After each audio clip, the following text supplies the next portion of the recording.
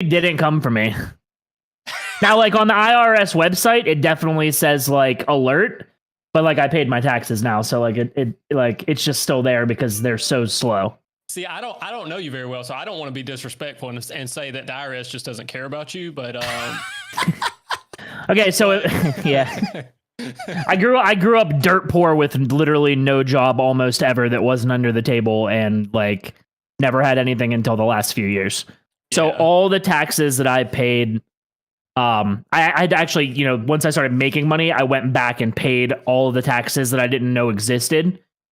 My CPA helped me with that, so I was like, okay, now we're adulting. Yeah, I mean, that's the I think. All right, chat. I'm about to host you guys off. Okay. I think people stress it a lot, and then we can clean it up in like, a couple of days, and they're like, "Oh, that's it." Like, yeah, that's it. Yeah, that's literally all you had to do. Like, people gas it up more than it really is. I think a lot of times, dude. That is like, I remember the question that I would get so much when I was like first starting off, and like I was like a couple years in, and everybody's like, "What do I do about taxes?" I was like, you just do them. You just keep track of everything you spend, and you just hire the like eat the cost in hiring a person. Like, it just really is that simple. Yeah, I mean, even like eating the cost. I mean, TurboTax costs you like $100 or something like that, and it's way more advanced than it used to be in the past. It'll walk you through, like, bro, most people can use TurboTax. They like, I'm the worst plug ever because I'm going to come on here and tell you that most people don't need me. Like, it's like the opposite of self-promotion, whatever that is. But oh my God, I'm sorry. Hold on, dude. You're chilling, bro. I just fucking did the same thing. Testy, how did you get out of hosting that fucking place? Once it happens. It did it. I swear. Do you see what happened? The same thing happened to me, bro. It pulled up the other one, and I clicked it, and it hosted the wrong one. What the fuck? They need to fix that feature. Oh, no. They need to fix that feature. That's okay. Most of those people will figure it out. Yeah. Is KickCast live? Yes. Yeah, everything's live now. All right, I just want to make sure I get host. I mean, what happens if I just stay live? I'm just going to stay live for a little bit and see what happens. So, by the way, give it a second and then try to rehost and then see if it lets you. Yeah. So, Garrett, what I did was I copied. So the only way they have a host right now on Kick is like, it's like you got to input it from the back end. And so I did that. So like if it's like a drop down tab, once you paste the name in, it's not just like a straight up like backspace host, like off of Twitch. And for some reason with KickCast specifically, there's like this other stream that goes up when we're live, and it always goes to them. It's so stupid. That Kickstart person just had a huge influx of viewers. I'm just gonna stay live. Bro, I was wondering because I was on there and I was like, oh, I need to like tab over to KickCast, and I went back to you and I was like, wait, that's not. Yeah, I was like mad confused for a second. I was like, oh, okay. Yep. It happens. I'm only human. It is what it is. You've got to do better, honestly. Honestly, it makes me feel better because I did that. Yeah, that's why I was like, yeah. Yeah, because I told you that I seen the same name when I picked up there. I'll just have the podcast on mine a little bit too while we're here. I'm a piece of shit. Everybody, make sure if you guys want to gift subs to the KickCast, you can do it through my stream. Okay. Did my host work? I hosted the correct channel. Yeah, it went through. Yeah, it says audio. Okay, yeah, mine didn't. Just making sure. I just pulled up Chrome, trying to make sure everything worked. It says it says I still have my viewers, and it says that I can host it in an hour. Try again. In an hour. Yeah. It's saying you gotta wait to host. So I'll just give it up. Wait, now it's saying that I'm limited to two. I'm gonna message. I'm gonna get a hold of my people. Yeah. All right. What do CPAs drink? Yeah. What are you sipping on? Yeah, that's.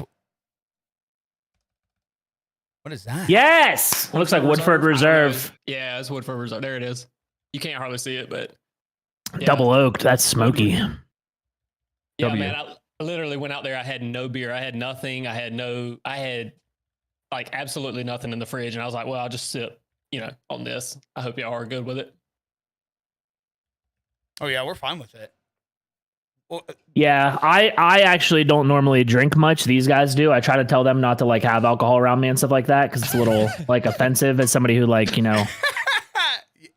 I think he can already pick up your bullshit real quick. Dude, I could pick it up yesterday, bro. I was like tuned in for a while because I was just working, and y'all were hilarious, bro. Y'all were trolling. Oh, I forgot that. Yeah, me and what's him your were. name? Local. Garrett, what? Garrett. Yeah, Okay. yeah. Yeah. Okay. Yeah, Cool. the actual name. Just Yeah, make sure I got names here. So we Yeah, got yeah. E. You want me to just call you E? What you want? Yeah, everybody calls me E. Sorry, I'm like trying to That's fucking multitask at the start. I won't be this like not paying No, you're attention chilling. here in a second. You want to be Testy? What do you want to be? Tessie or Rob, either one. Rob. All right. Yeah. I always feel E. weird calling you Rob. Yeah, everybody either calls me E or everybody calls me Aaron too, but not everybody calls me Aaron, but that's my real name. But so it's just like up to you. I feel like I never call you Aaron. I always just I don't know say why I E. said everybody. I'm like so fucking multitasking. I just got a hold of Andrew and was like, hey, I accidentally hosted the wrong channel. Is there a way to fix that? And he's just, instead of helping me, he's like, laugh my ass off. Who did you host? And I'm like, who fucking cares? Is there a way to fix it? But yeah, my name's Aaron, but people don't really call me Aaron. They just call me E. Why aren't you like Big A? Because my last name starts with an E. Oh, Yeah. I knew that. Yeah, everybody. I've been called Big. That's like my nickname. I've been called Big E since I was a kid. Yeah, that's cool. How'd you guys? I've never asked this actually. How'd you guys get your gamer tag names? I wore audio skate shoes when I was in middle school, and my AIM screen name was literally Audio Freak 8996. And then I started streaming as 8996, and then I said, man, that's kind of dumb. I should probably get rid of the numbers. So then I dropped the numbers. What about you, Mine- Tessie? I've got the OG testosterone gamer tag on Xbox. Right? Of course. I'm a gym freak, right? So that's what You it was would. like initially, and I just shortened it down, because I was like, people first off couldn't say it or spell it, and so I was like, you know what, I'll make it easier. So I shortened it to Testy.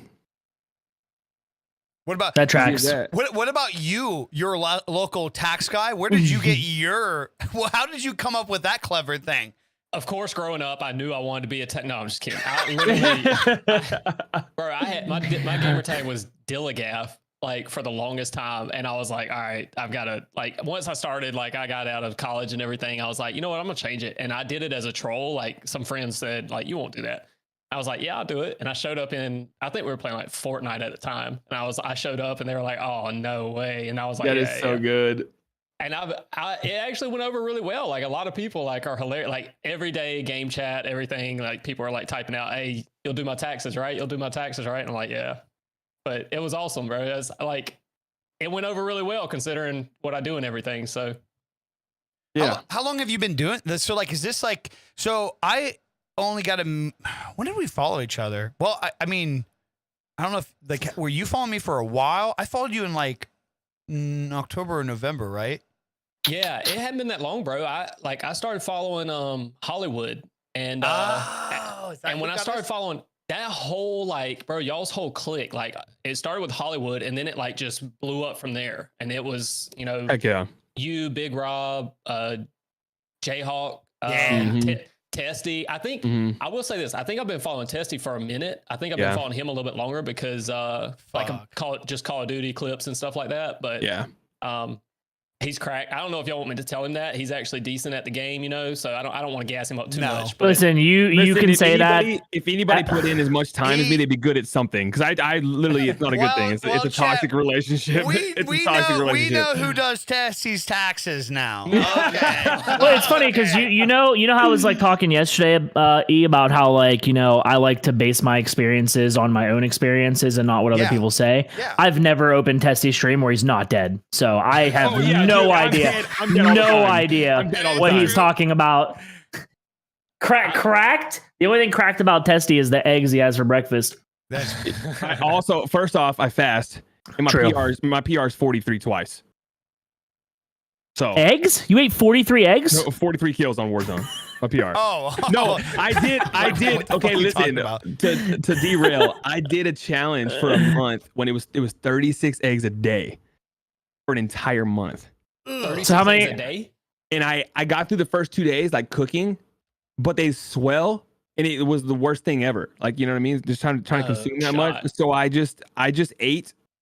ate 12 and then I just drank the other 24. Yeah, No shot. For a whole month liquid straight. egg whites aren't bad. I get those. Shout out We're to all them. wondering about your poop. No, protein doesn't do it. It's carbs and fat. Carbs Oh. and fat. That's All what gets me right. going, bro. Give me some dairy and stuff. I'm screwed. Protein don't do it. That's I got crazy, bro. that. It's great that we have you on. I'm Yeah. glad that we have you on here because like I'm probably the best person to talk about taxes with. Oh, Because Lord. I just literally like listen, I'm straight now because I have a CPA, so like I'm good in all aspects of like tax stuff.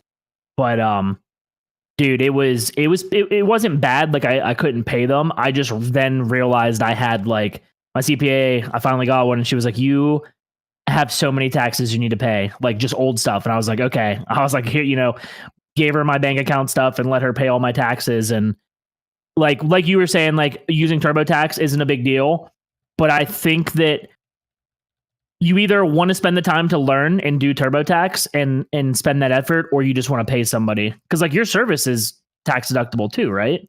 Technically for us. Yeah, for the business. Yeah. Yeah. So if you guys are running a legitimate business, which you guys are, you're going to have a lot of deductions that you may not be considering in the first place. Like my fee is tax deductible. I don't pitch it as that to sell people or anything like that. But yeah, it is. I mean, but if you were running a business, TurboTax would be too, right? Or at least to some extent. So I agree. I think the big thing with that is you do taxes once a year. It's not something you do every day. And so because you only do it once a year, it's really hard to get good at it, bro. You just do it once and then you're done. There's no consistency or anything like that. That's yeah, true. you pay estimates, but like you may pay quarterly estimates and you may be advanced and you got payroll going on. But bro, nobody's like, you're not in the business of thinking about taxes every. And so why should you know how to do it? So yeah, I mean, to your point, just you don't have to use me, pay somebody to do it probably, right? Most people, yeah, you're smart enough to use TurboTax. I would say most people should use TurboTax, but everybody on this call, at least all you guys, like just pay somebody to do it. Yeah. 'Cause- I do. Yeah. I do every year. Heck yeah. That was That's where not I got confused because like once you start making a significant amount of money, that's when you're like, okay, well, I don't want to fuck up. I don't want to like have the IRS coming after me. Now, for me, I don't have any debt, and a lot of my stuff was like inherit. Like my house was paid off, and I received it like from my parents. So like, I don't have all these like, I'm not going out and spending a shit ton of money. So like, even if I was to ever get audited, it's not like I have all this stuff to like track. I literally buy like almost nothing unless I like need to for the business. So like, What are it's the nice actual having. odds of that? What, getting audited? Yeah. Did you get like flagged to be audited, or is it just like random? Like what? Well, you can do, all right. So there's a random chance you get audited, right? And that's just completely random. It could be anybody. And then there are truly flags. Like let's say your business, your content creation business, you run a loss for like 5 years in a row. And so you're just deducting loss after loss. The IRS is probably going to come to you at some point and say like, look, man, you can't keep like, this ain't a business. Cause by I was gonna say, definition, a business, you're seeking a profit. And so if you don't have a profit in like 5 years, yeah, I mean, that's going to trigger the IRS to probably look at you, even if it's small. But the chance of anybody getting audited, if you're under, and there's a lot of, Congress was just trying to pass a bill and everything. They actually passed a bill, but everybody was worried about audit rates going up. They've pretty much guaranteed that if you're making less than $400K a year, the odds of you getting audited, because the IRS was trying to hire all these people, they were trying to hire 80-something thousand people. Jesus. The odds of you getting audited if you're making less than 400K are supposedly not going to go up. And so I think the audit rate was like 0.2% most recently. Like that was the Wow. most recent data we had because the IRS is so far behind. 0.2%. So you literally Now- have better odds of winning the lottery than getting audited. Yeah, I mean, and Google it. Like you can Google it, and like all this data, this information is out there because all of it's public record. So like, your record, your tax stuff isn't public record, but the statistics from the IRS are. So you could go and Google that and look it up pretty quickly. But it's like 0.2%. So that I can't say as a CPA, I can't tell you like, hey, you should probably commit fraud because they're never going to catch you at 0.2%, right? I can't say that. But But that's like, what you're telling us. Gotcha. no, but not even no, that. no. The other thing you said is, dude, the IRS is so backed up. It's not even funny. Like I paid, I sent in what's the letter? The letter you send in to have some like fees taken off. I sent in an abatement that letter. That's it. Yeah. So I sent in like an abatement when I was first learning how to do my taxes because I didn't pay them on time. So like I sent in an abatement letter. Dude, I sent that in almost a year ago. That still hasn't been answered or replied to and reflected on when I log into the IRS. So right now, that money that I sent in the abatement for is still collecting, or it's still accruing interest. And my CPA is like, we already did what we needed to do. Like we have to literally just wait. Like that's it. So fun fact on that stuff. I don't know how many people know this, but it's really like a testament to how bad they really are. This was years ago, but when Microsoft updated from it was like Windows 7 to Windows 10 or Windows 7 to Windows Vista or whatever it was. I don't remember. This was several years ago. The IRS actually had to beg Microsoft to let them continue using the old patch and the old software because they couldn't update their systems fast enough because their systems are that old. So when you submit a return and you're waiting for their computer to process it and everything, they are so far behind because their technology is literally like everything I have in this room that you see, everything that you guys have in your room is so far advanced compared to what the IRS is working with. I mean, they're like working with the stuff that, put the first man on the moon with NASA. I mean, it's ridiculous. What the fuck? It's bad. Dude. Wonder why. Because the government, like Congress won't give them money to update. Like it would actually help me and help all of you if the IRS were more up to date, not because people would get audited more, but just because they could actually process things faster. So yeah. The letter that you sent recently, the abatement letter, we have to send those out all the time. And I have to tell clients, and I always end up looking bad for it, but I have to tell clients and customers like, hey, look, we're going to submit this. I don't know when we're going to hear back. Yeah. And people don't like that. When I tell people that, they're like, well, how do you not know? And I'm like, well, this is the IRS. Once we send it to them, I can't respond for them. Like, I don't, the best we can do is just send it and hope that they get it. And they, during COVID, they had, I think it was like 60 something tractor trailer trucks filled up with mail, unopened mail from just 2020 alone. And it was like the end of 2020. They just hadn't opened the mail. And it was like 65 tractor trailer trucks, like 18 wheeler trucks filled up. Crazy, man. Like, that is wild. Yeah. So like, even like a lot of times our hands are tied on anything we can even do with the IRS. So while you may not get audited, that's a good point. While you may not get audited, you should do it right the first time, because if you do get an audit or anything like that, bro, the response times are going to be terrible and you're going to sit there stressed out for like that's the worst. Yeah. So what? How far back can they audit you? 3 years generally. 3 years, right? Yeah. Dude, they'll never catch up. Definitely commit fraud, guys. Like, definitely. All right, so Holy shit. the caveat. If you commit fraud, the statute of limitations is indefinite. So they could go back however long they want if you commit fraud. Oh. Okay. So don't commit fraud. Yeah. So I want to see how real this is. I've been taught that there are two different types of CPAs.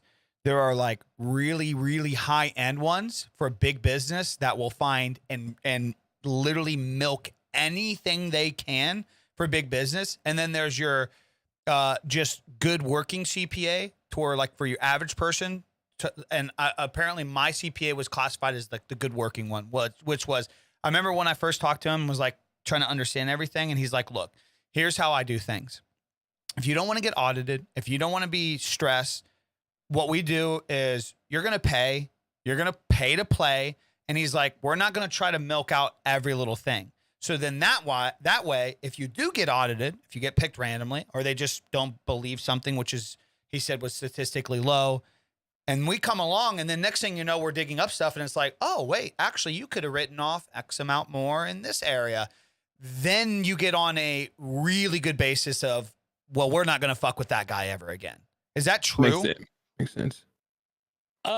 Yeah, I mean, to some extent, you've got CPAs who have been in corporate their whole life. And so like the biggest companies, Coca-Cola, stuff like that, they've got CPAs on staff and their entire job is just dealing with taxes and stuff. But because they have so many subsidiaries and all that, they need like hundreds of CPAs on staff. Yeah. So yeah, there's that. And those people they're incredibly brilliant, don't get me wrong, but they probably wouldn't do your tax return or my tax return just because right. They don't do that. They deal with really complicated tax situations, very specific to Coca-Cola or whatever company they're working with. And then you've got like me, where I service clients like, you guys just, we particularly service content creators, but you've got CPAs that service construction workers. I mean, you name it. So yeah, we have our tax software points out when things, statistically speaking, are anomalies, right? So if you've run a loss the past 5 years in your business, like our software is going to tell us like, hey, look, this is like a red flag right here. We probably shouldn't do this, right? And then we also have things where it's like, they're kind of in the median on this or that. So yeah, we do that. We look at it and we say like, how, if we get audited, like what are the odds that, this is going to get thrown back in our face? That being said, bro, like, let's say you make a mistake. You deduct a $20 Chipotle meal and you shouldn't have. I don't know. I don't know what the situation could be, but you deduct something you shouldn't have. And the IRS comes back, they audit you, which, by the way, I was wrong. It's 0.41% for 2021. So that was the odds for, so 4 returns out of every 1,000 got audited. But let's say you get audited and they come back and they say, all right, we're going to disallow the $20 deduction. You just pay the tax that you would have paid on the $20 deduction.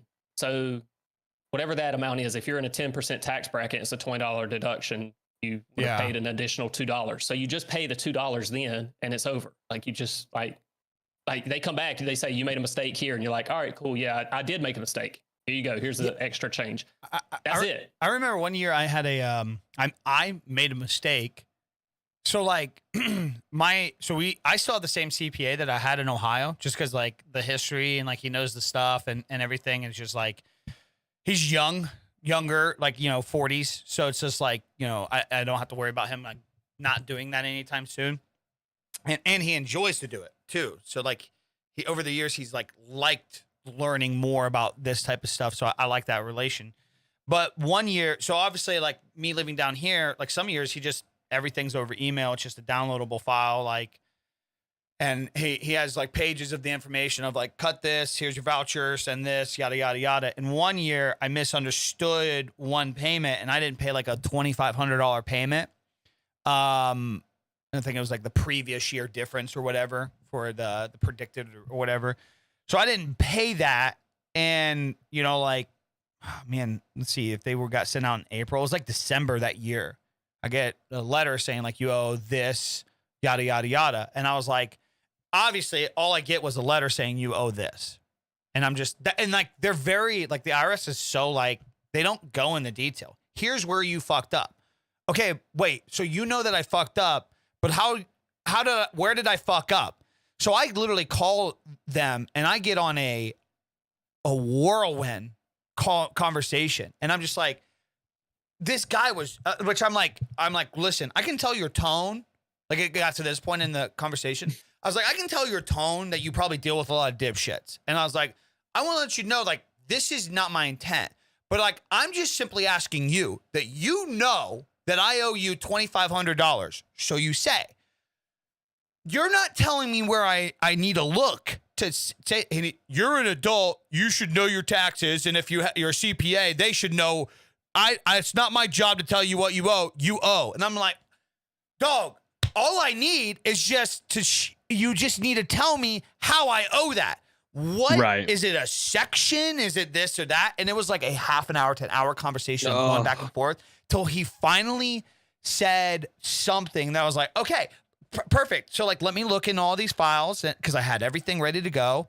And then like, I was like, oh, wait, so this was for the previous year. And he's like, I don't know. And I'm like, dude, it's so crazy how the whole system is just still like that whole weird. Process is just blew my mind. Because I'm like, we have to essentially tell you, this is how much money we made. Now this is how much I have to pay you in taxes. But it's like, if they already know that, why do we have to do that? I never get it. It doesn't make any sense. It's like, hey, you owe us money. And we're like, how much? We know how much, but you got to figure it out. Well, what happens if I mess up? You go to jail. Yeah. Like that's it doesn't make any sense. It doesn't make any sense. It's literally why fraud exists. It's why people hide money, because the government doesn't even need the money. They're doing dumb shit with it, and we're just being taxed.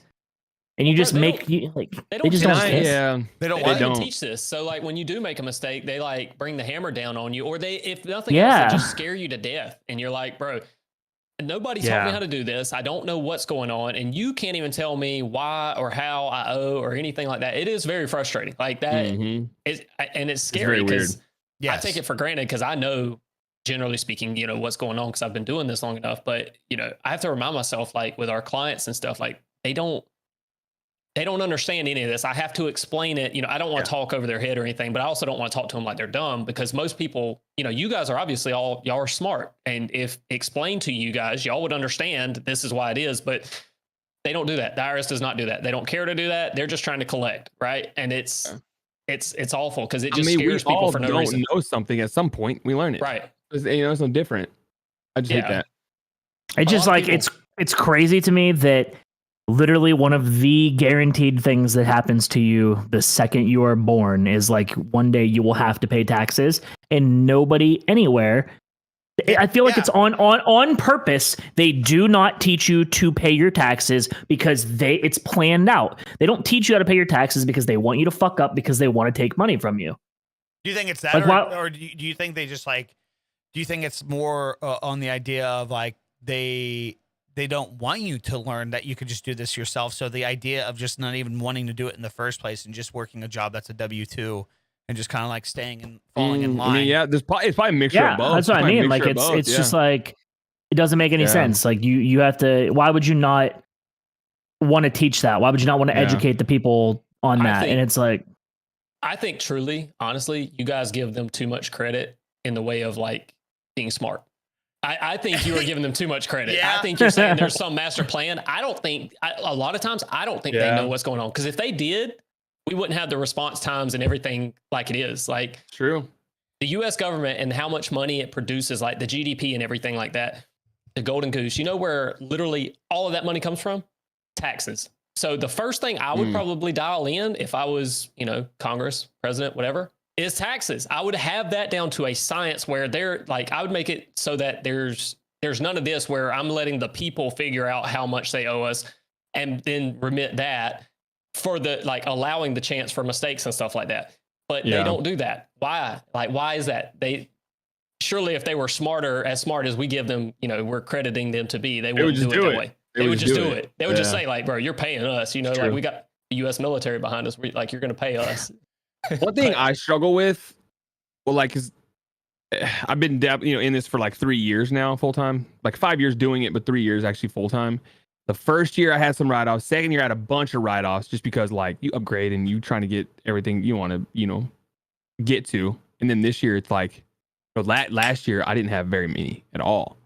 It's like I think that's the hardest thing is like, I'm not a spender.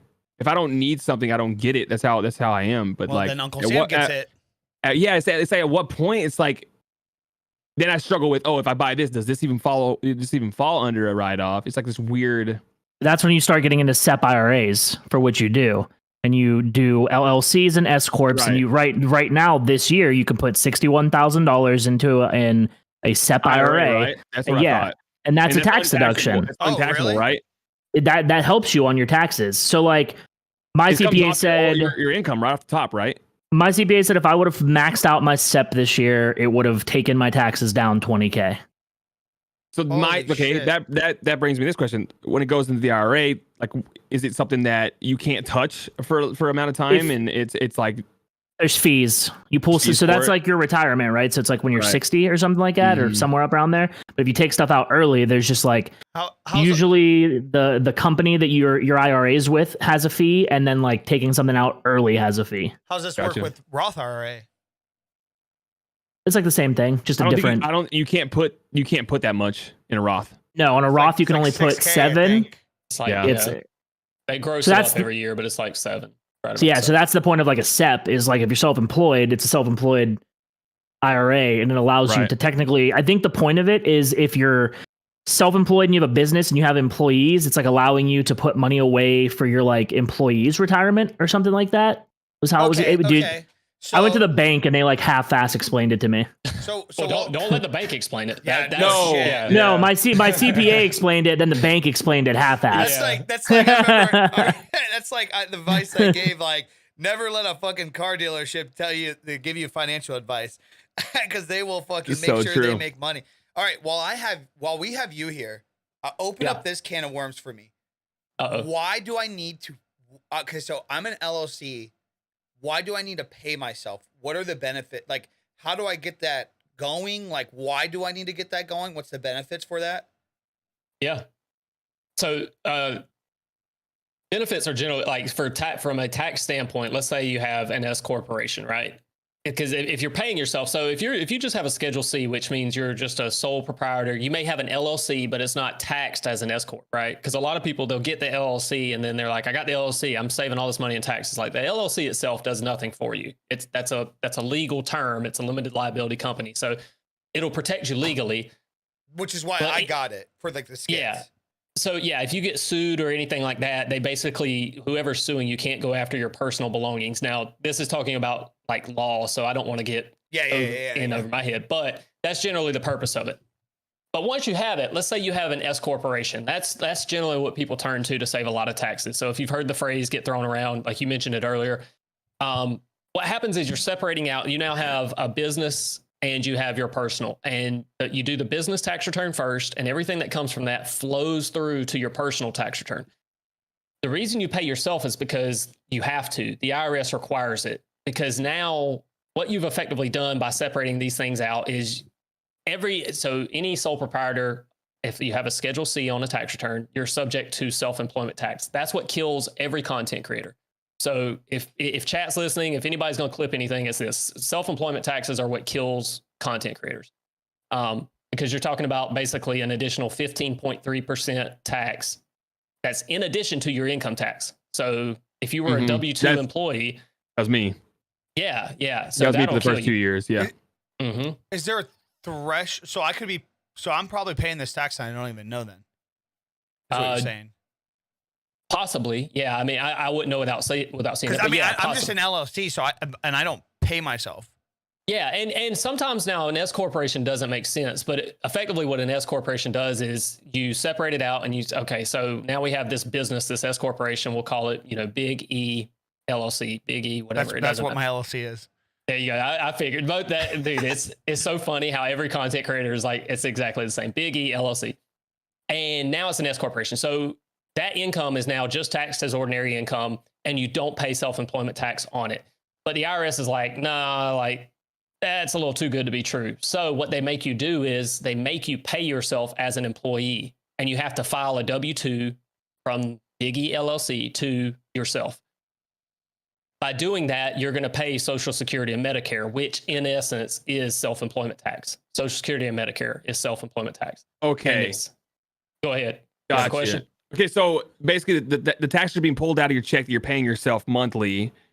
And then when you go to pay your quarterlies or pay at the end of the year, that's when you're paying the business tax.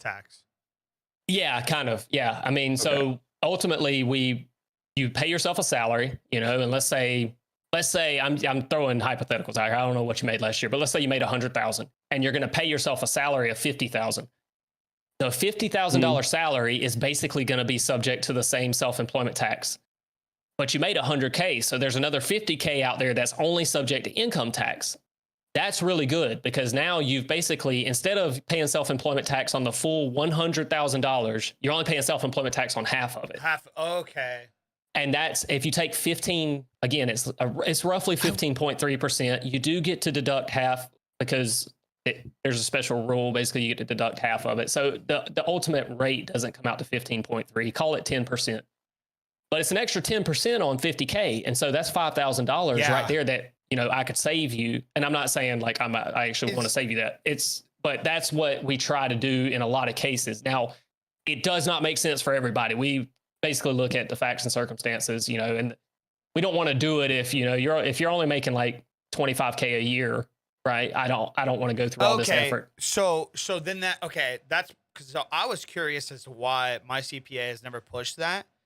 So I didn't know if that was, so then it's kind of it's a subjective. So it's like, S corps when you're Yeah. making money. If you're not making money, then Well, that shit don't matter to you. I am, but There's I n- also I write off a fuck ton. Right, but if you're clearing 100K consistently, like if you just cleared 100K for the first year, like you probably never would have set up an S corp before. Like I should have set up an S corp, like at a certain point, and I never did. Like I just left it what it is. But like it's when you get to a certain amount, because most people won't recommend it. They just recommend an LLC, and then as they see you making more money, they go, well, now you should change to an S corp. So the more If you're money gonna you keep make, the making S it. corp makes more sense.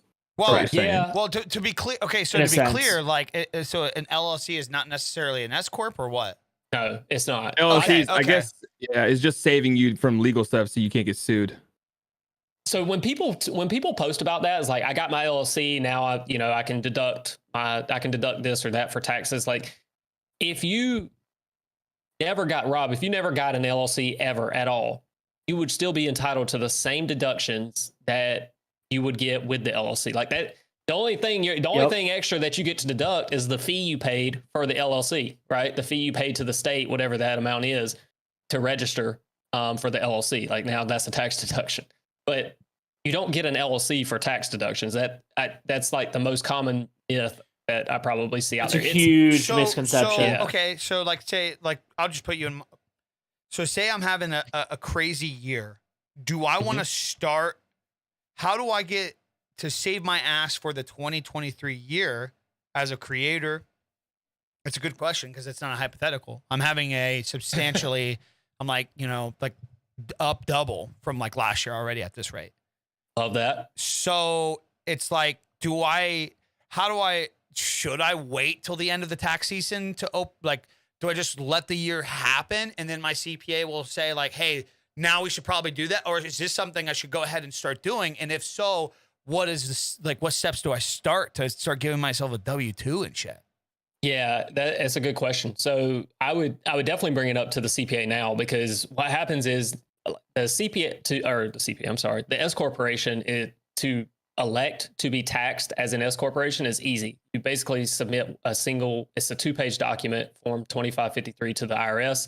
Your CPA can do it for you. It's literally like, it's not hard to fill out at all. Okay. So you could have that done by next week. But bring it up to him or her, whoever your CPA is, and say like, hey, I heard about this. Is it something we should consider?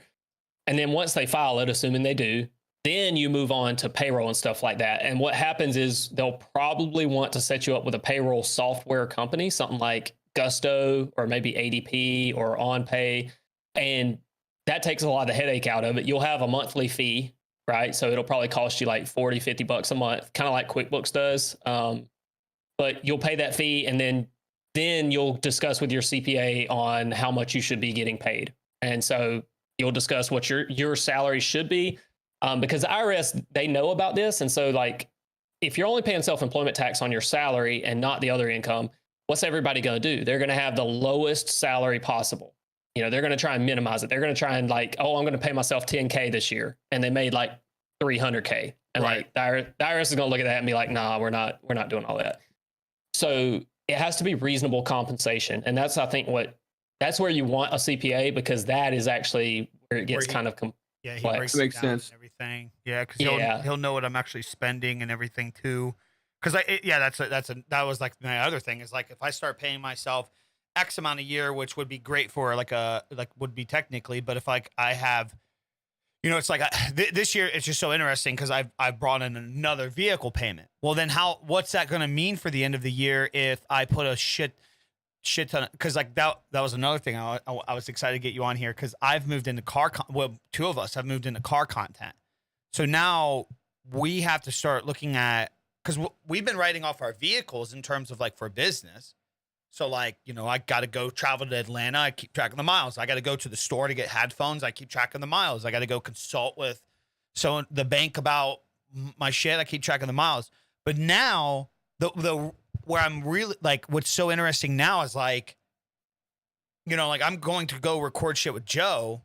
Like that's content. But then also in itself, so I'm traveling for the business aspect, which that I kept track of miles like that before. But now, how does that work when the vehicle itself is the content? Yeah, that's a good question. Was there like a depreciation over time? The whole Yeah, value of it?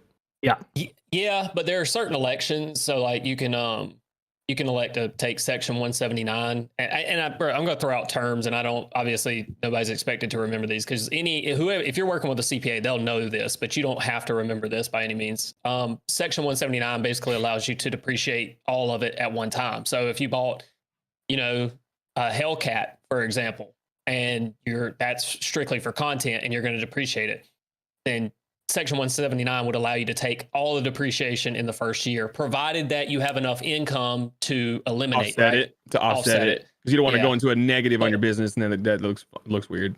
Yeah. But the caveat there, what trips everybody up is like the IRS is going to look at that and say, did you get any personal use out of that? Right? That's what gets every single person. The lawnmower you just bought, the IRS is going to look at that and say, like, you're deducting 100% of this lawnmower, bro, and you made one video on it. It's like, yeah, I mean, sure, there's somewhat of a business purpose, but you're telling me you're not getting any personal use out of that lawnmower, because that's where they're going to hammer you. My CPA didn't depreciate the whole thing. Right. She did part of it. Because I told her, I said, here's how much my car cost. Here's how much my truck cost. This is how much I've made in payments so far. Here's my loan. I gave her all the, the financials on it. And then she was like, we're not depreciating the whole thing. And then she was like, you have to, because you have to write down personal use, work use on the, when you're filling up. So how does that work? So for the second vehicle, I had the Charger. I'm making content around that. So most of the time when I do drive it, it's for content, but now obviously the miles are going to be less on it, but that shouldn't, because it doesn't dictate how many miles, like you don't have to hit a threshold of miles in a year. So like most of the time I'm actually using that for content, but then I also got the truck. So that way the truck could actually be in my business, even the loan as well. But then the reason why I got the Ram is because I was told that if I get something above the 6,000 pound gross weight, that it's 100%. How does that 100% work? depreciation deduction. Yeah. Okay. If it's over the 6,000 pounds, that's gross vehicle weight, GVW. That's when you get you can basically deduct all of it. Just 1 year, or how's that work? Yeah, you could take it all in 1 year, basically. So like if it was again, throwing numbers out there, if it's a $50,000 truck and it weighs, most trucks are going to weigh over 6,000 pounds. So, and plus most car dealerships, if you Google it, they'll tell you, because they know how big of a tax implication it is. So if you're ever in the market and you're considering buying a vehicle, you can literally Google, like, I just bought a GMC Sierra gross vehicle weight, right? And it'll tell you. Yeah, yep, that's what I did. So what if I bought something last year and didn't write it off? Yeah, that's a tax law that's actually it sucks, because the rule is written, you can take the depreciation that is allowed or allowable. And the way it's phrased, it's if you don't take the depreciation, you lose out on it. Now, there is technically a way to go back and get that, but you have to file a form, and it's technically requesting an accounting change, and it's kind of a mess. Black hole. Yeah. Well, it might be worth I just looked at the weight of my car. It's 6,020 pounds. They do that intentionally. I promise you. That's what it looked like on my end. I was like, yeah. But there's still parts that you can write off. Like you can, that's like to write off. Yeah. Like what he's saying is like, that's to do 100% of it. Yeah. So, you can still do partial, which is what I did with my car. The reason why I want to know that is like, okay, well, if I want to go ahead and if I'm having a good year, instead of just putting a whole bunch of money into a savings account, like just having a whole bunch of money sit back, it's like, I would rather just go ahead and like snowball my truck, for example. So like that was my concern, is like, okay, well, if I end up just paying like $5,000 a month for the rest of the year on my truck, just to like fucking really eliminate and try to maybe pay it off within a year, am I going to get a benefit? Am I going to benefit any more from just putting so much more money on that versus the idea of just paying my minimum payment for the rest of the year? Yeah, is that going to be a write-off, and then you're not going to have to pay that much on taxes, kind of, No, yeah. So that's a really good question. What happens is when you buy the vehicle, the IRS doesn't care how you financed it. They don't care if you paid cash or you took out a loan or what. So when you go to buy the vehicle, you can do it on December 31st. You go to a car lot, you walk away or you drive away with a new vehicle, and it was, let's say, $50,000. Even if you financed it, you can take the $50,000 deduction in that year, right? Assuming it's, over 6,000 pounds, you have the income, like assuming you get the deduction, you can depreciate it at that time. But then you're left with these payments and you're still making payments on it. The payments themselves are not deductible, right? You can pay, like if it's truly a business purpose, you can deduct the interest you're paying on the payments, but you can't deduct the payments. You get the deduction when you purchase the vehicle. Based on the loan. So like the price of the vehicle is... The price of the vehicle, right. Okay. Yeah, that's a great question. Yeah, most people, because we do it for clients, and so we don't miss that. But that is something that is probably a very common misconception. You don't deduct. Yeah. It's like your mortgage, bro. You don't get to deduct your mortgage payments. You get to deduct the interest on your mortgage, and that's only if you itemize. And most people don't. All right, most people take the standard deduction. So most people think like, oh, I'm buying a house, I'll get a big tax deduction. Like, no, like 99% of people do not get a tax deduction at all when they purchase their home, which is crazy. Like just from purchasing or having like a studio space.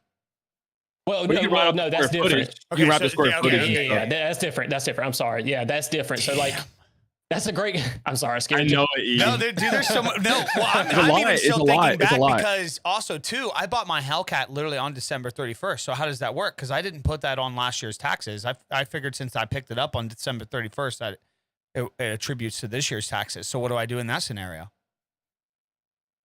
Call your accountant tomorrow. Oh no! Get fucked, bro. Is what he wanted to say. Get fucked.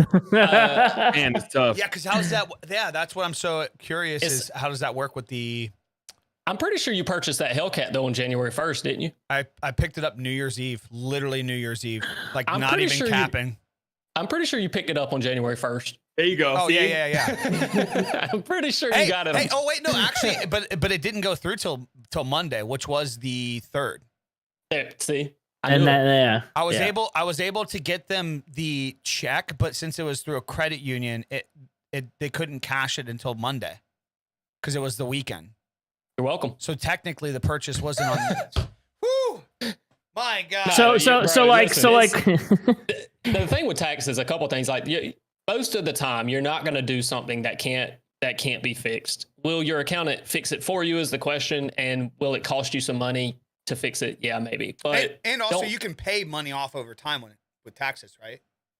Yeah. If you still pay interest on shit though. Like it's less interest, but like my taxes this year are fucked. So like I wanted to pay them in like increments, but I'm just gonna pay the whole thing. Yeah, I just eat like April. I just eat the first payment and sometimes the second payment. And then whatever the difference is from the previous year, if I had a difference. It's odd because content creators never have expenses. They just don't relative to income. And like you were telling me you write off a fuck ton of stuff. But honestly, most of our creators, I'm going to say most, but again, examples here, they make $100K and they spent $15K. And the only reason it was $15K this year was because they bought a new PC for $5, right? And you don't buy a new PC every year. So really they don't run a lot of expenses.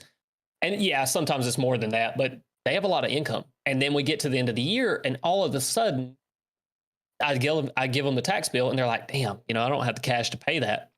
And I look at them like, how you made $100K, you spent 15. Where's the rest? Where's the rest? Right. And you now and you owe, I'm telling you owe 10,000 in taxes. And it's like, they're like, oh, can I do a payment plan? I'm like, yeah, but they're going to charge interest just like you said.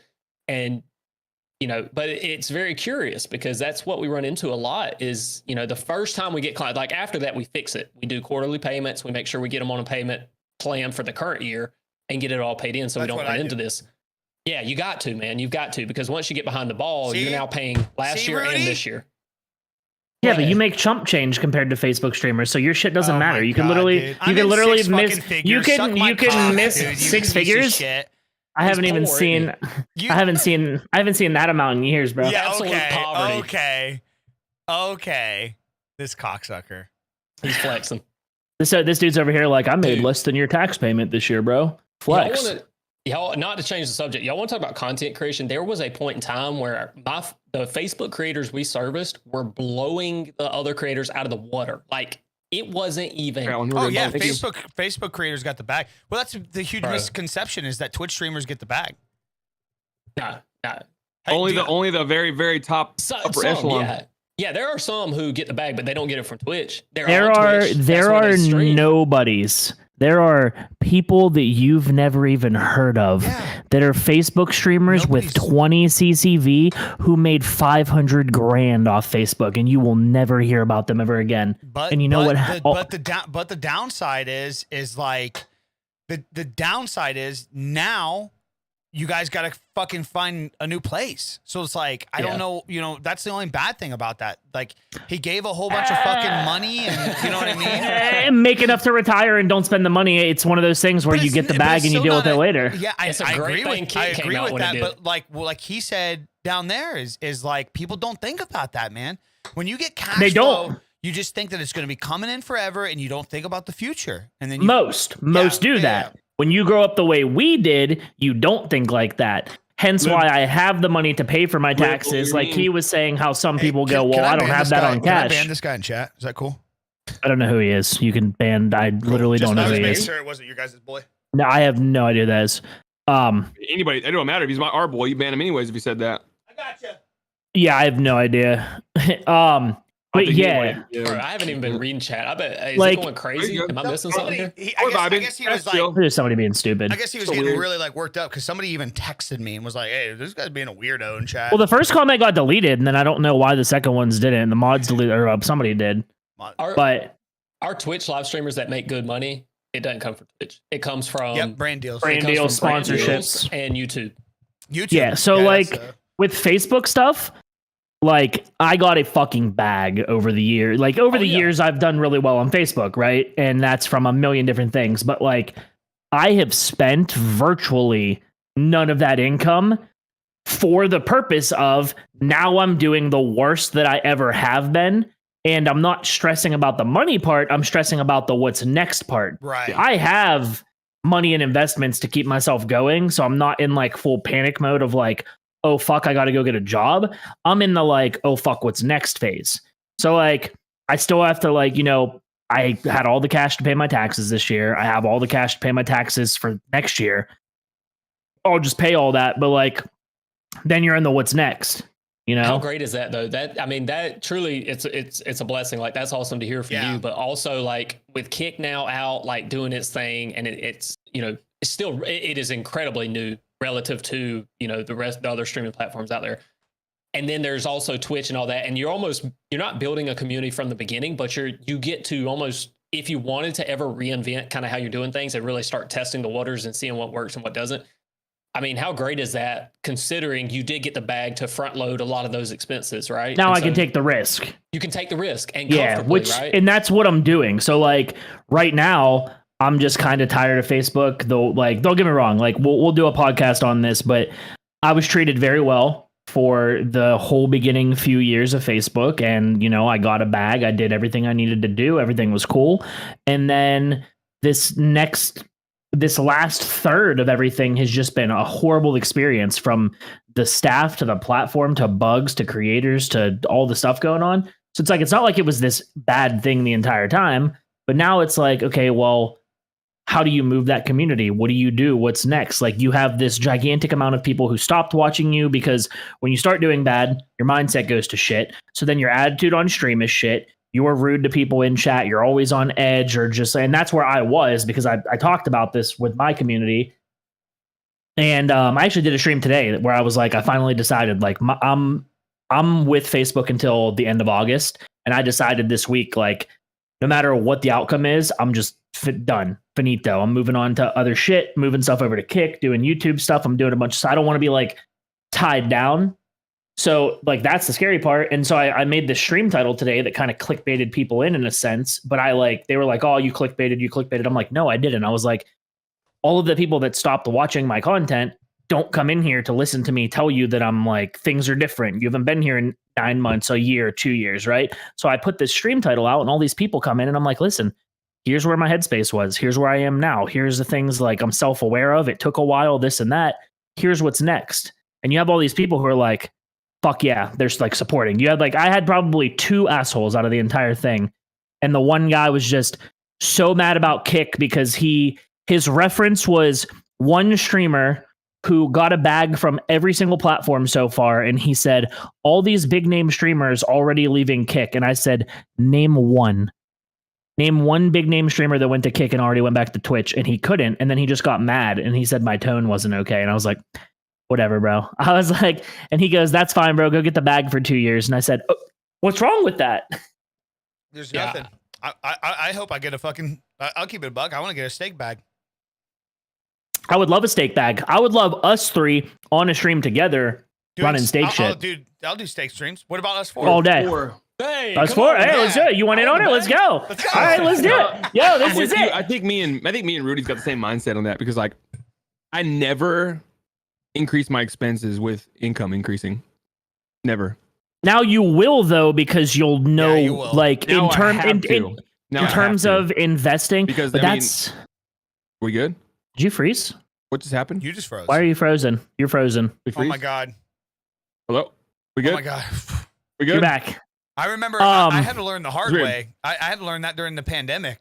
I mean, there was, it's crazy. There was 1 month on Twitch last year that I made over a year and a half of my salary in 1 month. Yeah. My previous job. Yeah. and then I mean, dude, but it's you go back to like what's. I was gonna say like what's the craziest month you've ever had? I had a 13,000 sub month on Twitch. holy shit. And, So I what's averaged, that- and I averaged 10,000 for 3 months after that. So what's that equate to in like cash that like you it was saw? like 38 grand. That's about Yeah, I in made 1 like- month. I made like 30. And I in 1 made- month. That was and my I made- craziest. At my old Wow. job, I was making 40 something peak thousand. peak days of Facebook 75-80. Yeah. Like stupid. You'll never see it again. Dumb. And You'll it's weird, never it- see it again. When you But that's look what they at it, did, you're, but that's what they when did, you that's look the at bad it, you thing. think, oh, that's not my money. But That's what stressed me out every time I looked at that. I was like, that's not my money. No, but I that- gotta- because I gotta Because you're not tax paying the taxes on it Yeah, yet. Then you got taxes, you know what I then you mean? got to Yeah. pay the taxes on it. But for Rudy, you got to think too. For Rudy, that was like coming from Facebook too. A lot of that was coming from Facebook. No, at Yeah. that point in time, a lot of that was donations. About 75% of it. But That was Then all it- it was then- for me. how many Then it months? teetered. Yeah, I was gonna say, at what point in your career, how many months were you self-efficient until Facebook came along?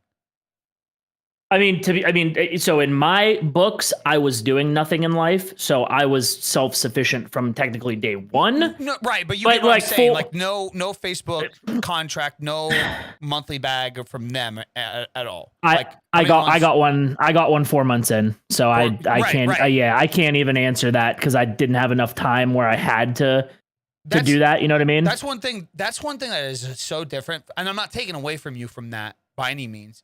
But like, dude, it's different when like a platform backs you. You get a different vibe. Then you get a different vibe. Your content gets a different vibe. Your You never community gets stress a about different vibe. anything. This is exactly why I always try to tell people.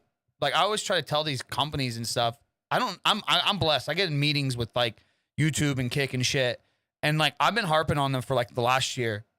Invest in the mid-sized guys. It just doesn't make sense to me. Why are you giving somebody 50 mil, one person 50 mil, that's just a big name, when you can give 50 mil to 50 creators? That doesn't, I'm going to argue that if you pick the right creators, that those 50 creators will bring way more back to the platform and build more of a community than that one big dog will.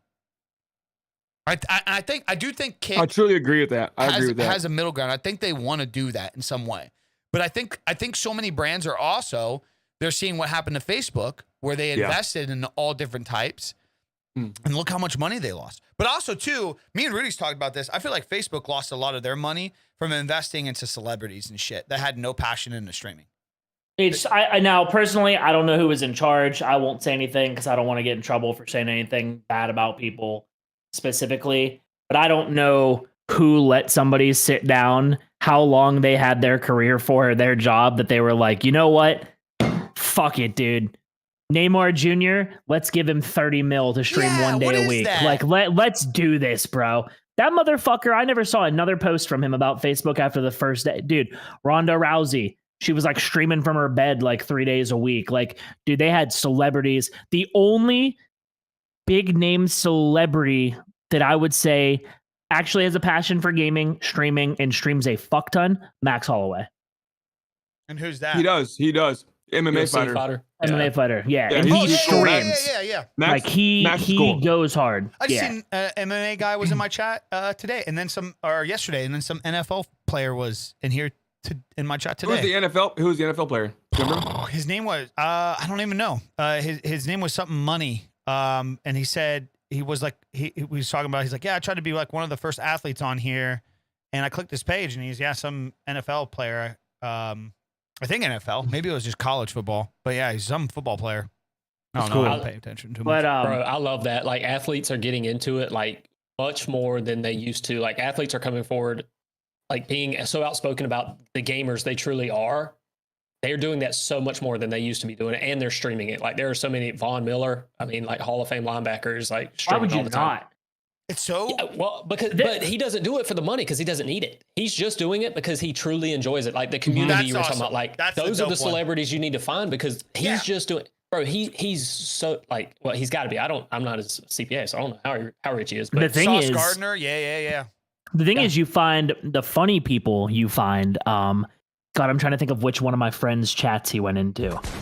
There are like rookies who just signed to teams. They just got signed. They make an account and they go into people's streams and they go, "Bro, just signed to this team. Let's fucking get some games in. Let's do it." And it's like, Keith McGill it's like- was who's on Kick. Keith Bro, it's McGill, crazy he's 'cause- from the Raiders. Cool. Yeah. Mm-hmm. damn, sorry to hear that. What, are they not that good? I don't pay attention to the NFL. But no, it was but it was funny watching people that like just got signed to teams. They're like, I'm in the NFL now, I'm an NFL star, and they're like going to people's channels and like, yo, bro, let's stream together. You promote me, this and that. And I'm like, what are we like? And then when they wouldn't, they would get real pissy and like real fucking rude in chat. And I'm like, dude, that's this, weird. yeah, like what are you doing? You came in here to tell somebody I'm a pro NFL player. I'm in the NFL, bro. You should want to play with me. Like you, if somebody did that to you, you're like, I Suck don't know my who you dick. are, but that's cool. What's up? Like, Yeah. Do you think that's just like the fame side still like pouring over into the community while it's fresh? I don't know. Gotta You look be. at people like, was that Testy yesterday when you were like, yo, I got a bottle of bourbon from Dustin Poirier? Me. Tessie yeah. was- And Tessie that was like, was who's he. that? Testy was like, who's that? Yeah, I was like, I don't even know who that is. I don't even know who that is, bro. Only the guy that like fucking snapped Conor McGregor's leg in the last I had to go fucking look fight. that up. I was like, who is that? Where were you, bro? Where were you? Hey, Oh, no, I man. respect it though. Like sometimes people be like I didn't watch like a Super Bowl or something. People I will be don't. like, what?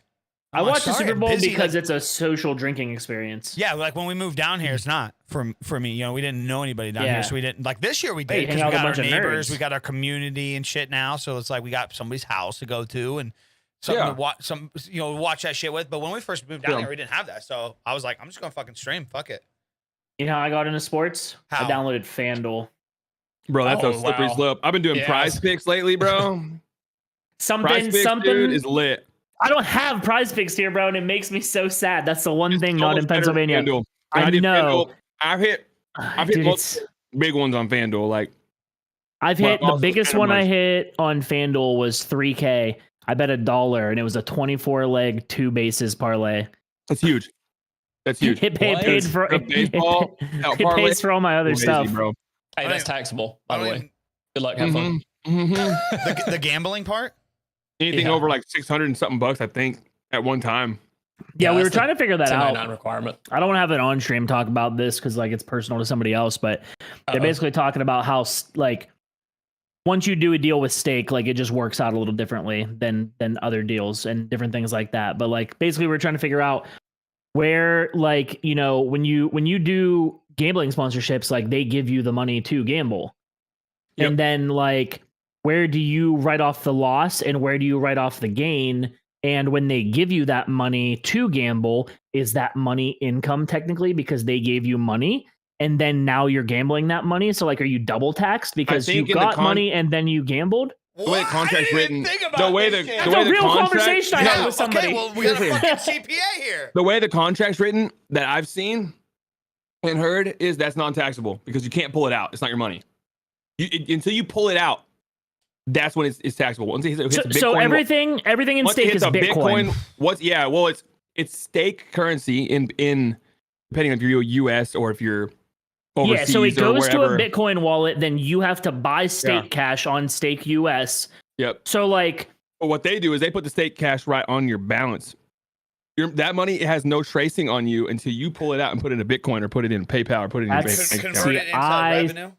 saw different Thank you. ways of that. Yeah. So ordinarily it would be if you're so it's kind of like if somebody even handed you a check, right, and you haven't deposited yet, and it's technically the 31st. Like, is that taxable because they gave you a check and you can't just go out and use a check for stuff, right? You have to cash it and all that. So it's going to be very similar to that, I would imagine, in that like once they put it at your disposal and you can pull it out and you can use it. Technically speaking, if you're a cash basis taxpayer, it could be. I do not know the answer to that. That is a very good point because honestly, You're doing haven't really crypto considered and that. it's different. That's where I'm like nervous because like I was talking to somebody who recently did something. Like I said, I don't want to go into information because they're doing like they're who they are, what's going on. I would put them in contact with you, honestly. So I may do that because it could be something good for everybody to learn. Yeah. Going forward with because we're all interested in stake and he's already doing stuff with stake and testing it. So after this stream, I'll get No, I wasn't trying to cut you off, bro. Go ahead. No, I was just gonna say I'll get in touch with you like after stream through Twitter, and I'll just like say, hey, yo, here's the deal. Let me put you in touch with this guy, and you guys can talk and get that kind of because like if you don't know that question, because it's like that, like then it would be good for you to know because then that's even more information for everybody, especially with Kick and Stake and all the gambling deals that are starting to pop up. Yeah. Well, it's interesting because like most people, when people come to us and they like, we've had people who gamble before, but right, they're just taking their normal money. They're not having stake, put it in an account for them, and then taking that money and gambling with it, right? So that is an interesting like concept. I'm curious to know because I want to know like the details of it, the actual specifics and how it's working. Like obviously, it doesn't sound like they're putting the money directly into a bank account for them. They're putting it into the app itself, right? The wallet itself. So that's interesting. I'm curious now. Yeah. And it's like you have to like gamble for so long for certain contracts, and then you take a percentage of your winnings after a certain amount of hours. Do you have to take job? that though? That's what I'm wondering is when they give you a certain amount to Good. gamble, how do you know when the winnings are your winnings at that point? Is it after you lose a certain amount, then you have to gamble a certain amount. Say they give you a $500 deposit. So even if you win, you have to gamble $10,000, right? Say you have to spend $10,000. You have to invest that much before you can even cash out. And whatever balance you have, you get to keep a percentage based on that. Okay, so after you spend that 10,000, everything in there is your raw cash. So the 30% of what's in there, or 20% or 40%, whatever the deal is. Okay. So in most cases, you'd be yeah. better off just letting that shit sit and just take the cash from the deal. Yeah. Right? Yeah. Well, I think it depends on the deal because there are some people where they're like, types. There's three different deals. There's like the code deal where you get rake back cash. There's a depot deal where you just get the depot plus you get the code, and there's a depot code and salary base. They'll give you money to gamble with. They give you a salary that's yours. So there's multiple depending on CCV and like all that. So yeah, because a lot of the ones I've seen have not been the salary. It's been like here's 5-10 grand. Yeah. You also have a code so people can sign up for stake, and then like they go and spin 10 grand, and then like now I've heard of people getting to keep like all their winnings after that 10 grand or something like that. Some are different. No, but I've also heard the percentage. My if there's a requirement. Yeah. Go ahead. If there's a requirement that you have to spend the money, like you have to gamble with it, and it's not your money until you do X thing, then that's not going to be taxable until the money is yours free and clear. That doesn't make sense to tax that because you. Right. So even if it was put into like a wallet or given to you or doing this and that, technically because you can't take that and use it until it's a certain non-taxable amount. until it's yours. it's not truly at your disposal. You cannot use that money until, like, yeah, you can use it to gamble, but that doesn't mean it's yours. Like, So you Now, have how's to that wait. seen from an outside perspective? Like, they don't see like, damn, you just made 10 grand. Then also you just went and gambled 10 grand. If I can be honest, from an outside perspective, the IRS has no freaking clue what the hell a crypto Yeah. a wallet is. They have no idea. They're still trying to figure that out on their end. No, like, don't anybody in chat, don't go clip this and say like, hey, this is what I got. Like, no. But the IRS, We're has all no getting freaking fuck clue. the IRS t-shirts for next stream. Bro, if you look like Congress, and I'm not trying to divert the conversation, but Congress has had hearings and stuff like that. And if you just go back and watch those, and you watch the 80-year-old people in Congress try to wrap their head around this, oh my gosh, bro, it's terrible. Oh, It's when they like- ask about crypto and all that stuff, and they're like, huh? What about the Like, they're TikTok asking- thing? The When he's TikTok like, one is funny, so bro. You gonna tell me what? So does TikTok have to go to the Wi-Fi's? And they're like, if the phone doesn't Dude. have service, That's the stuff we always talk about, where like every time we're like, dude, in 30 years, probably 20 years, everything in the world is going to be run by an entire, like, the old generation who lives in this old fucked up way, they're all dead. They're all dead. yeah. So unless they like instilled that mindset into their kids who are going to go do that stuff and be in charge, like, dude, the mindset of like, So like even just watching regular work, right? Remember when tattoos were like anti everything, and now like everybody has a tattoo. Everybody's got tattoos now. You couldn't even get a fucking job if you had a tattoo. One question that I had. So there's talks. Okay, there's not talks from like high up at Kick, but somebody brought a really good point. Is that Stake has really, really adapted to crypto, and we really haven't seen a streaming site, a content site, adapt to crypto yet. If Kick somehow adapts to Kick or to crypto, how does that work with taxation then? So like, say if instead of like you paying me, you buying subs with cash, you can buy subs through crypto, and that crypto can be, or like you can donate straight through Kick Bitcoin In crypto. How does that work? Yeah, that's a good question. So, crypto currently is treated as property. It's not like cash, right? So you get cash from a job and that's just ordinary income, but cryptocurrency is taxed as property. So what happens is it technically gets subjected to capital gains rules a lot of times. Now, it depends on, again, facts and circumstances, but if it's subject to capital gains rules, I don't know what you guys know about capital gains rules, but basically if you hold something long-term and then you sell it, it's actually better because the brackets for that there's a 0% tax bracket for long-term capital gains. So you can pay 0% on long-term capital gains up to a certain amount. Houses are the best way to explain that, right? It could be a house. Yeah. Most houses, yes and no. Yeah. So if you hold a house for 2 years out of 5, and if you lived in it for 2 years out of 5, you have to have lived in it and it was your personal residence. When you sell it, you get to exclude $250,000 or $500,000 if you're married, filing joint. So that's like, if you sell a personal residence, that's a really cool tax law where basically most people in their life aren't going to pay tax on that, right? Unless you live in a major city, right? So that's awesome. But capital gains are more akin to like stocks and bonds, right? So if you have a brokerage account and you bought shares of Coca-Cola or whatever, and then you sell them a year later and you got long-term capital gains, you may be looking at a more favorable tax treatment than if you got the money from a W-2 job. Wow. It depends on your tax bracket and your tax rates, and everything's different. That's why it's really hard. Like everything I'm telling y'all now, it may not apply to everybody in chat. I don't know, but it will be a complete game changer in one way or another if Kick does adopt cryptocurrency as the main form of compensation. Whether it's for better or for worse, I don't know yet, because honestly, I don't trust the IRS is going to favorably look at cryptocurrency or look at them favorably, but I don't know. I mean, they don't know. I wish I could tell you, but they don't know what they're doing. What constitutes a long-term capital gain? Is there a limit individually for each thing? Yeah, you got to hold it for a year and a day. Okay, so no matter what it is, if it falls under capital gains, 1 year and 1 day for everything. Yeah, Dude, the I income is just- capital in nature. It's a year and a day. Anything less than a year and a day is short term, and short term gains and losses are treated like Gambling ordinary stuff income. is capital gains tax, right? Think about it this No? way: No, if it's ordinary. you hit Okay. something on stake, you throw it in your crypto, you throw it in your wallet, let it sit for a year and a day. Every time you Yes. cash out, So you throw it in your wallet and you let it sit for a year and a day, and after a year and a day, you cash out your entire year and a day's worth of earnings without tax. But that's the trick, isn't it? Because if you let's say you gamble and you hit big, right?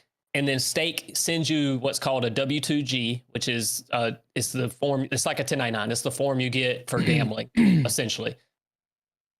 It may not matter that you hold the crypto for a year and a day if it was ordinary in nature when you got it. This is why facts and circumstances matter. Because if you're gambling with that money, and here's why I say this: the IRS is not just going to allow you to gamble with, stocks or bonds or crypto, because people would abuse that, right?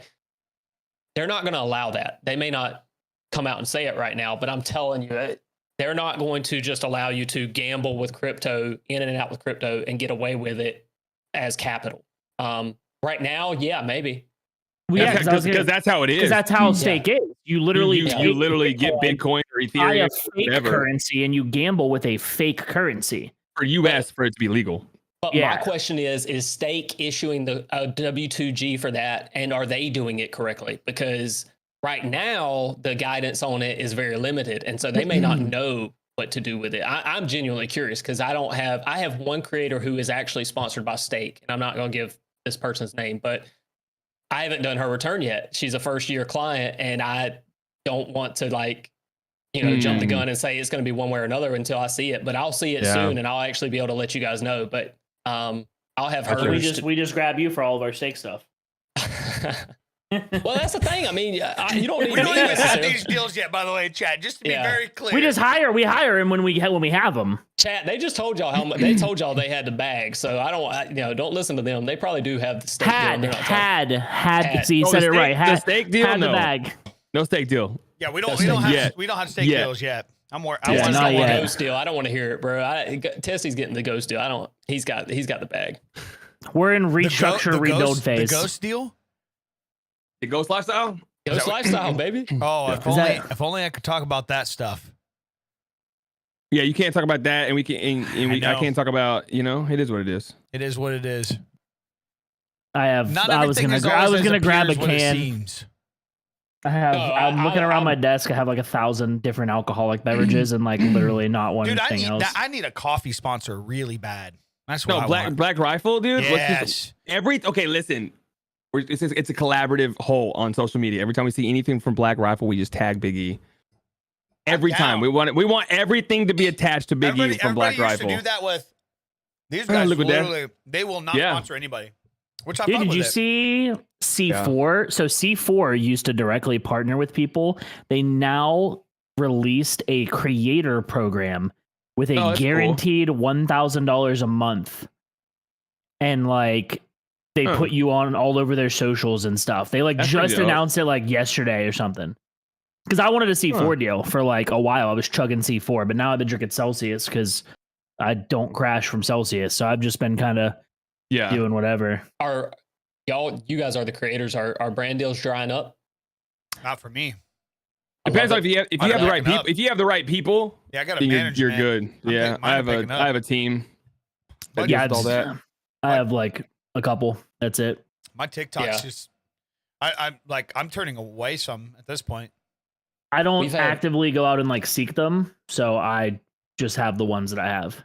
We've had creators who, because naturally we get to see the books for like a lot of creators, right? And it's really interesting to see. We've had creators who they've had brand deals just completely dry up, like completely gone, and then we've had some who are popping, like it's like everybody's throwing money at them, and it's so interesting to me because for a lot of these creators, like CCV, all this stuff is the same, but one person's making the bag and one person's just like everything's drying up. They were getting the bag and now they're not, and it is truly fascinating to Can see. you I tell don't the know. difference between their content though?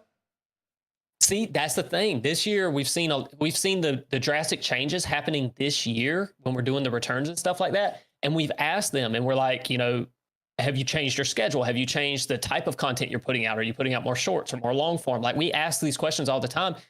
And a lot of them are saying no. Now, whether that's true or not, and maybe they are and they just don't realize it, I don't know. But I follow a lot of creators. Like, I watch you guys obviously, but like all of our content creators, I try to support them. I hop and stream, I watch their content, and I can't tell a noticeable difference. But in the books, like on the financials, the brand deals have just dried up. You know what I think that is?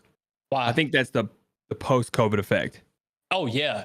I agree. So I think are that's what's those happening. people, are they getting salaries? Are they getting like monthly stipends? Because if they're not, like as far as from an economic standpoint, like people aren't going to be using codes as much and buying product because everybody's in a tough economic spot. That and so many so like that was also a thing with me. My G Fuel had to go up because codes were like as product gets pushed into stores more, codes become irrelevant. So it's more for brand awareness. It's more for, but the reason why I was asking that was because my manager has been able to start getting me a lot more codes because I've pushed away from gaming, and he essentially was like, brands don't want to fuck with gaming. They don't. He said brands are like, he said gaming is the hardest thing to fucking push. He's like, he told me that a brand would rather push me even with just a TikTok or a YouTube video with 1,000 or few views versus a like 1,000 CCV gaming Twitch streamer. He said they would rather work with me. It's weird because it's so community based when it comes to like live streaming. Because I mean, I can go find people that average 1,000, and I can find multiple ones, and I guarantee there's people. Some are gonna be a lot different than the other 1,000 based on like age, financial stability with the people that are in chat. Like it's so hard to you can't track that really. Yeah. It's I think it's so weird. So I have friends that have a talent agency that they just started up this year, and they are basically trying to market creators as billboards instead of, hey, you have 1,000 viewers and you have a code. Let's hope people use that code. Well, here's the thing. When it comes down to code stuff, how many people in this chat alone go, hey, E, bought a bunch of G Fuel, forgot to use your code, but I bought it because of you, right? So you have companies who, I'm just going to say for the time being, are maybe kind of bad at what they do, because I know a specific person who basically viewed me that way. And they were like, well, nobody used his code for this stuff. Yep. And somebody else was like, okay, well, you're looking at it from a fucking sales point of this guy didn't have as many code uses as these other people when they bought this. But you got to remember, like who the individual is. Their marketing, their branding, what they're still telling people, and people just forget to use codes constantly. Yep. Yeah, it's like, how do you track that? Right. I mean, so like that's using impossible. Just code usage to sit there and like put a value on somebody based on a code usage, I guarantee that there's probably 25% of sales that where somebody just said bought G Fuel because of Big E, but forgot to use his code. Mm-hmm. Well, G Fuel's not gonna like just on their website like just really put a bunch of arrows pointing to a code, because then that's a discount code. It's gonna drop the amount that's being purchased. So it's an opposite incentive system. Like, yeah, you want to drive people to the site, but once they get to the site, you want them to forget the code.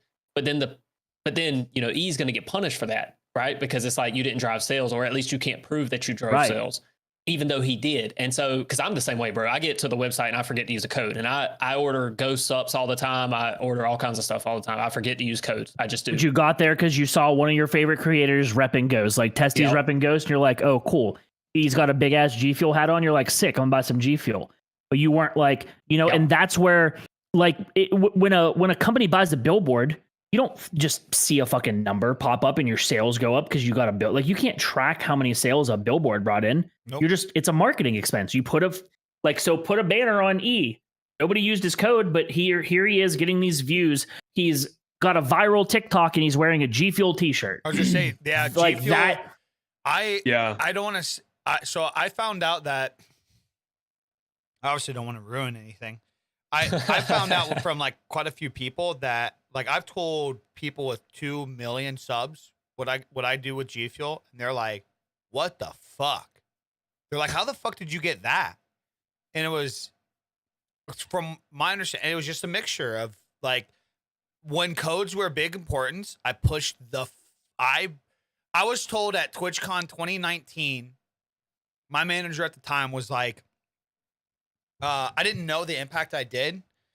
And I was like, yeah, I can't believe you guys are like having me here. Like they like had me as like a guest in the booth with like Dr. Disrespect and everybody.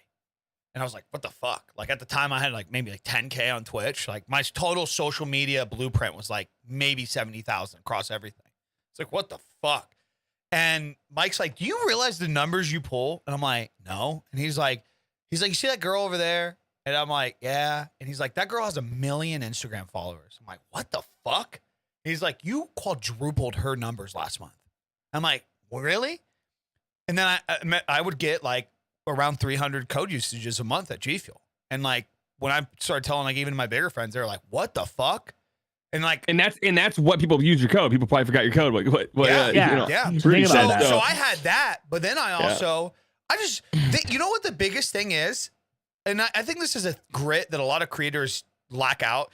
This whole thing that I don't want to call anybody out on it, but this whole thing that like happened this last year when like, or last few years when everything was like cancel culture, and they tried to do that with the CEO of G Fuel when he told people that they were being fucking lazy.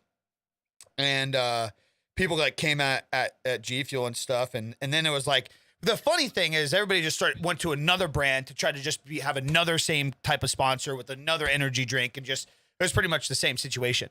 But like, I've had a really good relationship with G Fuel because off the rip, they gave me product and let me have fun with it.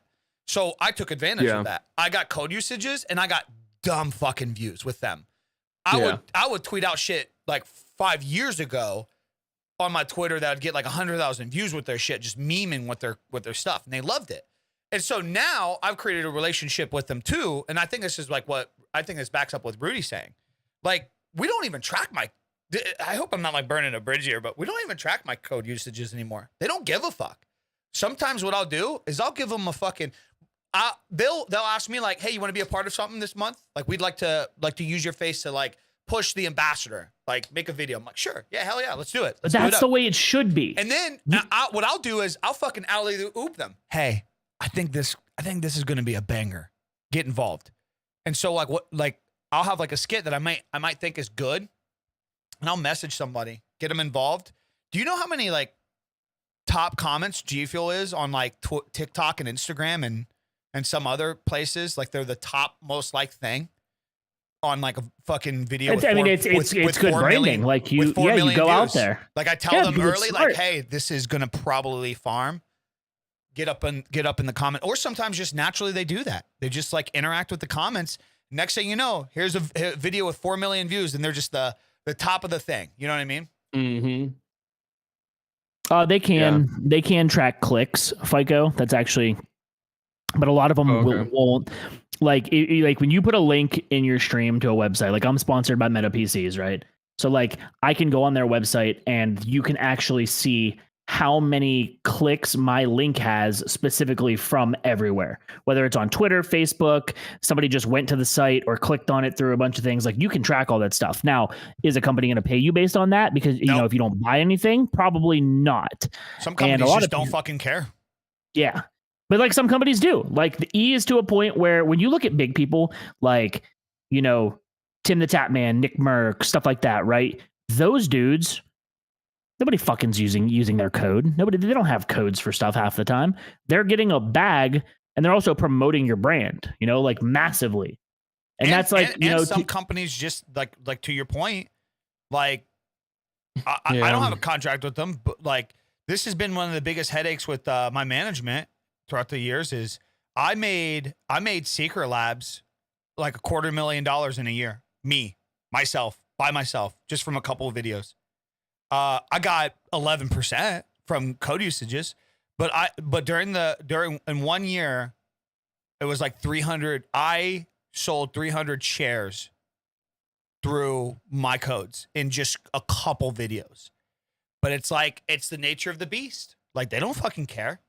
They made their money. I got a cut of it. They don't want to do a sponsorship. Why would they? That happened.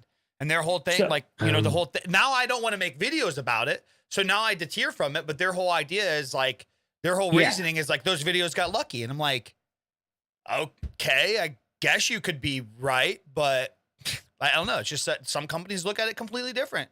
Just luck, So, like, it's timing. To your point, Garrett, what you asked before, or when you were talking about seeing the numbers decrease, right, for brand stuff, me specifically as a Facebook creator, we used to always think like people just don't want to touch a Facebook creator.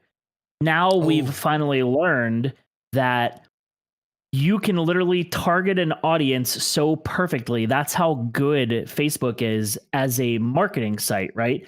Their ads are so tailored to the demographic that they need to hit that they don't need me, right? Like the companies that do support me, like Meta PCs, they jumped on a ton of Facebook creators. They've been with them for years. Like those guys, they're like, we can target ads, but like we love having creators. We love supporting people. We love them supporting us. But like, dude, that's the tough part about being on Facebook is now what I can do is I can create, like, I'm going to create an ad for Meta and they can put that ad on streams, on my stream, other people's streams, That's like, right? what I Like do they with can, G Fuel. Yeah, exactly. yeah. So like they can do that. Meta PCs, like if you come and watch my stream, you might get a Meta PCs ad. And like, so now I'm going to try and do a commercial for them. And, you know, we're going to work with that and try to do that. But like, you know, it's one of those things where, you know, those companies are like just making more money. Yeah. I think a lot of people right now, I think content in general, we've seen a lot of sets of financials that are down this year. And I think content in general, as a whole, people are saying like, oh, you know, it's not COVID. Like the peak of COVID, everybody was consuming content because a lot of people just had to. They couldn't get out the house and all. And as that slowly trickled down, I mean, we're in 2023. COVID's been over for some time, at least that phase of COVID, not the virus itself, but just, you know, 2020 peak, everybody, you know, June 2020, everybody's at home, locked down. We're all consuming content. Like I was watching. So numbers are inflated. Numbers are crazy inflated. They were. And that's why a lot of the VC money pulled out. And that's why orgs are just straight either Also going bought. under or dropping people like crazy. I mean, like LEG did it this year. I mean, everybody's doing it. FaZe just went through a round of cuts. Like, I mean, everybody. All the orgs. FaZe is having a rough year in terms of publicity Everything. right now. Oh, They're did just you see the shit today? They got slammed today. Dude, FaZe Rain got is going slammed fucking today. hard. Oh, is he? Well, I didn't even see. FaZe Rain he leaked he leaked who was joining FaZe. Yeah, he's been on like a tear, 3 days bro. ago. Yeah, He's like leaked everything. Like, Yep. bro, he like for the last week, every day. how is he comes on not and leaks something. NDA'd out of his fucking mind? That's crazy to me that this dude's just out there doing that He because said like he won't sign NDAs with FaZe anymore. yeah, but And He's then pissed. the bad how thing is he they not can't breaking previous NDAs? I don't think they can afford to. I don't know. It's a double-edged sword because, like, what do they do? I think that's why he at one point he said the only way like he can talk about this is out of the fear of like them literally taking his life. That's what he said. Yeah, I mean but that's I don't probably know, drastic, but who knows? Right? Yeah, that's Those dudes are weird. You think, but like, dude, I don't know, man. I remember when FaZe first got their big spike in the content world when they moved in. I heard they had some fucking wild investors. I heard they had some wild. There were a lot of dude. Like, here's the thing that I think a lot of people need to realize. I try to say this a lot in my streams when we talk about shit is like everything is like a conspiracy or wild or like dude, that's shit in a movie until it like happens in real life. Like everything. It's like the idea of like Well, they're trying to regulate AI. They already filed for it. You know, mobsters don't exist. I live in small town Ohio, and I had a buddy that I used to work with started his own business buying hospital equipment and reselling it to third world countries. Started making a killing. Next thing you know, one of New York's biggest fucking mafias comes after him. Mobsters or whatever. Like the son of like the biggest crime boss in New York comes after him because that was his like shit. That exists. I had a friend. Real shit. I had a friend who literally inquired about a rub and tug via text message Okay, I know this is like super out of left field, bro. This is super out of left field. We were at the bar Welcome to the Scuff podcast, everybody. We were at the bar a couple weeks ago, and like we were joking around because there's a local rub and tug that's like around here. So one of the people that we know decided to like go to it, and he went. Like I was like intrigued, right? I know people in chat are like, people have been to a rub and tug. Those are real. Like they're real. Apparently he went to one and he told us his experience, and he was like, I paid $500 and literally nothing happened. They were like, you can just look at me and touch yourself. And that was it. Anyway, to the other point, he tells us that listen, that's just that. So then he tells us about this other one where he was like texting the girl, just inquiring about the price and like what was inquired because he got burned on the first one. And he was like mad about it. Bro, the next thing, he showed me the text messages. They texted him. So all he did was inquire. They texted him and they said, yo, you played our girl. You better pay up right now or we're going to kill you. And then they texted him his exact legal name, his entire legal name. Then they sent him 5 different pictures of dead bodies claiming that they had shot and murdered people. And they said, if you don't pay her, we're going to kill you. And he just never texted her back. He just never texted back. I was like, bro, there's literally a number texting you. They said they're going to kill you. I swear you live on a whole different planet, brother. Yeah. Yo. Bro, it was crazy. Like, and I'm sitting here like, you're full of shit. And he showed me. Tessie, we went from CPAs to rub and tugs. I want everybody to know that Tessie's like, hey, I think we it. should start keeping the KickCast in like a specific category and like because like we go all. This is why you can't fucking we cannot stay on a fucking topic because everything just like. Okay, you want to get back to a topic? No, can I write my guns off? I like it. That's what I'm saying. No, it's so good. I love it. I have the transition though, bro. You want to know who makes more money than all of y'all? Who? Some of our OnlyFans OnlyFans creators. Yeah. Bro, my ex-girlfriend's OnlyFans, and she dusting y'all. I'm in an interesting. I have a relationship. I have a friendship. I got a following with a lot of adult creators, male and female, because of my camera years on YouTube. My lighting, my camera, my social media, all those early videos I did years ago, the design videos and shit, how to make overlays and shit. He's like, sure. But I have so many of them that are trying to get me to go to utilize OnlyFans, not even for adult stuff, but just how easy it is to like turn revenue over there just from the, I'm wondering, cause like, the provocative idea of Biggie's on OnlyFans. Like they're like, essentially just make tutorials over there, but don't say what it is. Like lean into the idea. Like be in your basically underwear get some and, like, people a to sub turtleneck. for like, but like the epitome of clickbait, bro. That is the epitome of clickbait. But like, people said that they do well there with that shit. Yeah. All right, listen, somebody brought up a good point. Can rub and tugs be wrote off as entertainment? Listen. No. Listen. No, I don't need to listen. No. We're not talking about rub and tugs. We're not talking about that. Strip clubs come up as a restaurant on your credit card bill. They do. Okay, so what's that do? Okay, all right. Write off your meals, bro. Write off your meals. In the past, you could deduct 50% of your meals and entertainment. When COVID happened, they upped it to 100%, but they took out the entertainment. So you could not deduct entertainment, but you could deduct the meals, 100% of meals if they were business meals, not like, you just go get Chipotle randomly. So I can't write off like my meals I eat, like I order every time, right? No, right? Okay.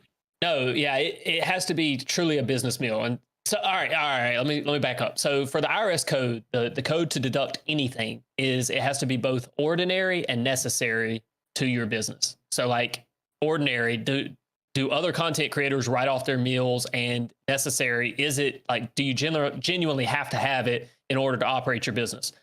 We have 6 staff in our office. And so like, I'll buy a meal sometime so that they stay in the office and work. Now I don't tell them they have to stay here, but if I buy food so that they just have lunch on me on the business, then yeah, I'm deducting it. If I take them to lunch, yeah, I'm deducting it. But like, if I just go out to get dinner on the way home and then I eat it, no. But yeah, Okay. content creators could have meals. Like I Well, don't. what about like, them so- people door dashing? I know a lot of people write off their door dashes to eat on stream. Yeah, so some of them do it so that they can genuinely keep working. Like I have people who have done subathons. That's almost every day for me. Yeah, Like, that's not even kidding you. My God. Yeah, if you and here's the other thing. So I told you ordinary necessary. Excuse me. If you were to ever get audited, the burden of proof, well, you don't even have to get audited. The burden of proof is on you. It's not like the actual criminal system. So if you get audited, it's not the IRS's job to prove that you didn't do whatever you said you did. Like, you can't deduct the meals. You have to prove that you can deduct it, right? You have to be able to show, it could be a receipt. That's what most people gravitate to, but you have to be the one to show that it is deductible, right? So I tell clients, like, if we can't prove that this is deductible, you shouldn't deduct it, right? Even if you think it is, if we can't prove it, then It's not worth it. It's not worth it, right? Yeah. And it doesn't have to be a receipt. You could do a bank statement, Credit card statement or a credit card statement. Yeah, absolutely.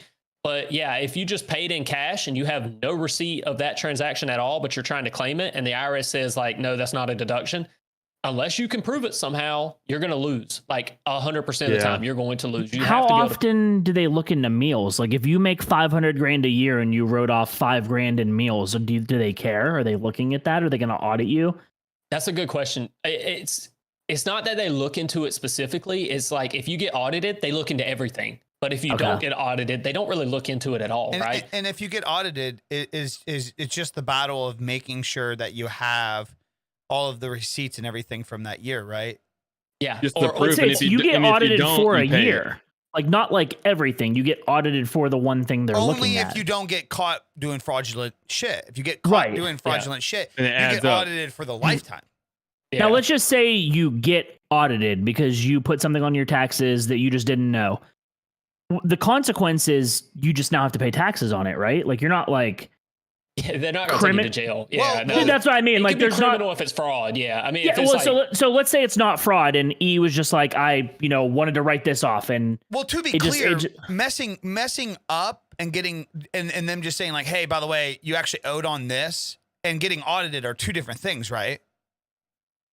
Yeah. Like you don't have to get audited for them to say, oh, hey, by the way, you actually messed up on this. Like that's not an audit. Yeah, but they can't say that like how would they know that you messed up on it then?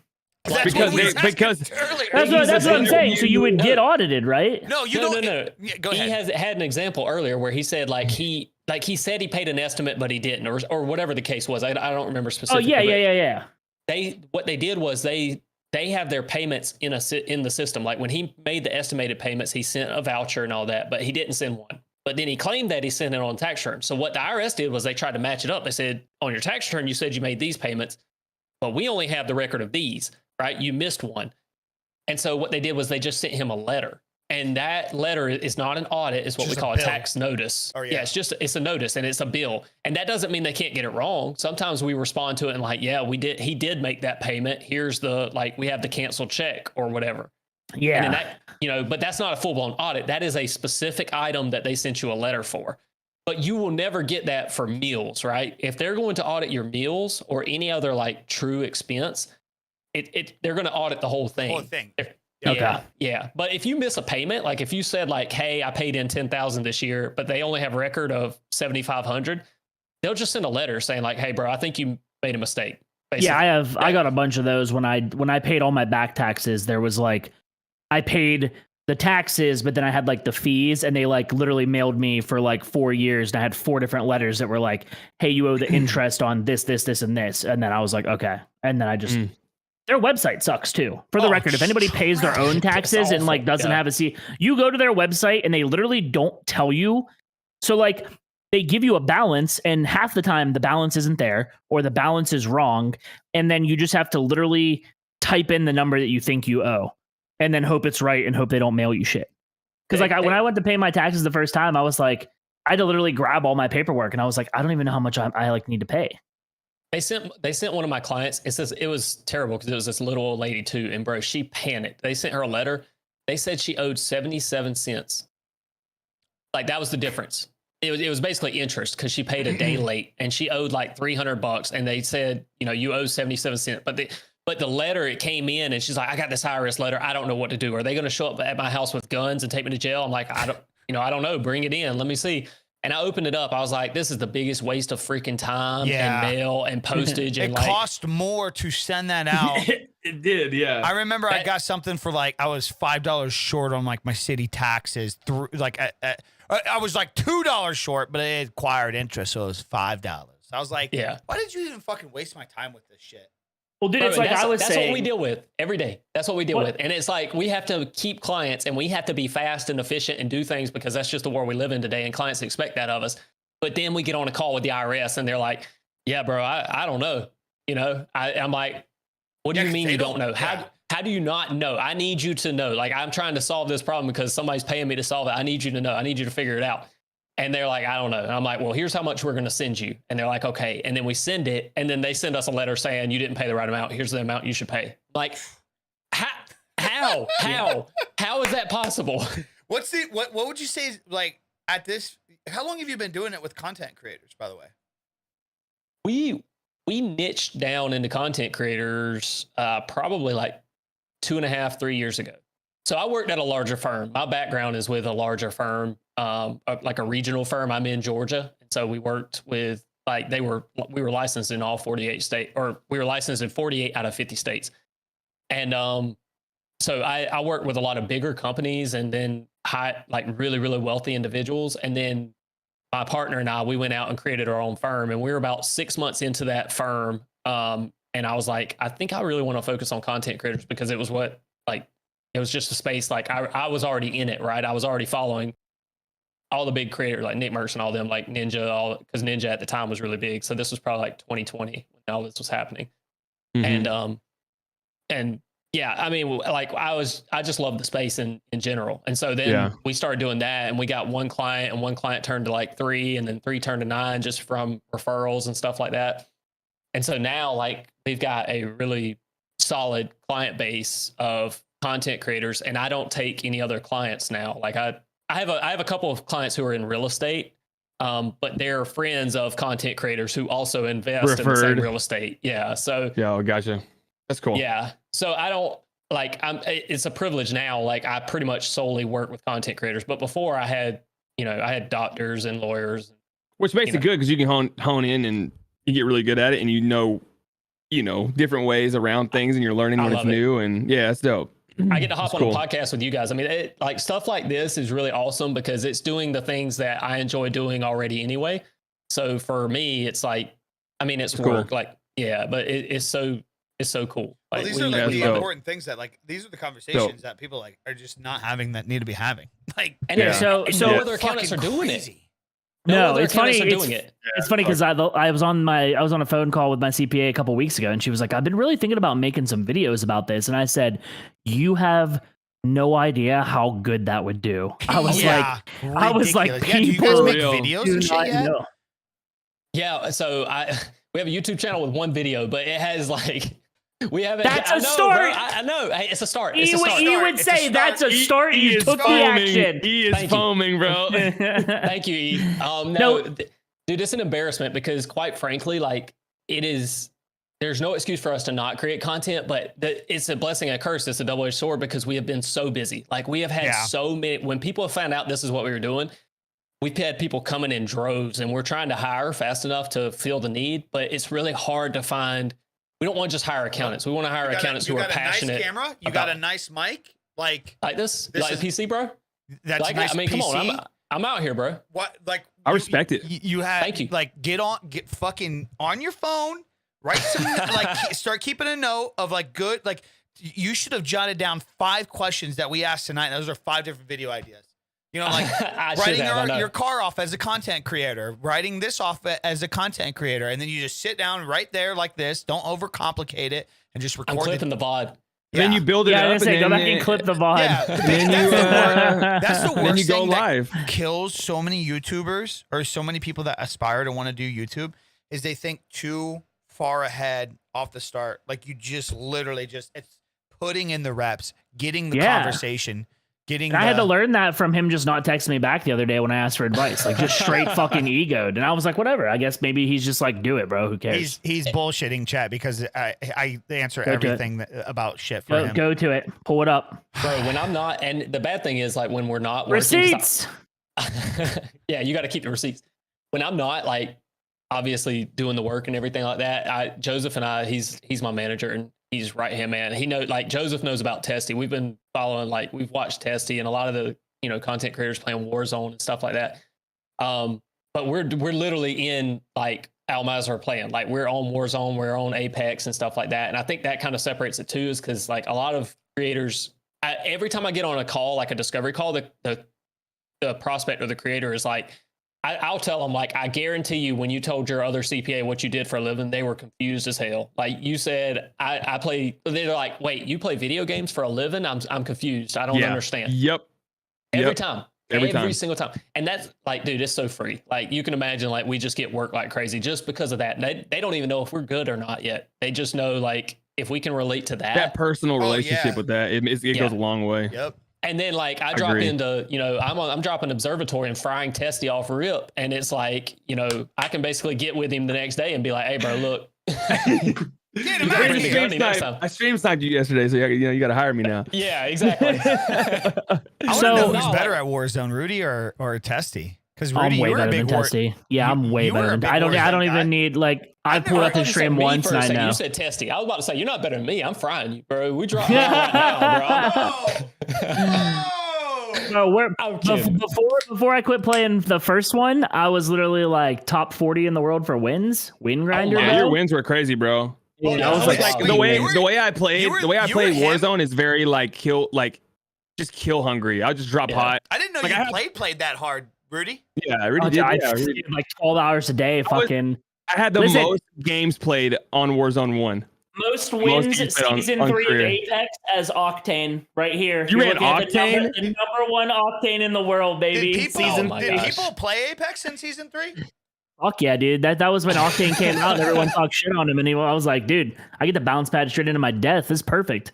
Bro, it's awesome. We had so when Warzone rank dropped, we had 3 clients who we've been working with them for some time now, and we don't talk about other clients to other clients. Like we don't, because we can't share people's personal financial information, right? So we don't like bring up other clients and say, we do work with this person or this person, just because we want to respect their privacy. And when you talk money, a lot of people kind of get strange about it. They get weird about it, which makes sense.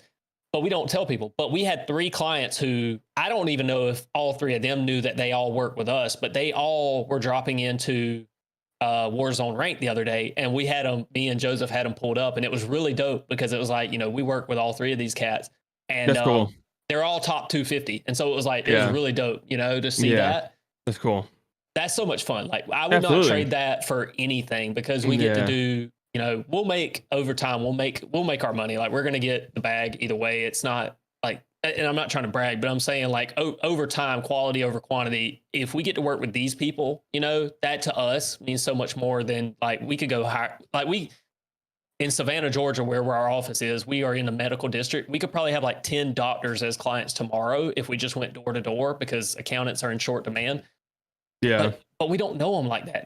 We can't vibe with that. Like we don't know the industry. There's no sense in it for us to do that when there are content creators out there who could actually use our services. And then if we're not even signing clients, we could create content for the content creators who don't want to pay for us yet. Right. So yeah, that's good. Providing value. If you're gonna make your job feel less like a job, why not? Yeah, dude, I love it. I think y'all are the same. Like y'all probably wouldn't trade this for anything, because y'all get to work with dope people every day. I mean, y'all get to do this podcast and stuff. Yeah, dude. Yeah. We're the same. Super grateful, man. That's why I like. That's why I just like. So grateful. You're such a piece of shit. That's why I like to share shit, because it's like somebody asked that earlier. They were like, in 2 sentences, why do you do what you do? And I was like, well, if my dumb ass can figure this out, like, so can you. Like, why can't you be successful at something? So it's like, I'd rather just share the shit, get a community from it, and then also like somebody else like benefit. Nothing makes me. I showed like a friend that actually like listened to me this last year. He'd been streaming on Twitch for like 6 years, had like 10, 20 viewers. like 50 subs, and like he like it's so I think the reason why I like content so much is because of when you start understanding you're in control, it spills over to other things. So like when my friend like was a demon at fucking Apex. He's played it since launch, an absolute demon. And he would be the type of guy that would just get masters, make another account because he's like, I'm not good enough for Pred. And I'm like, no, dude, you're little like masters is like Pred, but you just got to put in more hours and find a crew. And he's like, yeah, but nobody wants to play with me because I'm a small Twitch streamer, yada, yada, yada. And like, it's crazy how many people in this industry are just beat down like that. Like they are true gems waiting in the rough. And like, I just, I got in, when I moved to YouTube, I went hard on Apex for my niche, gained like 40 something thousand over there streaming Apex. And I would bring him into that stuff and I really try to educate him on YouTube and stuff. And like, just all that time I put into to telling him like how to do a YouTube video when he's asking me questions, how to get thumbnails, how to get streams going and stuff. The big thing is like all those times when he's like, yeah, but nobody would watch me. And I tell him like, dude, like you don't need to be fucking Nick. You don't need to be Ninja. Like you don't have to have a cam. You could just be you. Cause like, I like watching your shit. And if you look up to me and I like watching your shit, other people are going to like watching your shit. There's 7 billion people on this planet.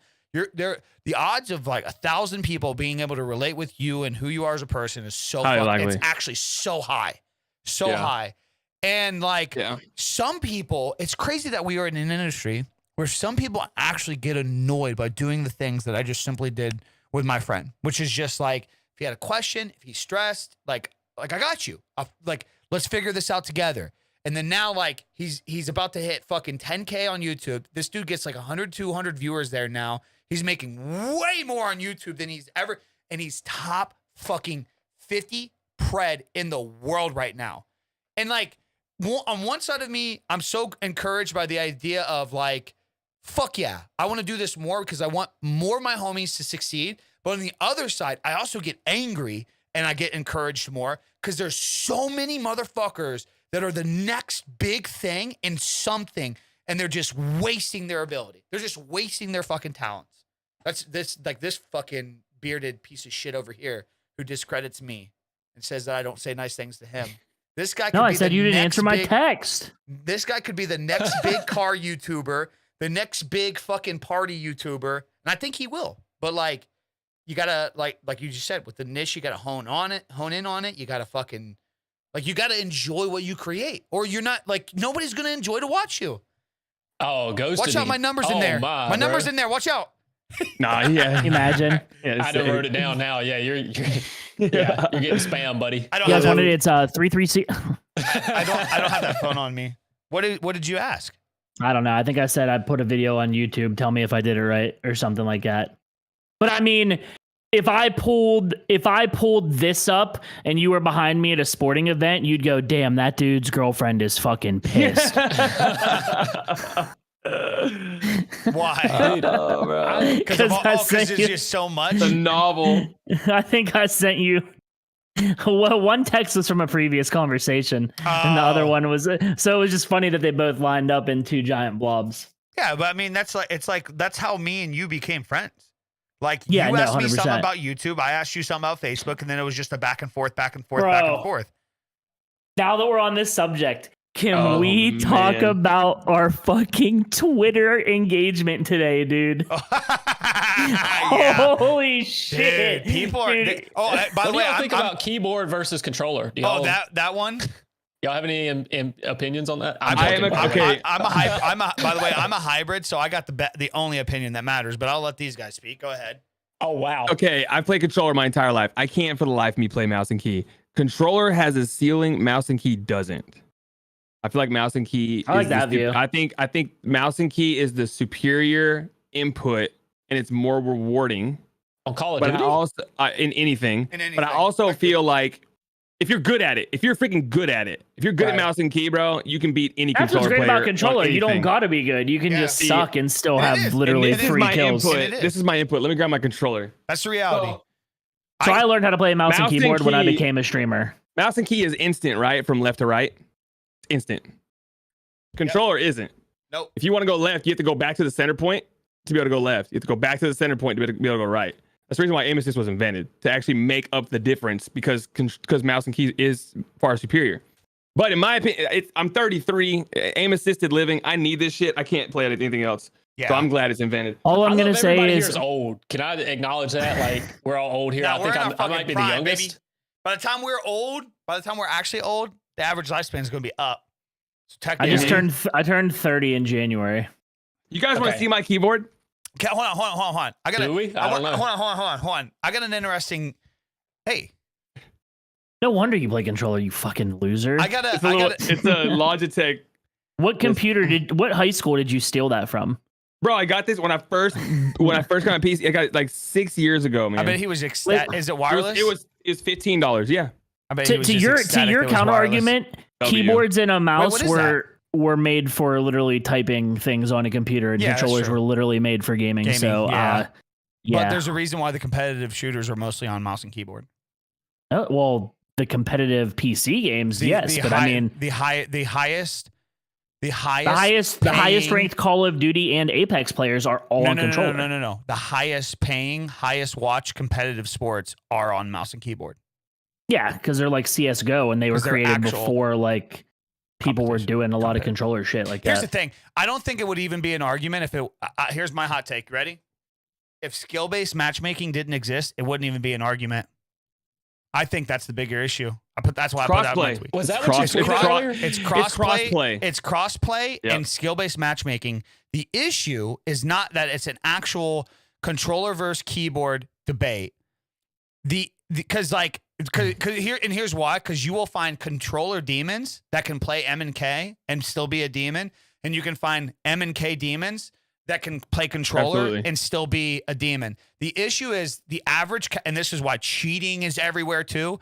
And a lot of people don't want to hear this. The issue is skill-based matchmaking is ruining gaming because every fucking come home from 5 o'clock Terry that plays for 3 hours and gets to shit on some. I'm sorry, that gets to shit on some Whoa. kids for 3 hours agree and with then you, gets E. in big boy lobbies. It's then when they find that motherfucker who's him, it's oh, he had a controller, or oh, he had an M&K. I've spent the last 2 years Yeah.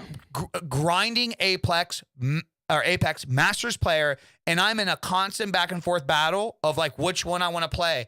And it doesn't matter. I can play mouse and keyboard and get up there. I can play PC controller and ruined get up gaming. there. I What's think that? PC ruined competitive gaming. Whoa. No shot, right? No, PC Yep. made competitive gaming. I think PCs, like console, I don't know about you, Rudy, but like the issues that we have now with like competitive integrity, like at console, like you never thought twice to be like, oh, this guy's cheating or this guy's using something. never. You never in your life, like game battles, S&D matches, you never in your life thought that. And it's like, it's ruined the perspective of gaming as a whole because I don't think people would be calling that cheating stuff all the time if console was still there. BRs did too, yeah. Traction shooters are back, baby. This is the year. Marathon. Distraction shooters, yeah, the Bungie, hey. Oh, there's like Wait, 20 of what's them that? coming Wait, out. what's that? Marathon? A Bungie extraction shooter. Yeah, a Bungie extraction shooter. It got announced for the PlayStation thing yesterday. Yeah, Crossplay on everything, dedicated servers, all of it. it Yeah. looks sick. I dare y'all to go find another CPA who can talk to y'all like this. You're not gonna find one. There is no Hired. shot watching that Hired. stuff. You know what I mean? That's literally we win clients off that alone. And I'm not trying to change the subject back, but that is like No, crazy. that's I like that. That's dope. I love it, bro.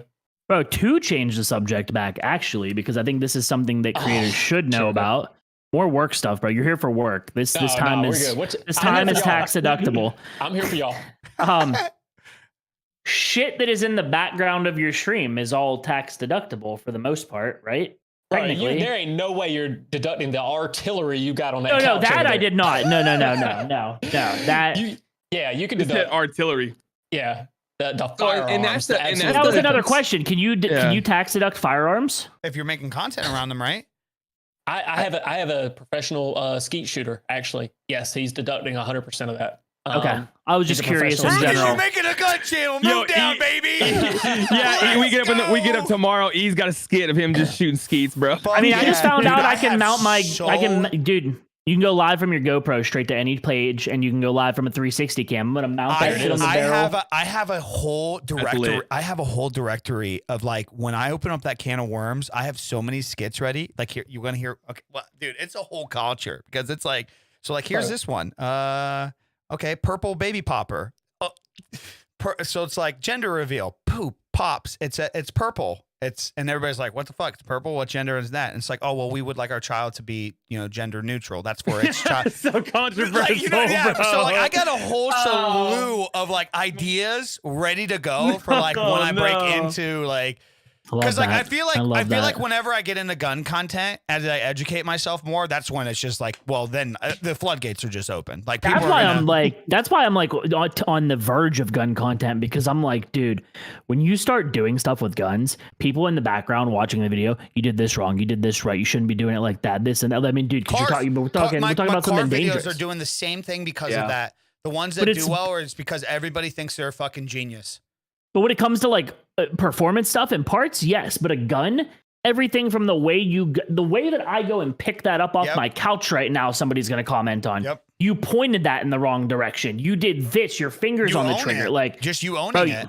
Yeah, just me owning it. Like, it's dude, everybody that's safe, from. Bro. What if a kid got it? I mean, come on. That's why kids aren't allowed in my house. Dude, It doesn't have any kids. To that topic. And I'm actually interested too. Well, I guess first and foremost, do you handle mostly only gaming content creators or just content creators in general? Well, I guess you said that somebody does some OnlyFans. We have content creators all over. We have a golf channel. We have so creators in general. So I guess I don't know if this is a question or just a statement to that topic. I think Rudy, you're in for a big awakening this year.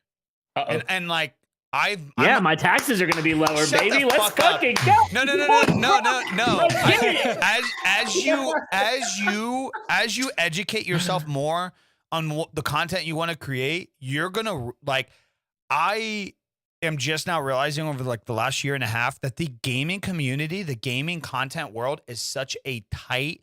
It's so weird because I feel like we look at everything as a perspective of awful, streaming. Right? You're gonna say bad. You're gonna say awful. No. Like we look at everything in streaming land, because like that's what we known for the last few years. So our world is how big are things related to people who stream. That's all I've ever known. When you step outside of that, you realize that the gaming numbers are actually shit, and there's about to be a whole new world. Like revenue's the lowest, the numbers, it gets pushed less. Like brands don't want to fuck with it. It is crazy. Like Testy, it'd be the same thing with you in fitness. Yeah. You would see numbers you would never imagine see before. Testy Rogue. Testy Rogue partnership, dude. Just but you don't get that swell it up unless you're Nick Murphy. Yeah. Yep. But like, straight up, dude. It's funny, E, because like in the past 7 days of me filming any type of stuff related to cars, I've gone from I don't know what the fuck I'm doing, I'm just gonna do stuff, to this would actually be cool. Today, starting yesterday, actually, it's a 2-part thing. But like I woke up and I was like, cool, did my stream, and then I was like, went outside with my camera and I filmed this vlog only from that tiny little head cam. And I was like, yo, today's the day. I was like, I got to run errands. I was like, I'm going to get the truck washed. I'm going to pick up UPS and I'm going to buy a lawnmower. Today, that entire vlog is literally me hooking up the trailer, me getting to Rural King, going in and having a conversation with a lady who didn't even give a shit that I was wearing a camera on my head. And then like loading I can't wait to see that FOV, bro. Like loading my lawnmower and then fucking getting home, and I did one lap around my yard just to test it. You know what I mean? And then I want to do a live stream of cutting the grass. I think I'm going to put the 360 cam on the back of it so that people can literally spin it while I'm cutting the grass, because it'll be so funny. Imagine the IRS comes at you and you're like, bro, I've got videos. Like, I don't have just receipts. I got videos. I got full VODs. VODs. Come on. For real. My biggest pet peeve is like this guy E, bro. He buys this fire pit in his backyard and he posts a picture to Twitter and he's like, can I deduct?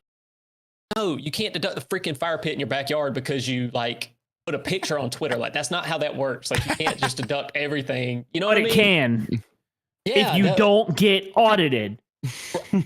I can't say that. I can't confirm or deny that. But yeah, I mean, hey, I tell you, it's your return. Look, you whatever you want to do, boss.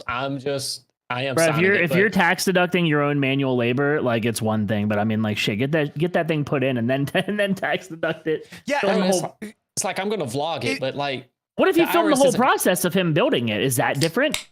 I'm the messenger, so the IRS is gonna say like, you're telling me you don't get any personal use out of that fire pit. You know, it always goes back to that, and the IRS is gonna ask you that, and if you can't like prove it. Like, yeah, you can say like, oh, I made a video on it. And they're going to be like, okay, well, like for the next 364 days of the year, did you use it at all personally? You know, and that you're going to have to answer that. What if you, so if you didn't and you can prove it, then I was curious about this because that would be an absurd thing to have proof of. That's what I'm saying. Is like you built a fire pit and didn't enjoy it for 364 days just to get a tax write-off. That makes no sense. Like people do stupid things just for a tax write-off. Like people will go and buy a vehicle like, oh, I did it for the tax write-off. It's like you bought a $50,000 vehicle for a tax write-off. Like that makes no sense. Like I understand you bought it in this year if you were just going to buy it just to buy it. We're pointing fingers at you, E. What's up, dog? Bro, we don't That's like we do what not. I did. So wait, so was that a dumb thing for me to do in that situation then?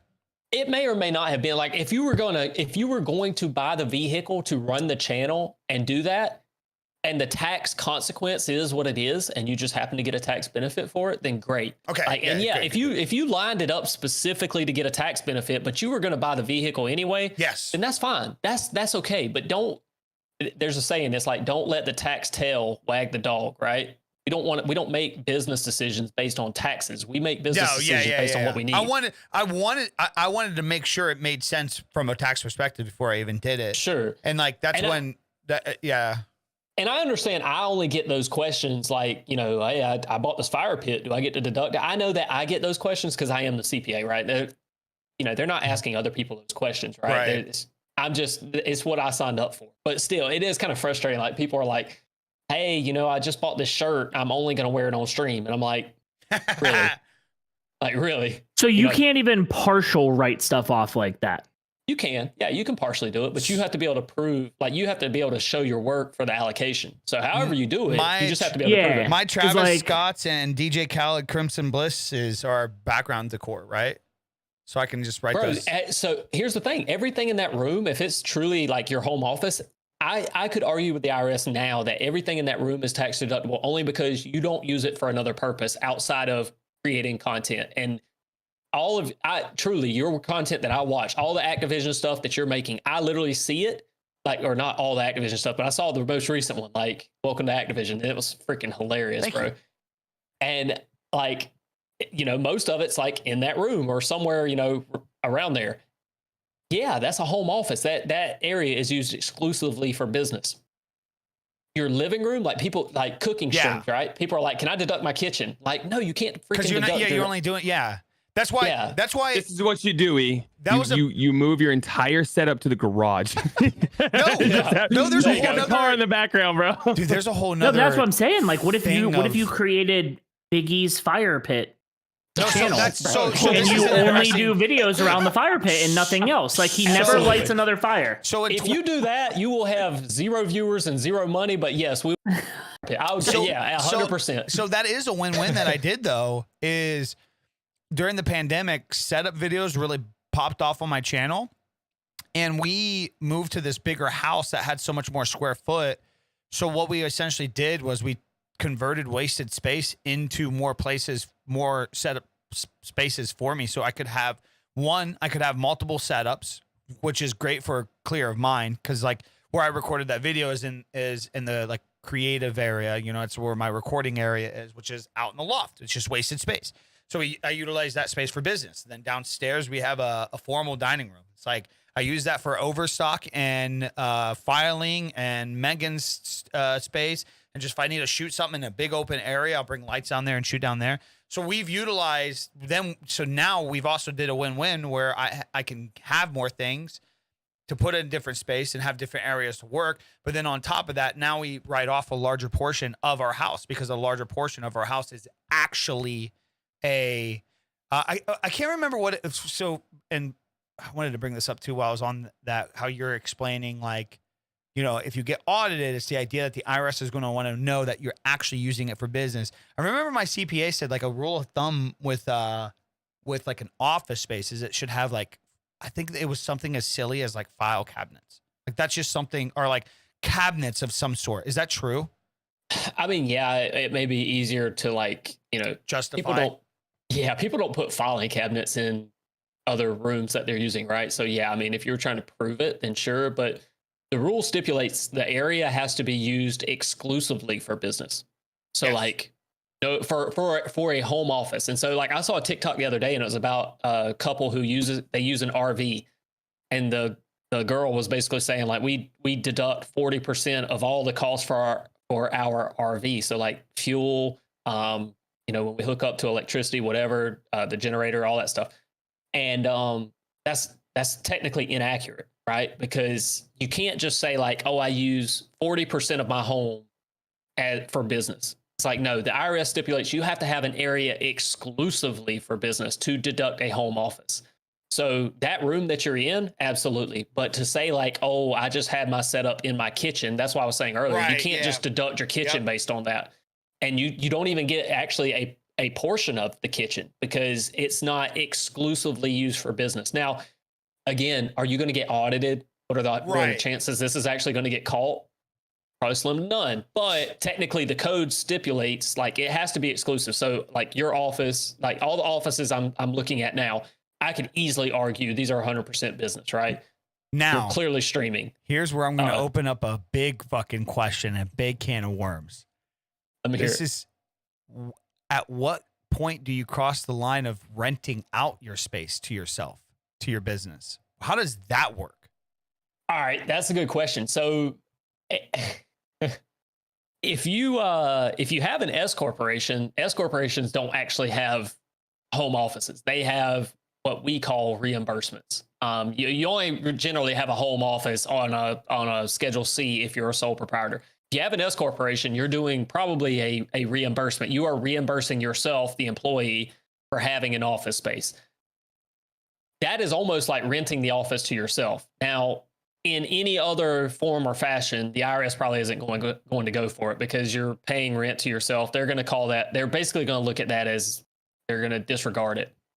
In fact, your LLC itself is considered a disregarded entity. They don't even look at it. They just say economically what happened here, right? And you renting it out to yourself, paying yourself rent, they're going to be like, yeah, I mean, come on, bro. Like, moving money from one account to another. If you're even smart enough to do that, like most people aren't even going to go through the effort to even do that. So they're going to see right through it. And they're probably going to say like, no, but if you have an S corporation, then possibly, the only thing is like, again, they're, that's kind of treading a line of like, do we really want to go through all this effort for like, what are you going to rent it out to yourself for $1,000 a month? And it's a $12,000 deduction. And really it's not a deduction because if you rent it, then you expense it for the business, but then you have to claim rental income on your personal. And it's like, is all that worth it? I mean, net of everything, it's not like worth it. So it just, again, that's kind of like the tax tail wagging the dog. It's where people try to get creative and then that, they make a TikTok about it. And it's like, this is the dumbest thing I've ever heard, Yeah. So why ain't nobody making a TikTok on how genius it is to gift yourself subs? Oh, so genius, bro. That's absolute genius. There's, you already have the money. Why not pay some extra tax on it? Right. So as income. So no, I would not do that. I would not gift yourself subs. Did you hear that, Rudy? Gift them to yourself? Yeah. Like, how do you even do that? How would I gift myself a Rudy, sub? you're muted, by the way. I was told a long time ago that technically it's a marketing expense because you are marketing your brand. But like, to get you're going to still pay taxes on it. Wait, you're gifting them to yourself? I do it for like a challenge day, like giveaway day. Like some people just gift subs to their community as like a community give back thing. You're gifting them to other people in your community. Like yeah. Okay. Well, I was like, bro, like what sense does that make? Okay, I see what you're saying. Yeah, absolutely. Okay, yeah. That's a marketing expense. I'm sorry, I was confused. Okay. I was going to say that. I was like, shit. I just like 2 years ago. But some people don't know that. That's the crazy thing. But yeah, does that even help you though in the long run? Because you're just making that money. You're making $4.55 back again. You got to pay taxes on again. Like I don't know. No, because you get it deducted as a loss because you still spent the $5. So it doesn't matter. It cancels it out. You're ultimately, yeah. I mean, You spend you if you make $95, but you spent $100 to cover that, you spent the money to invest. The into making it. $100 is the tax write-off. Right. But the idea, yeah, it's a fucking loophole. It really is a loophole. I mean- Because like, how many people love watching straight? Like, dude, my chat loved watching me have to fucking spend $1,000 fucking dollars the other day. But you still and people are like, you'll get that back at the end of the month. You still have to spend your fucking money right now. well, if you spend it right, you spend $1,000 and you get $95, or I'm sorry, you spend $100 and you get 95 back. You get $100 expense. You have $95 of income. You in like net of everything, you get a $5 deduction. But what you did for yourself was drive More subs. more. Yeah, I mean, it is a marketing ploy, right? I mean, it's Because how I do it, the reason why I do Match it, every sub. yeah, I did it on YouTube, member matching day. You join the members club, I'll give a member away. yeah, and that's awesome because it's building community, right? Yep.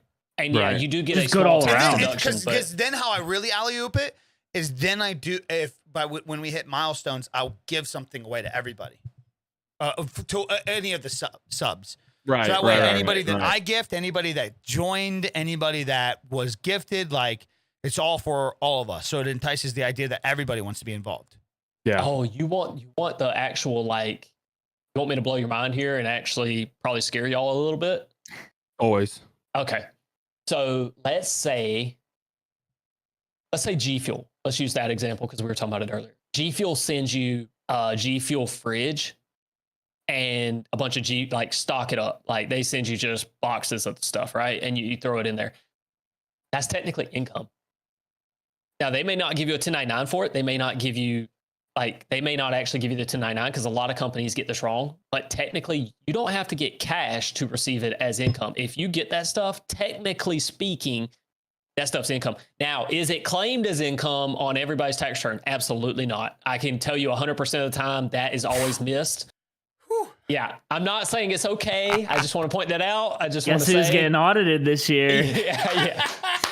Bro, Well, if no, they, I asked- audited, Better have your receipts. I the asked. IRS is going to catch wind of this podcast. Sir, and they're I going to asked cancel my the shit out of me. CPA years ago because I asked my CPA. I was like, dude, companies are sending me a fuck ton of stuff now. What do I do? Like, if it's just sitting here, like, what do we do? But then also too, like, if I sit on it for a while, do a review, but then sell it, like, how does that work? Because they're sending me it, but then I'm also like, I'm making content, I'm making reviews from it, but then also selling it. And yeah, I gave him all the stuff and he did whatever work he needed to do. I've just over the years learned to I note down everything that I fucking do in Excels and stuff. I have an old chaotic way of doing it. Bro, what are you doing? Can you please switch to QuickBooks? Rudy was 100% right, bro. What are we I know, doing I know, here? I know he's right. But And I I'm did just, that shit blackout drunk, bro. It's just it's just my old ways. I don't know why. I just don't fucking adapt. Bro, I Bro, literally we went don't on even my give people phone. the choice. My CPA said, Rudy, fucking get QuickBooks, please. And she was like, just add my email. I go on there. You don't have to talk to me See, but anymore. now Like, my whole thing you're is good. like we're 6 months into the year, so it's like, nah, I gotta wait till next year, right? No, you still catch up because then you only, instead of going through the entire rest of the year and having to go through all your expenses, those expenses you only have to go back January through May now. So you're just saving yourself time because right now, like the way I paid my taxes was yearly. So now I go back through every single one of my cards. Like I only have one card. So I go through my credit card, my bank account, and then I go through all my utilities and shit. And like that's how I do all my stuff. And I have to go through a year's worth of stuff, right? So like I break everything down by month and go through all my expenses, what was personal, what wasn't. Now that I'm on QuickBooks, as I buy stuff, if I generally don't spend any personal money on my credit card just to make my life easy. But if I do, I can now go into QuickBooks and I go swoop and I swipe it left and it says personal real big. And that'll never, like, now my CPA knows, okay, he spent money on that. Instead of me going into my credit card bill on the website and going, well, in May I bought something. What the hell was it? And now I'm scrolling 40 transactions trying to find like when I bought something personal so I don't add it in. Well, we actually try to do it actively. That's the thing. I try to, like, at the end of the month, just like organize everything. Yeah, I don't do that. Savage is in chat. So bad at that. Fuck Savage. Dude, let me put you on free game. One, get a separate business account, like bank account and credit card. You can get a credit card too. And it can be a personal credit card that is solely used for business. It doesn't have to be like a true formal business credit card. I have a Chase card that has like that I use for Amazon. So I use that for physical purchases. And then I have a Apple card that I use for travel, and so that way it's just easy. It's just because I know all my travel and everything comes from my Apple card. One card. And then any of my Amazon stuff and anything physically that I purchase comes from my Amazon card. That's what I'm in the process of doing, is opening up I only have one credit card, so I need a second one, and this next one's going to be tailored towards like gas and fuel and groceries, and then like personal stuff, and then I'll use my other one or do what you said. Like, even I learned that the hard way this year. Was like, I was trying to do stuff with my SEP, and they were like, well, technically your money got taxed to you and not your business because you don't have a business account. It's a personal account. And they were like, well, you have to literally make a business account to be able to show that that money got paid to the business. Then it got paid to you and all this shit. So I learned, every lesson I learned is always the fucking difficult way. That's why LLCs are so good, because if anybody comes for your money. Yeah. You know what I mean? You didn't mix your business and your personal. That's a great point. And that's called commingling funds. And the IRS hates that. Like and attorneys hate it, because if you're commingling funds, they're going to talk to you like you're treating personal and business is all one. You know, the whole goal is to separate personal to like keep personal, business. Now, in the grand scheme of things, it is all your money because you're a solo entrepreneur. It's all yours. You can distribute money to yourself from the business if you want. But if you keep that separation, the IRS, when you go to get audited or something like that, and I know I read out the percentages earlier, but odds are like at some point in your life, you will probably get audited. You know, as many years as you're alive, you're probably going to get audited at some point. If I'm your CPA, it's a lot easier for me to argue this is a business deduction if all the business stuff happens on one card or it happens on multiple cards separate from your individual, right? Right. Do all that and then create a QuickBooks account and link the QuickBooks stuff to the business cards and the business accounts, because then nothing really truly is personal out of those accounts, right? So you don't even have to swipe personal. You just put it in a category and keep going. So you saying like at this point in the year, what I should start doing to be or myself or any creator to be as safe as possible is just make the determination of, okay, this card from here on out is only going to be used for business and business purposes. And then on top of that, from here on out, just use QuickBooks to, I don't know how QuickBooks work. You said that. Bro, I will for free set up your file if you'll just switch to QuickBooks. I promise you, it's not that hard. Listen, if I can do it blackout drunk, you can do it. So Yeah, I don't know. I don't know if you did it correctly. We don't know if you don't have to do anything. You literally download the quick. Rudy be one of those people that be like, dude, I did it when I was drunk. I did it like if I can do it drunk, and then you see it, and it's like I put together this fucking tool. First of all, you've been in a call with me while I'm drunk, and you literally told me weeks later, dude, every time you're on stream and you're drinking, I can watch you drink 20 beers and everything about you literally stays exactly the same. That's what, like all my alcoholic friends that I know, they can handle their alcohol. This is how it is every time. I'm sitting here like this. I'm in here this man just pounds him. Bro. Yeah, and he's such a bad instigator. Yeah. We're not starting this again, bro. No. There's no pile. There's no pile. I heard it hit other cans. There is a pile. No. That's a garbage can. That's my. Okay. The garbage can. No. Did I see drinking Bud Light? Me? No. It's is that 4 6s? Well, hey, bro, we had this talk yesterday. Yesterday. Yeah, he got really inspired by that video and went out and bought a 30 rack of Bud Light. Yeah, he got a 30 rack of Bud Light. Dude, that yesterday had me rolling. I was literally trying to work and I had you guys tabbed over and I was dying. That beer has been fucking shit for years. Ain't nobody care that some fucking trans person's on the fucking can. That stream literally ends with we should sell merch only if we put rainbows on it. And it just ends right there. Like we both end the call and go back to the rest of our stream. It is so funny. Like, are we gonna do you think we get canceled at some point? Because I feel like we're just I feel like we're just like not been in the radar enough because like if somebody found any one of our streams that we've talked about so far, like there are so many fucking Twitch. Maybe we should do something controversial to blow up. I'm after our post today, and then I also seen one of the fucking bigger like news Twitter in the community like had tweeted something like a week ago and it was like wasn't accurate. Then they just deleted it. Like, oh whoops. I saw that. I'm gonna see. I was telling chat tonight, I was like, I think tomorrow we're gonna set up. I'm gonna just make it abundantly clear and say, like, all right, chat, we're about to start our fake clip, and then I'm gonna say something like, guys, the pandemic, or like, guys, I know we're in a recession, but like if you enjoy the fucking content, spend your money in here because then you do less shit. Like something like so controversial that will blow up. Or like let's just put on let's just put on suits and lie about the news. And let's literally just wear suits and lie. And just see how fast it takes off on Twitter. Because people just jump on shit. That happened with me and Rudy today.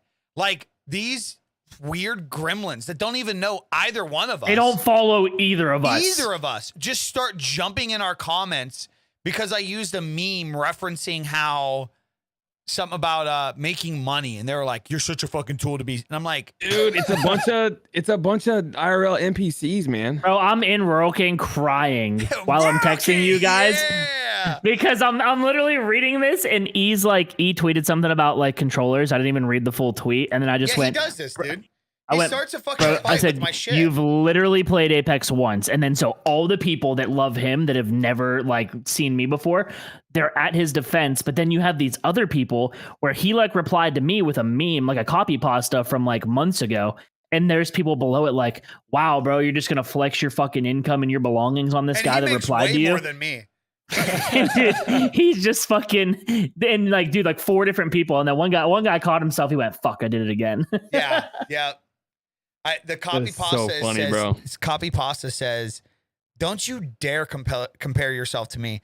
I make more in a week than you make in 6 months. Holy fuck! You think you're on my level? My boat's worth more than your house. Actually, I have 2 boats." Do you remember that viral clip? Do you remember that? That was on Apex. That shit was funny. That guy lost his mind. He literally said that to somebody on his team. Literally. You know, I'm friends with him. Yeah, that's Audio's I friend. know him personally. No shots. Yeah, that guy got invited Rudy us into streaming. Yeah, he's one of the reasons I started streaming. What the hell am I listening to? Really? That's his personality, bro. Like that's his personality. Like he was probably like I don't remember. I don't know what he was in high school, but like that's just his like. You know him like in high school? No. That's just like he's older. He's like in his 40s. Like to the core who he is, he said. Yeah. I'm saying like that's his like all the people that were saying in the comments who don't know him at all are going, this dude's done. He's gonna get canceled. Nobody's gonna watch this. That's why they watch him. They specifically hit that content out. That's not like new. That's not rare for him. That is literally his content. That's his brand. That's how anybody cancelable or anybody in those like viral clips over the years, any one of them that I've memed, that's how they've always been. That $5 girl, like that's why she like her viewers like to get fucking talked down to. Like they get fucking off on that shit, dude. It's like that's what they. So it's like I remember like some of my earliest viral Twitter videos, like memeing other people. At first I started going through like I felt bad because I was driving so much negative views to some of these individuals. I was like, oh man, I don't want to do that. Like, I don't want to be rude to these people. But then when you learn that they're just benefiting from it, I'm like, fuck it, I'm going to benefit from it then. Like, it's just, that's why people do it. They literally do. Yeah. It's no different than like some of these motherfuckers that like make all these streaming platforms of this versus that and are super like diehard on Twitch. They're doing it because them making a YouTube video talking about how great Twitch is, they know it's just going to bring more people back over to Twitch to them. Mm-hmm. Thanks so God for what you said about that KickCast. It's just quite a nuisance. God, I'm so glad to come here, take 50% of my $5. Like, fuck, it's all bullshit. That's all it is. Like half this stuff online, it's just bullshit. Yeah. We should just make fake news. I mean, all news is fake, but we should just make fake news. I just don't feel like happy people who are like really successful on Twitch talk about it. Like, I think people come in their chat and they're probably like, you should switch to Kick or something like that and get paid more money. And they're like, yeah, I'm just happy here. And like, that's the end of the discussion. Yeah. Like the happy people. But then you've got these people who get like 3 viewers and they're like, no, I am diehard Twitch. I'm not leaving Twitch. And it's like, Dude.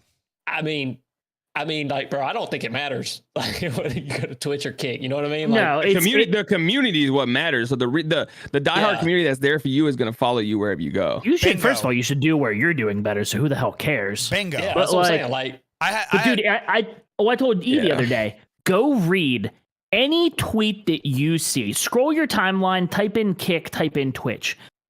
Go to the most controversial thing that says Kick sucks, Twitch sucks, Facebook sucks, anything.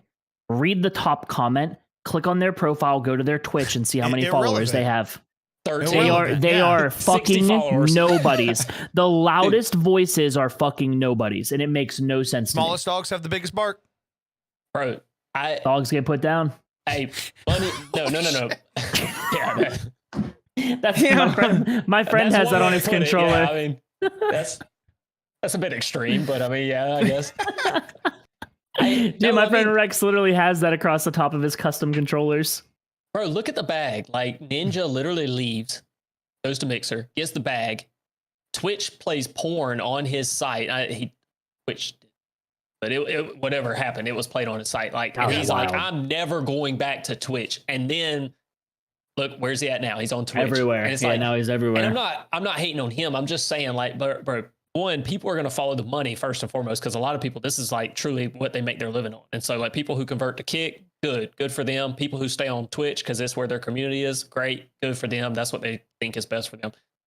These people who literally are making no money, have nothing invested, those are the people who have the biggest opinion on it. And You it's know what's crazy to hilarious me. is Yeah, so here's the true. fun fact. They make Twitch the most money. Their server costs are the lowest. Their payment thresholds are the lowest. So then they make money off the interest from not having monthly payouts. We did just some rough math based on the average. I forgot how we broke it down, but it was like a half an hour session. We found out how many active streamers there were in a month. On average, how many of them were below a certain CCV. And like, we just picked like a random low number, just a low percentage of how many of them probably wouldn't hit a monthly threshold payout. Dude, it's so fucking many. Like people don't get how many people on Twitch are not making it and will never fucking make it in the world of anything online. And it's like, that's not being a dick. That's just the sad reality of how they have built this system of you get affiliate, you put in all these hours, and now like this is how you need to feel to get to the next stage, which is grind. And it's just not. It is the worst. I hate talking with Testy about how he grew his brand, because I feel like him sharing his story is the worst thing that he can do for most streamers, because it is so improbable for somebody to pick his path. It's so unfucking realistic to grow on I got Twitch. extremely lucky, and You won the lottery on Twitch. my sacrifice hours is something most people wouldn't do.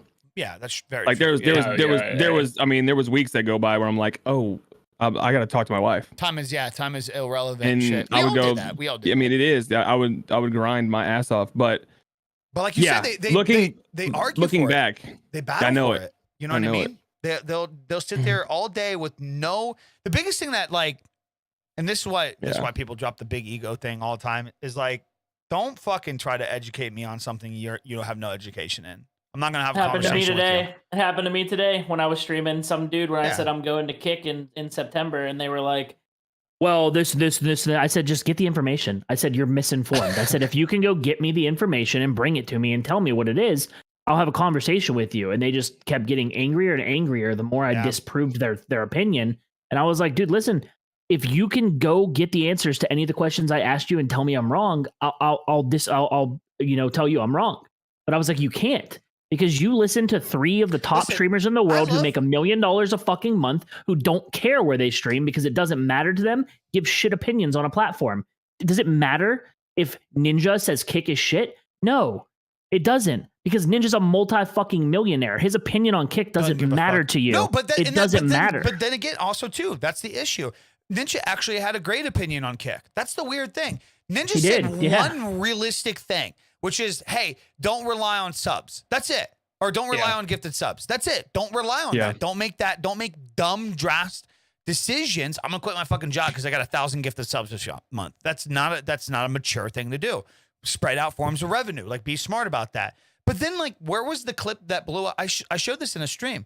That clip, of course, blows up. But the clip where he affirms Kick and says, dude, everybody hating on Kick like it's some worse demon versus Twitch. Like, Twitch ain't nothing better. And then he's like, also, too, like, people pretending that Kick isn't going to go anywhere and, like, it's going to shut down soon. He's like, I don't think, he's like, I think Kick is actually going to be the next big thing. Like, anybody with but it's okay. Like, it's great. We actually have you on here. This is the thing that people don't get is when you cross the business world and the tax world, it's a whole different beast, right? Like, people actually believe, this is the fucking hilarious thing. People actually believe Dan Clancy's post talking about they need to cut sub funding because they need to make money from subs. Amazon don't need to make money from fucking Twitch subs. That was a straight lie, bro. When they said that, stupid. It don't you're okay. So first and foremost, I mean, this is something that we obviously can't answer, but you're going to tell me that Amazon charges Twitch the same that they charge everybody else for server usage? Get the fuck out of here with that.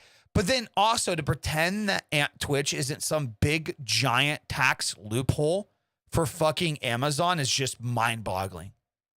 I think profit shows proof of concept, right? Like, people want to see profit, and eventually, if somebody's just looking at as a third party, if I'm looking at financials and I see like, hey, this segment of your business is running a loss every year, like, it sucks, because all I see is the numbers.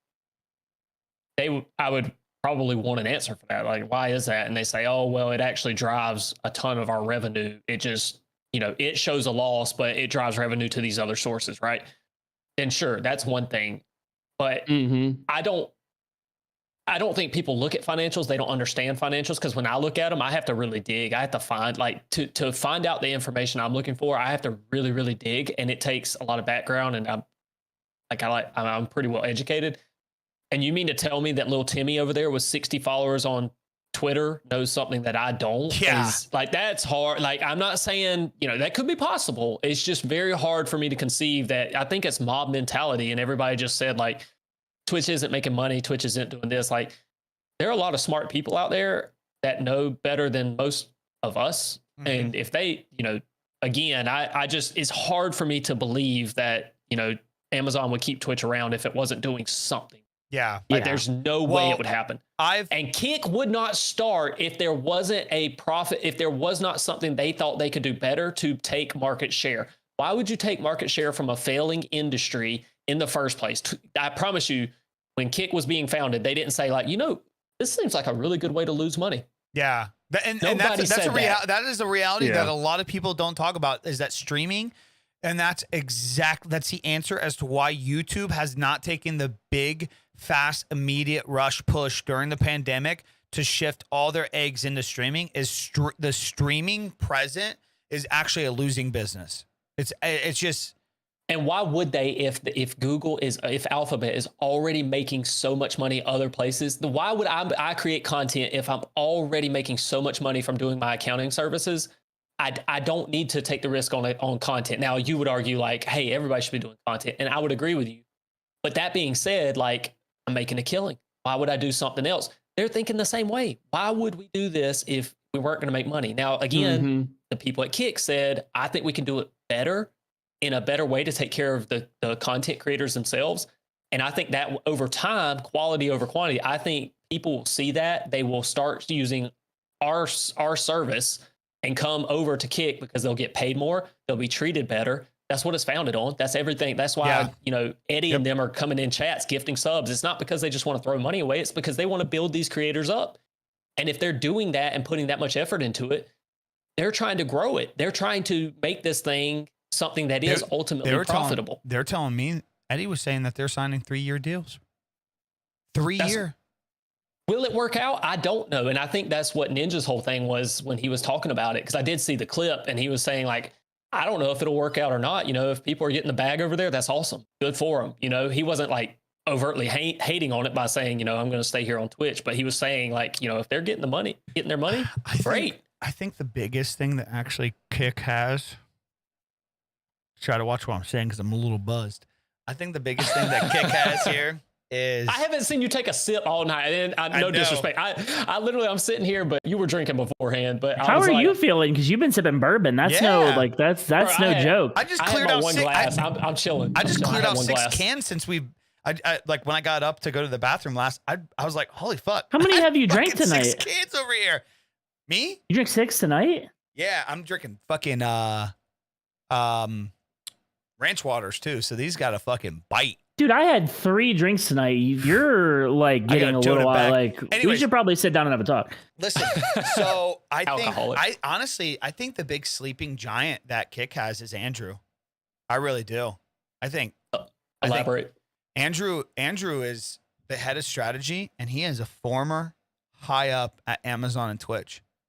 Like he was part of some of the campaigns that like founded that platform. Yeah, and he has some real insight, and he, you know, he's had like he hopped in a call today to explain like how the chargeback, how the chargeback protection is and shit on Kick and everything, and just like his drive alone to want to, like his passion for creators, I can tell like there is really genuinely a huge disconnect at Amazon and Twitch, and like I just feel like Andrew's just going to be that stepping path into the idea of like, dude, I was tired of it. I came over here. We're going to actually make something work. And I think more people are going to follow suit. And then not only that, just like him being able to conceptualize things, it made me understand stuff so much more without him like blatantly coming out and saying it, just saying how like this stuff works. Twitch is Twitch is Amazon's marketing agent. That's the real big. So like the future of Twitch is for everybody to just be a salesman of Amazon. That's really the future. I mean, but in reality, I mean, this is not conspiracy. That's why Amazon bought Twitch. Amazon didn't buy Twitch to become Twitter. Amazon didn't buy Twitch to become YouTube. They bought Twitch to sell it. They bought it to package it up and sell it. AWS. They sell it to a streaming service. And if Amazon cared about Twitch being this big public platform where it was a community-driven thing, they wouldn't allow Kick to pay for the streaming service on their own fucking site, to be a competitor on their own end. It's just business. And like that is what Twitch is for Amazon. So like, you know, to the point earlier of what you were saying, even to the idea that these people just stick up for it like it's like their best friend. Like they have no idea what the fuck they're talking about. They're sold the dream. And then on top of that too, like maybe that's I don't know why they would publicly the Dan Clancy coming out and saying like that's why they are cutting sub rev. I mean, cutting sub revenue just doesn't even make sense to me anyways. Even if they're trying to sell Amazon, you think giving their creators more would create more hype around the platform, thus driving more attention to it. Well, you said something, bro. Like, why do you get so invested on something like Twitch? Like, bro, you shouldn't be. Most people, not you specifically, but most people, they're so worried about the platform and this and that. Like, oh, would I do better on Kick? Would I do better on Twitch? Like, bro, you need to work on your content. That's what you need to work on. It does not even matter. Like, ultimately, I know we're on the KickCast, so I don't want to be disrespectful to Kick, but no, you're right. It could be Facebook, bro. You need to work on your content and building community, because it doesn't matter if you're streaming to 5 people on Twitch or on Kick, you ain't gonna make any money. Like, I don't know why you're so worried about it, right? And that's the harsh reality. Ultimately, is people don't want to acknowledge that, because if you can't build a community, it would mean that you failed at creating content, right? And that's very difficult. And so to be able to scapegoat something like, oh, well, Kick is just, stealing streamers or content creators away, and then get happy when they lose a content creator, say, look at all these people who are leaving Kick. Maybe that's not even true, but they get so invested in it, and it makes no sense. Like, that in no way benefited your content at all, which is what it didn't benefit anything for them. Yeah, it's just toxic. It's like, it makes no sense. It reminds me of sports. you look at people who get so invested in their sports teams and like stuff like that they actively get angry at other people over sports. And like, dude, that didn't affect you. Like, yeah, you got happy from it, or it like affected your mood, but like, dude, your team winning or losing, like that didn't affect anything. I was those people don't even know that person. I was a Michigan fan who grew up in Ohio.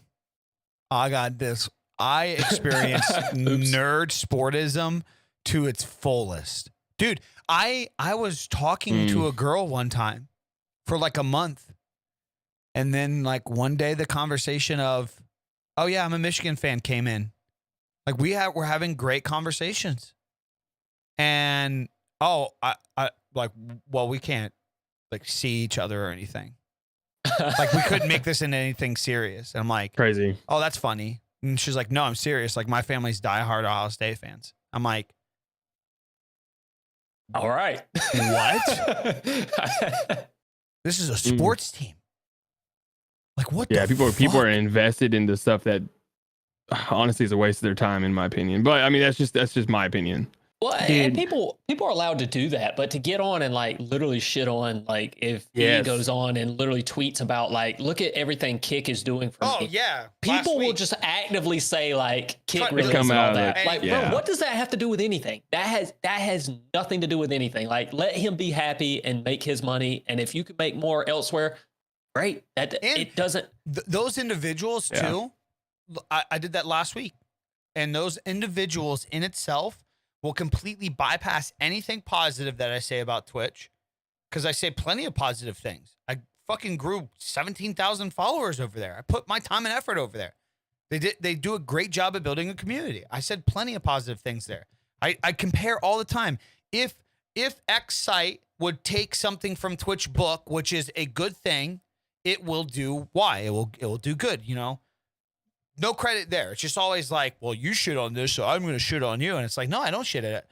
Like, I'm talking about the real issues. This is an issue. 50% of your earnings is an issue. That's not an opinion. That is for an exclusivity off of affiliate, and them taking 50% of your earnings is literally, that puts them in the category of worst platform in the world as a creator service. Yep. That's not me saying, hey, I'm Big E, I hate Twitch. That is me telling you the facts that you could literally go to Facebook and get a better deal just off of starting off. That you could People go to confuse facts with OnlyFans, that. Patreon. This is reality. Your Discord, TikTok Live.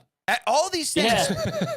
Instagram, everything, all these platforms Twitter subscribers, they all give you a substantially larger cut than Twitch will. And then on top of that, you are not exclusive to their site. It is the worst platform for any, at this current point in time, the worst platform for any creator to openly sign their brand over to if they do not have a substantial following somewhere else. It is And the how are worst you fucking platform. how are you still believing they need 50% of your sub revenue to survive when every other platform literally doesn't? Yeah, that boggles my mind. I would I've never streamed on Twitch, and I never will. Number one company in the world. And if you're even going to make the fucking argument of Ed, because you brought it up, Eddie and Train gifting subs. Why? Okay, Amazon gifts 43% of subs every month. What the fuck are you talking about? Yeah, Prime, right? The Prime subs. That's still a free fucking sub. People just don't. They don't put two and two together. I told you this yesterday, Rudy. You know the sad reality? Here's the thing. And I'm going to sound like a big asshole with this one. This is why everybody calls me a dick. Half these people that get in arguments defending Twitch and shit, like, I'll start responding to them on Twitch. And then after like 2 engagements, I'm like, this motherfucker seems like a dumbass. So I'll click his page and like, dude, I'll click his page and I'll actually go to his content. And this is what I'm telling you, Rudy. You got to understand, we all have to understand that the majority of consumers anymore with anything, go take a road trip from one state to another and stop at your random gas station in the middle of nowhere and see the people fucking call me judgmental. I don't give a fuck. Bro, but I went to Rural King today. Going from my fucking front door to Rural King was a difference. Okay, Dude, that's right. Like- But like this is people think that everybody that is on social media that is trying to grow a brand, that has a following, that is trying to be a streamer, is a well-represented, educated individual that has put time and effort into their shit. And the reality is, if you would just take a road trip to any destination and stop at your little backwoods gas station where fucking little Timmy Two's spitting out a big old fucking shawl and can't say 5 fucking words. Hey, if that's a blue collar working person, I'm not taking away from what they do as an individual, but then that person gets on Twitter 2 fucking times and sees that their favorite streamer streams on X. So now they have built a bond with that. So they're going to defend it with no factual background or experience. That's what we're dealing with. That's the majority of any of these people on all of these platforms that just say, yeah, I watch Nick on Twitch and I think that Twitch is the best platform, so I'm going to say that you're an idiot if you stream somewhere else. That's reality. You remember when Testy texted our group chat that one day and he said, "E, get on Twitter, bro, and handle this guy." E literally goes, "Oh yeah, I remembered him." I'm like, that guy's not worth their time. Yeah, he's literally a fucking degenerate. Yeah, so it goes back to like, there are people that are so absolutely dumb, like their brain cells are non-existent, that you could give them every single detail of something. You could alley them up in a 5 foot. A 5 foot hoop. You could show them science, and Garrett, they will still tell you that science is wrong. They could be 6 foot tall. 5 foot hoop. Testy coming up with a basketball, and I'm pushing their tush, and they'll still miss the fucking dunk. That's how fucking dumb these people are. And you end up feeling sorry for them because their perception isn't. Their perception's this. And they just don't know. They don't know how to perceive outside of that. But where I don't feel sorry is when like you try to educate them and they just say false, and then they just keep it's because so it's not like they're going like this. Like, let me see. They're going like, oh, the outside world scares me. Let me keep my perception small. Then you're an idiot. Yeah. You're literally a fucking moron.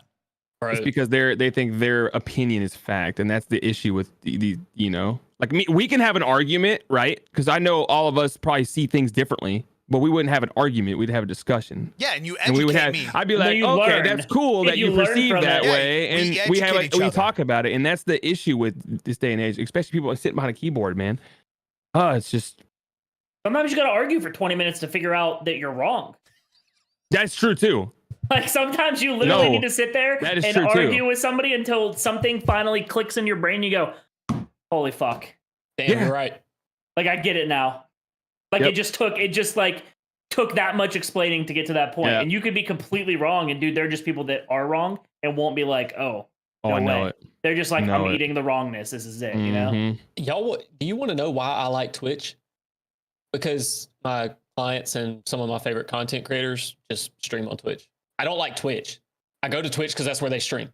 Yeah. And so if they were streaming on Kick, I would go to Kick. Like I like the content creator. I'm a part of that community. Like if Big E is on Twitch or on Kick, I'm like, okay, I'm pulling up Kick. Like, bro, you log into a different website. It has no effect on your day-to-day outside of like you, instead of typing Twitch in the URL bar, you just type Kick, right? It's not even that hard. No, it's not that hard. I'll make a video of you saying this and post it. Because why? Like whatever. Like, I don't understand how people get so attached to like Twitch, bro. Twitch does not give a fuck who you are. Like, I don't know. Like, I don't know if you know this, but Twitch does not care. This is like, I don't understand it. Savage, dude. I was in Savage's. This is a perfect example. I was in his Twitch stream the other day. I had a resub. I clicked resub and I said, "What's up, dude?" You know, I had him tabbed because I was working. I was just trying to, show some support, and I was lurking and everything. He was like, "What's up, tax guy? Hey, we're on Kick now. Go follow me there." I literally pulled up Kick, went and followed him right away, and it was that simple. I was like, "I got you, bro." And I was like immediately, I was just like, "Hey, bro, you're getting more money here anyway. I'm gonna sub here." Like, because I know that, but even then, he wasn't like saying like, fuck Twitch or anything. He was just saying like, "Hey, I'm on Kick now." I was like, "That's great. I'll go follow you there." Just because I like following Savage. I support him. Dude, everybody will hate on that and think just because you're on one over the other two that you're just like, and I'll be what's hilarious is I multi-stream. I'm live on Twitch every fucking you have day. the option. You have the option. Dude, it'll never make sense because like me getting ready to transition from Facebook to Kick, Like I said it in my stream. And so when I explain it, I go, listen, I'm going to move to Kick. I'm going to live stream there. I'm going to full-time stream there. And I'll dabble in Facebook every now and again just to update the people that didn't get to catch my post or my stream because it's suppressed under all the other, fake news on Facebook. And I'll just be like, listen, if you don't want to come watch me, okay. You just never supported me. That's fine. It's not a big deal. Like I get it. You don't want to. You don't want to go. I think it was Action Man that articulated that in the best way. He had a quote tweet. He had a quote on the top line that said, "But I want to move platforms, but my community won't follow me." And then it was the end quote, and it just simply said, "Then you have a dog shit fucking community, and it's time to make your move."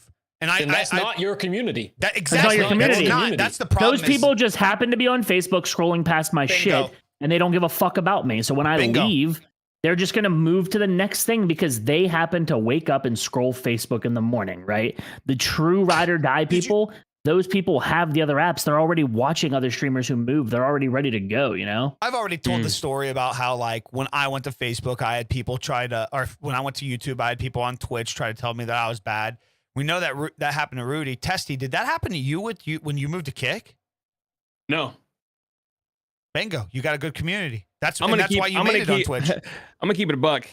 I think I've had this conversation maybe before with you guys. Pumped. But you seem like you got a mature community. Yeah, dude. Absolutely. He's old. I missed the jump on YouTube, right? In my not saying like I'm still, you never miss a jump, but like the initial thought process when I thought about it 10 years ago, right? Thinking, oh, this would be cool. Why shouldn't I do this? But always that doubt. Nah, got me out of it. Twitch, same thing. I didn't start till 3 or 4 years after I had the first initial thought of streaming. Same with TikTok, same thing. So when Kick came along, I told myself, I was like, the next gut feeling I have, I'm going with it. Baby. I don't care. Next day. I mean, it was literally like when Kick got announced from Trainwrecks, like a year ago, I made my account. That day, I did too. Account. The day I wanted my name. I was ready for it. And as soon as they announced that there was subs on there, while everyone was bashing everything was As soon as they were on, I was like, look, you guys, like I'm gonna try to do both. I'm gonna try to do Twitch and funnel it over there. And then within a week, I was like, I'm all in. Mature is you went the quick. Swole Patrol is mature in physical age, not emotional. not emotional. Yeah. I love that little emote too, dude. So it's funny because part of me wishes I moved platforms a very long time ago in the sense of because my viewership was so high, maybe I could have brought more people over and so here's the thing. When I did my second stream today, just to get out notifications, and I literally titled my stream "Massive Announcement ... I'm quit," and then I put ... So you you would click on it, and immediately when I said like, listen, I'm going to leave Facebook at the end of my term. I just don't want to be here anymore. And I've just decided that I want to be in control of my future instead of stressing the next 3 months to get, put myself in a position I don't want to be in anyway. Mm-hmm. Dude, where I thought a lot of people 2 years ago would have been, well, you just failed on Facebook, bro. You're just bitching. You're just complaining.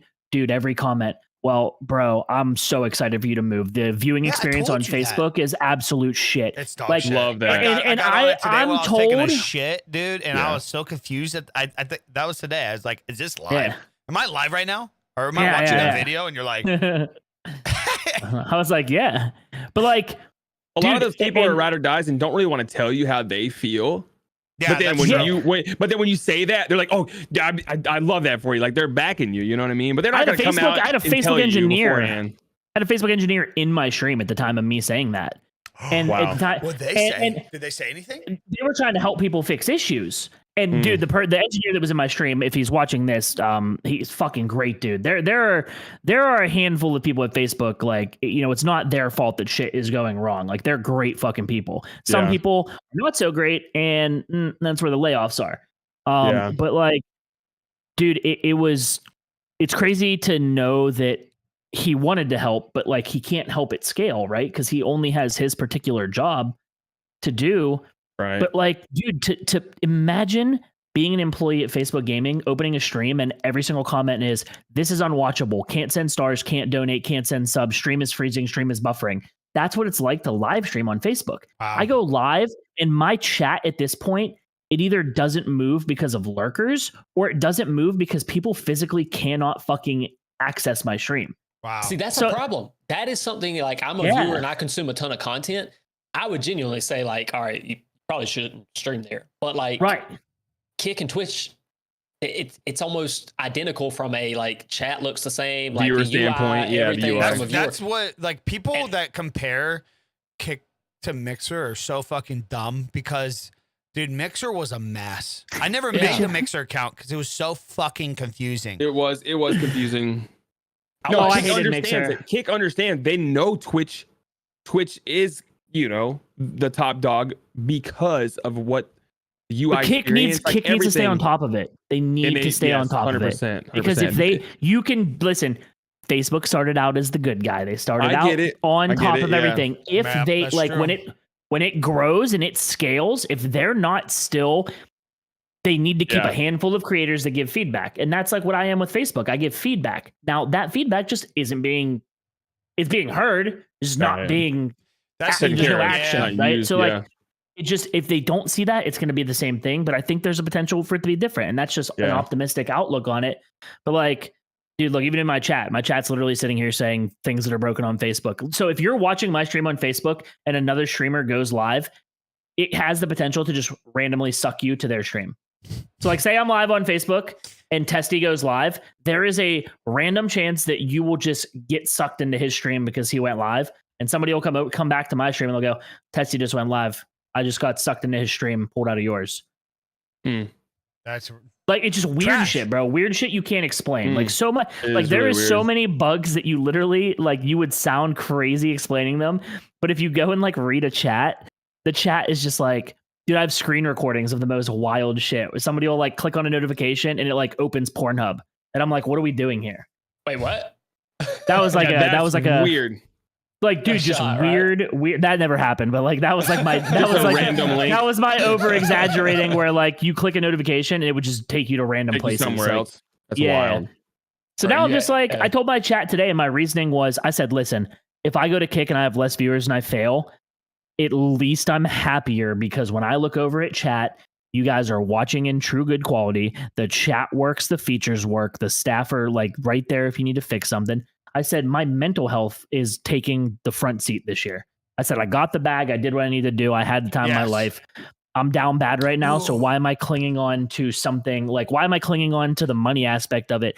Now I can go to a different platform, focus on the content and rebuild and restructure and then try new stuff. Grind and not have to worry about that stuff. You know what I mean? It's all the unknown. It's starting Yeah. over. Like It it's doesn't. Yeah. It just doesn't make sense to me if I'm supporting you like that and I'm a member of your community, right? And I'm like, I really enjoy watching this guy, and you're like, I'm going to switch platforms. One, you don't even have to give me a reason. You just say I'm switching platforms. It You're would be in. in my best interest to just assume that you know what you're doing. You know why you're doing it. There's a Bingo. reason. You've thought this out. Like no streamer or content creator says, you know what I feel like doing today? I think I'm just going to switch platforms. Like, why not?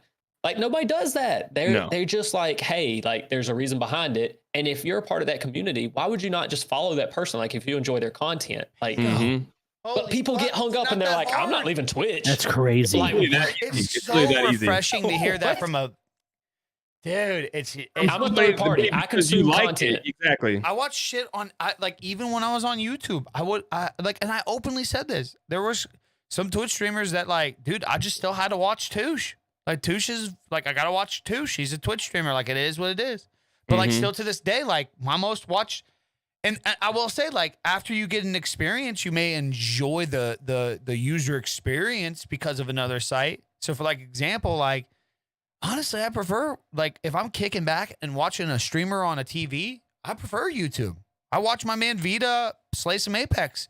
It's convenient. That's the demographic that's built for. Is like the idea of kick back, relax, watch some TV. So and that was another thing that like some people couldn't handle trying to test out YouTube. People would be like, I mean, I got like 50 viewers, but like nobody was talking. I'm like, yeah, welcome to the world where like the viewer doesn't have to fucking talk like they are on Twitch because they discredit the person. Cause like on YouTube, Yeah. cause on YouTube, like ad revenue is king. I'd have like 100, 200 viewers. Chat would be moving like what like maybe 100 would be on Kick and Twitch. But like, I got the fucking ad revenue check every month. People were fucking joining members. Like it's fucking real views. I don't know. It's just weird. Dude, what's funny is you've been my reason to do YouTube. So I have like such a, like I've told you my story about how I got into streaming. I still to this day, like other than my friends, I don't seek out content. Like when I'm done streaming, I'm not watching YouTube. I'm not on TikTok. I'm not on Instagram. I'm not on Do you feel any guilty platform. about that? No, because I'm supporting my friends. So like I go and comment on their stuff and try to do their stuff. But like it's just I didn't become a streamer because I watched streams. I became a streamer on fucking accident. I got into this entire industry on just a complete accident, right place, right time. But like, dude, I still to this day, I only open YouTube now because I just started the car page. I do not open YouTube. And I have a friend who used to spend like every single day at my house before he got a new job.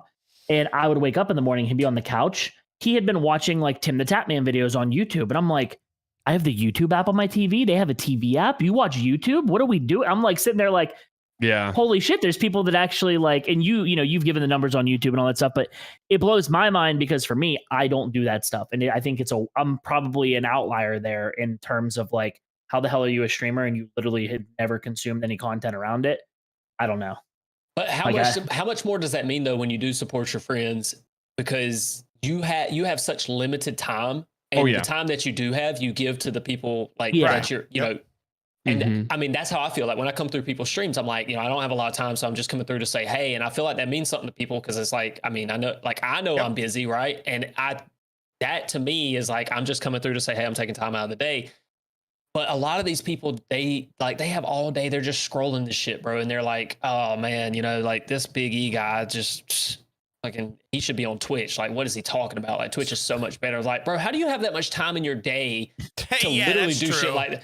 Like, bro, I don't care where he is streaming, bro. He could be streaming on freaking like AOL. I don't know. Like, I don't care where he's streaming. I'm just trying to watch him. Like, if I'm trying to, because honestly, like Bro, I didn't even know your content until I saw you posting like shorts and stuff on Twitter, and I thought it was hilarious. And I was like, bro, this guy's kind of funny. Like, and I started watching. Like, I tuned into the streams and all, and now like, you know, it's an interesting thing because like, and that started on Twitter. That wasn't even on a platform. Exactly. That was on Twitter.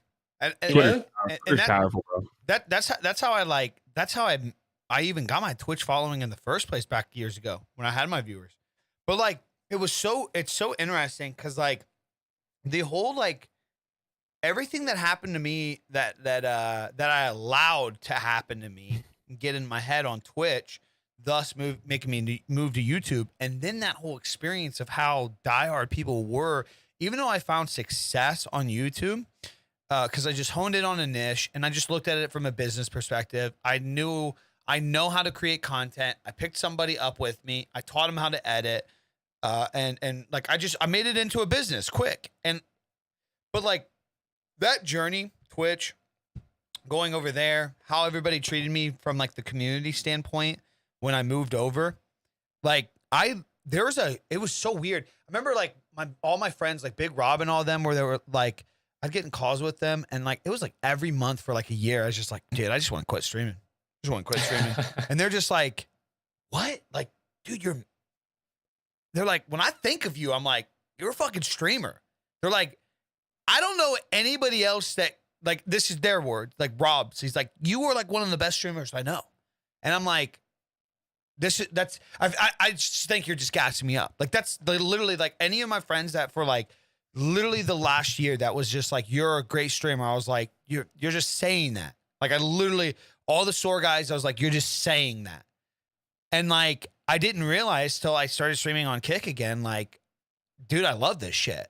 Like, I really do love this shit.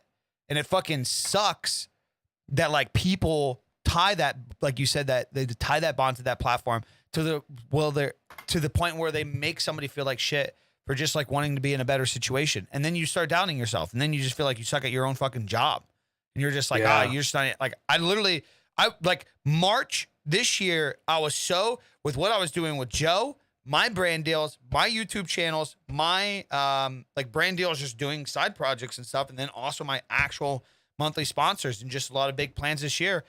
I was like, not only was it like I was like done with streaming. I had taken a whole month. I was like, I'm just over it. I stopped gaming. And like, oh, dude, honestly, there for a little bit, I was about to be done with content, like YouTube and shit. Cause like I started seeing how I could just start my own creative agency and just market bigger creators and stuff. The cash flow happened real quick with a couple people. And then I was like, obviously I didn't end up wanting to do that. But yeah, one day I wanted to test streaming on Kick. Like, I don't know. I don't even know what it was. No, honestly, I'll say what it was. I just seen another person one day like bash a Kick streamer on Twitter. And I was just like, these guys seem like such fucking losers hating on these people. I want to give Kick a try. Like, that's literally what caused it.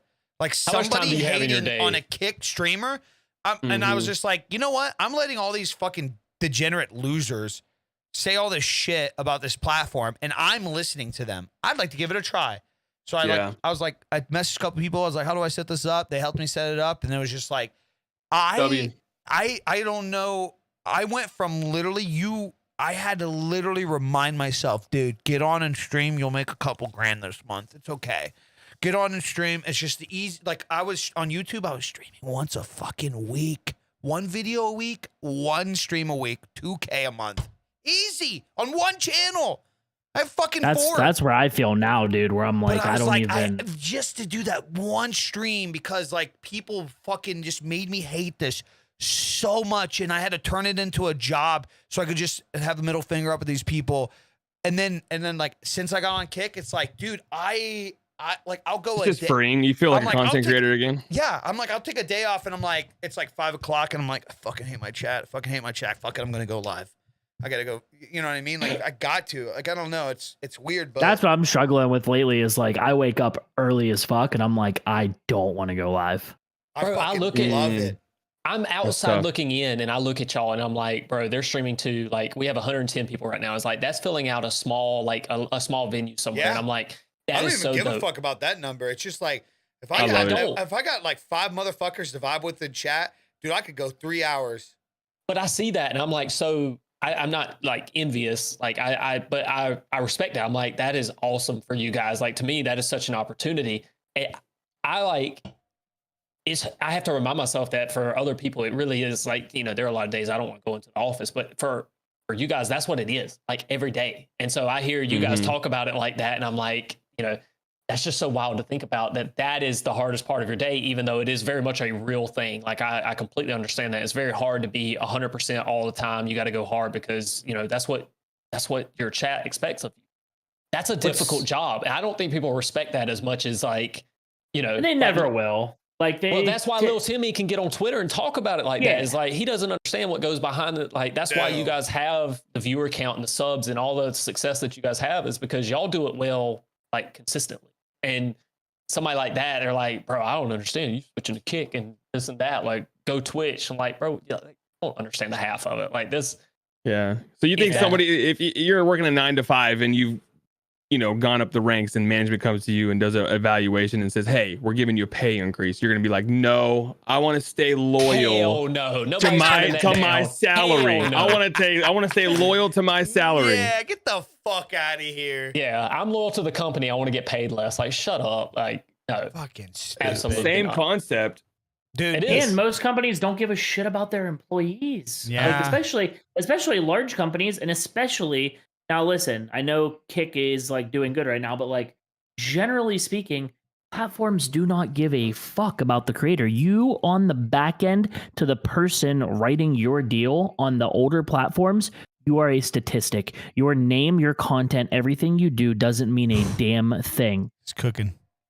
Because it's a fact, because it was fucking said to me. Yeah. Like, it was literally said to my face that, like, there was a point where I got literally told I was doing too good to earn more.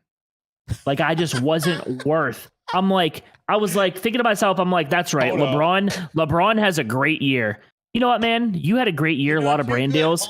We're not gonna bump you. We're not gonna bump you. Your salary's gonna stay the same, bro. Like, even though you're more valuable, you're doing good, all this shit. Like, where you just not. I'm thinking to myself, like, you just literally told somebody like they're doing so well on their own that we don't need you. But when you're doing bad, they're also saying, well, you're not doing good enough for us to do anything for you. Think about what you just said. You're doing too good. Like, think about that. Like, that's what you should have said. It was like, tell me that. Like, I did. Did you? Bro, it's like talking to a fucking brick wall. Yeah. But because the people that care don't make the decisions. Who makes a decision is somebody looking at a bunch of numbers on a paper with your name next to it, and it literally just says, tell this person yes or no. They don't give a shit about what you do. I'm the person. I'm the one looking at the numbers, making the because decision. like your size doesn't dictate your value. I mean, realistically, from a business standpoint, your size does not dictate your value to any brand or platform. I'm gonna write you off.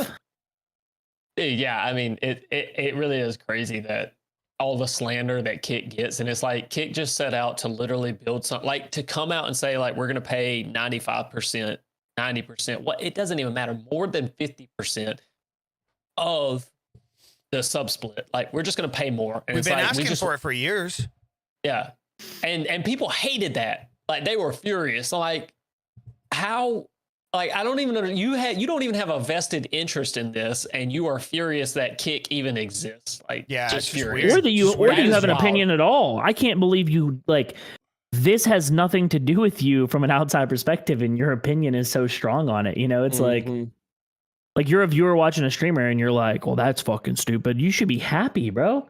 Should you not be happy?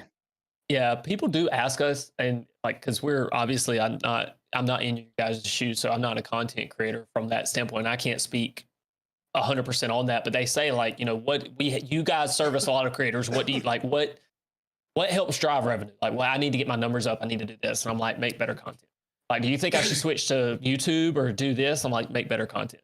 Yep. You should probably just make better content. That would be probably the first thing I would tell you to do. Make better content. Like, yeah, maybe make different content, post some long form or some short form to YouTube, TikTok, and drive. That should be your main focus. Yeah. Yeah. Build a base and then, you know, drive, because you don't get, you know, Twitch is not somewhere, they don't have a search directory where you're just going to find people. That's not how Twitch works, right? So you're going to get found somewhere else, and it never will. That's not what it's built for. But you can drive content. You can drive people from your other content to your live streams, right? Because your live streams are going to be more in cut. I appreciate the fact that E goes live, because I get to hear the nuanced stuff that I wouldn't have heard in his perfectly polished YouTube video or, you know, his short or whatever. Trash is what it is. Perfect. No, it's great. But I don't get to see the inside, you know, that the podcast is going to contain so much more, you know, like juicy detail that I'm not going to get somewhere else. But that, like, don't even worry about that. Just create better content. Like, focus on that first, bro. You're posting like once a year. Like, I can tell you're not going to grow at all. Like, I want a shortcut though, dude. I want to fucking work. Well, I can't help you, bro. Where's my shortcut? Like, I just want to be at the top. Yeah.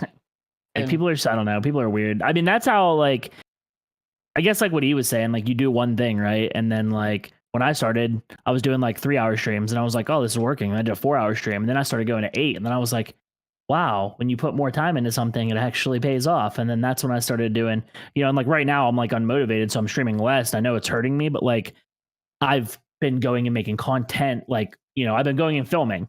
I'm only doing that so E stops yelling at me every single day. but I'm enjoying it. Like, I have like, yeah, like they do a good job at like semi motivating me. Like, Testy's like real emotional, tells me he loves me. He's like, bro, just, you're being a fucking bitch. And I'm like, all right, so everybody like needs mom an and dad. asshole friend.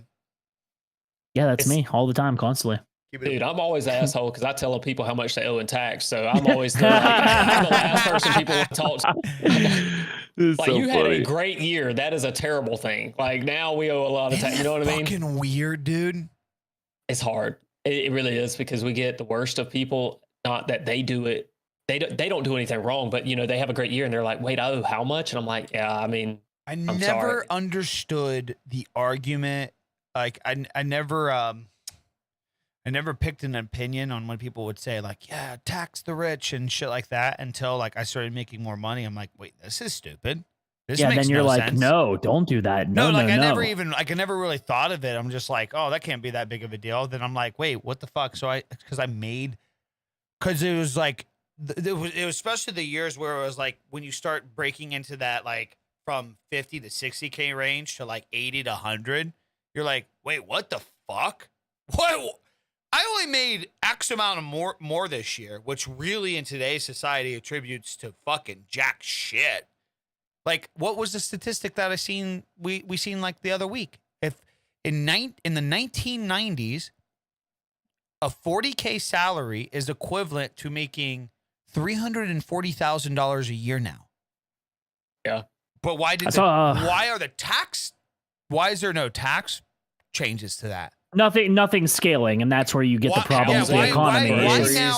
Why now at a 100K threshold with how much tax you pay with that? Why is that not bumped up to 300 to $500,000? Yeah, no that's companies been the same for how many years now?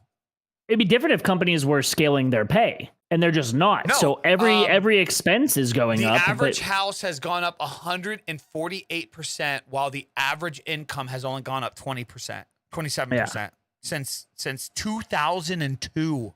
At what point does poverty skyrocket, and like the people who are upper middle, like middle class and upper middle class, are becoming lower class? Well, like, that's the thing. The government's essentially pushing out middle class. Which then you're going to have rich and poor. You're literally going to have the real reality of rich and poor. And then that's the idea where a revolutionary war starts. But once you hit that top tax bracket, then you get a real visualization. All the people who don't make the money to be in the shitty tax brackets, like, you just don't get it. I get why you have that perspective. And then once you get to that tax bracket and you see literally what feels like 50% of everything you worked for go away, right? And then it's like, and then you go back to the Twitch thing of 50-50. Imagine a platform taking 50% of your income. Then you're also taxed on almost like 50% of your income again. We got a literally, we got a CPA on here. Back me up on this. I've said this. Help me out here. I mean, we'd probably have to really do some math breakdown here. But I feel like I'm confident enough to say. Let me pull up Excel real quick. Yeah, there we go. There we go, baby. My bloodline. Share screen.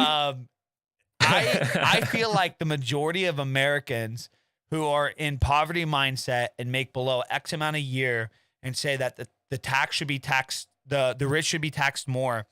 I feel like the quote unquote rich in their perspective, which would be like probably a few 100,000 a year and above.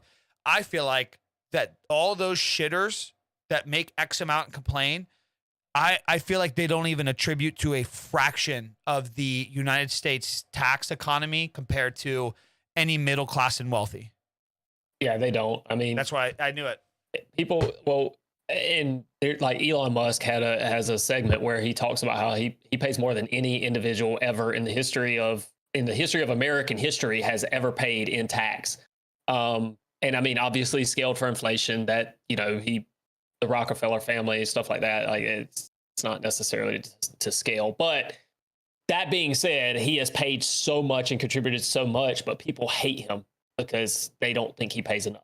And it's like, well, how much would enough be? And there's never an answer to how much would enough be. Nobody can ever give an answer. And that's the tricky part is like, I understand if you have a complaint and you're like, especially if you're in poverty and you're like, damn, I barely eat and then I got to pay taxes. Like, but it's a poverty mindset.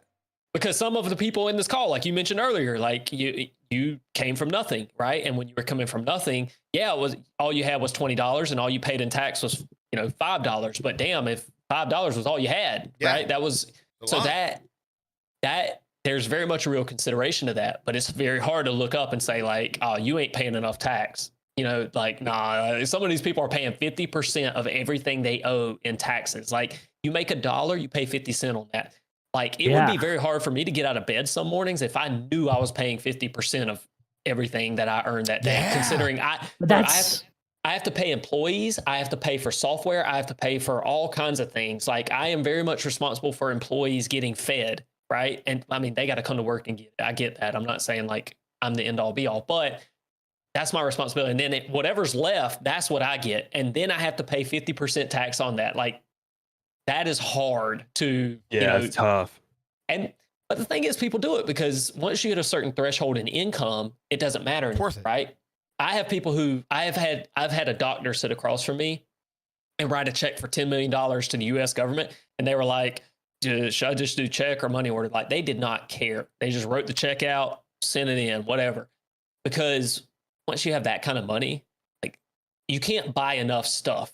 You just can't. Like, you could say like, I'm going to buy a Lambo and a Hellcat and all this, but after you do it, there used to be a time where in our society, the idea that like you just contributed to this country like that, it was worth something. But now Yeah. it's like it's just not enough. It's not enough. Theft. Yeah. I wanted this stream title for this segment Taxation is theft. Taxation. to be is theft. taxation is theft. I really wanted it. Well, you could have clickbaited and said, we're going to teach you how to commit fraud or something like that. Yeah, That that could've been good, yeah. We pretty much actually did technically. So Chad, No, Yeah. we didn't. Don't do that now. so this, See, now I'm so gonna let's get this is how you do fraud, a little FBI fraud. investigated. And just Open remember, you guys can just take out credit cards to pay for your shit, and you don't even have to pay back the credit card company. I paid for just- my lawnmower with my credit card today. I You're a just businesswoman, swiped. right? Yeah, I just swiped the business mower on the card because when you go to Rural King, you get a percentage discount for paying in cash. So I just swiped the card and paid for it because I was like, I ain't paying no. I got $500 off my lawnmower today, bro, for paying cash. Oh, fucking man. steal. That's an incentive right there. Yeah, fuck yeah. And it I'm really gonna pay my credit card off anyway. Like it's IRS has 0% entered the room. APR. it wasn't $1,000 lawnmower. Really, if you think about the tax break you're getting, it was like a $900 because you save 10% in taxes. So really, I mean, come on now. I'm wondering what am I gonna save? My zero turn mower cost $5,000 today. Whew. So I bought that, got $500 off of what it would have been like after tax. I literally got the taxes off. It was like what the taxes would have been were the exact same price as like what I got in cash. Yeah. And now I write that off, right? Now I write- Yeah, just the whole thing. 100%. Just write it off. every time that I mow my yard, it will be on camera. Every that's- time. Every single time. Well, I only cut my grass once a month, so Maybe. and I only need to cut my grass like 4 months out of the year in Pennsylvania because the weather eventually changes. I'm glad you said that. Listen, hey, somebody in chat asked if I was from Alabama. Okay. Listen, I understand I sound uneducated, but I'm from Georgia. Okay. So we're a little bit higher up than Alabama, at least, right? Gotta be. I don't. Are you a Bulldogs fan? Oh, go Dogs. Yeah, absolutely. Yeah, they fucking came through again this year. I don't know why fucking Georgia about lost to fucking Ohio State, but that was a Hey, man. That was a good game. Ohio State's a good football team, but, you know, we pulled out in the end. That's all that matters. So, yeah. Dude, if I can be real with y'all, I just can't stand people complaining about stuff when they're not making advances in their own lives and trying to better themselves. Like, bro, you could relate it to anything. Testy, trying to get swollen, literally working out, and somebody's like, "Oh, bro, he's cheating. He's probably taking stuff or something like that." He drops a 43 kill bomb. Yeah, you drop a 43 kill bomb. He's hacking. You know, he talks about Kick like, bro, Kick is doing so great. I'm loving being over here. Like, oh, bro, he's just a shill. Like, he's just chilling out. Like, Kick's throwing in the bag or something. Like, he's just saying that. Like, I can't fathom why people say that stuff because, you know, Because it's easy. Because it's easy. But every content creator I talk to, every client we have, when I get on the call, they're literally just like, you know, hey, you know, this is awesome. Glad to save on taxes, but, you know, just trying to get better. That's all they're ever doing is just trying to get better and improve their content. I don't think people see that. Like, they don't see the behind the scenes where it's like people are just constantly evolving themselves and their content and putting all this effort into it. And then, like, you get on Twitter and you talk about Kick, bro, and people just blow up at you. That makes no sense to me. You'll learn more, especially when you start making content. There's two types of people in this industry, and it literally is broken into this. There's doers and viewers. Like, it sounds cheesy, but that's what it is. There's people I've that actually never heard that. I like that. It's my catchphrase. I'm gonna trademark right now. Just want to make sure. Patent that? Okay. No, but like literally, there's doers. There's people that actually do the shit. There's people that actually try. I don't even care if you like try 50 forms of content. But throughout the years, like especially in my graphic design background, so that's how like a lot of my like me learning this shit is I spent 5 years as a designer behind the scenes working for some of the big guys, and then thus I was able to work with a lot of smaller creators and new brands and stuff and build their brands. The amount of we were talking about, was it a KickCast or something that or maybe it was just me and Rudy, but the amount of people that I would have repeat customers and they would just like they had a good paying job and they would just invest like another $1,500 here to like this whole new, you know what? I'm going to make, hold on. It's a new logo. That's okay. Like it's a new logo, new stream setup. I'm going to get started. I'm going to be the next big thing on Twitch. And then like 2 months go by, they don't stream. they stream one stream, doesn't do well. It's like, damn, it's got to be the logo. I'll do the next thing. And it's like, dude, you're a viewer. Like, and also too, I don't say that in a bad light. Some people need to accept the fact that they're not meant to be on a camera. Like, they just got to accept that reality. I know some people that actually wanted to be streamers so bad, and listen, they got made fun of. They may be in stream, they may not be, but they're actually a great person, and I used to fuck with them a lot back in the day because they would always just tweet like motivational shit, which funny me, of course, making fun of motivational shit. Yeah, you're a piece and they of were shit. Go just ahead. like they never grew, right? Never a big creator, but like everybody knew who they were because they were constantly tweeting about this and that and how to be successful, and everybody was like, well, bro, you're like not big. And like you're tweeting about how to be successful and this and that. So like he would get shit on all the time. Anyway, regardless, good dude. He eventually, and I told him all this. He knows. I've told him now. I'm like, bro, I never hated you. I just like to fuck with you. But yeah. So anyway, down the line, he finally realized he streams for fun now. And he just went, I can provide so many services to creators and I don't have to be a creator. And I can still stream for fun and people will still watch me. Yep. But now him and my other friends have built a brand around helping people that are creators in the space. And they're just, I think it's just something that when you love it, it's hard to give up, Yes. and he did love it and did try to give it his all and it just didn't happen. And he found a way to still be in the same space and love that just as much. So it's cool to see that. Dude, that's awesome. That's what we do. We handle the accounting for creators. We couldn't get in from an entertainment standpoint, like I don't stream and do all that. I do stream, but I do it because my friends just want to watch me like play ranked and my friends can't play that night. So they got it tabbed on their phone or something like that. Right. But we service them other ways. And so we get to talk to the same creators and do all this other stuff and we're providing a value. I think if you ask people like, what value do you bring? And they can't answer that. And to some people like you guys are providing entertainment. That is value. Like people, when I get off, when I'm at work or I get off work and I want to be entertained, I want to watch something and I want to watch somebody who's funny and I have a million selections to choose from and I choose one of you guys, that is value, right? Mm-hmm. Mhm. If you find a way to service people and bring value to them, you don't have to create content necessarily. You can do other things and still be in the industry. And I think that's awesome, right? Because for us, that's provided a way in. We love the content. Like I love the CDL, right? Well, I've gotten to talk with a lot of pros. I would have never gotten that shot a couple years ago. Like I was just an accountant. Like I don't know. I watched them. I was a viewer. That was it. That was all there was. Yeah, to it's it. like a win for you in a completely different aspect. Like you become friends with these people and acquaintances, and it's so cool. And you're more unique to that individual niche thing. Like you're that guy of what you do now. Mhm.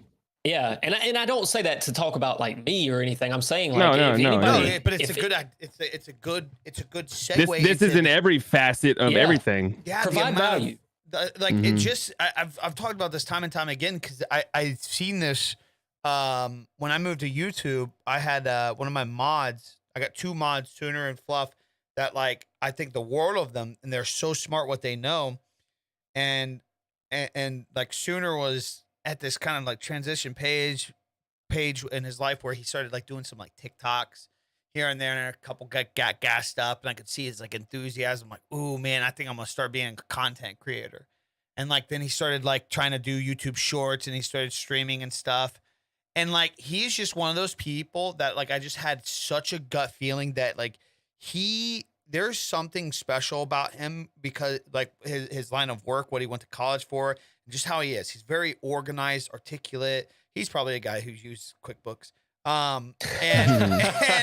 And I was like, dude, no offense, Sooner, but I'm telling you right now that if you take a step back from you trying to be this public streamer creator, I know you're having fun. Stream on your own time. I'm not telling you to stream, like not stream, but like I can tell you're putting a lot of emphasis in like you want to be this next, like the idea of like, oh, you got some views. So it's like, do you become a next streamer creator? Like, and he's like, I just don't know what to make and stuff. I was like, because I don't really think this is meant to be for you. Because I know you now. And like, I know the perspective. And I can tell you're just really driven on the ideas that you got some of these views. So now you need to like articulate it in a way to where like, this is what you're supposed to do now.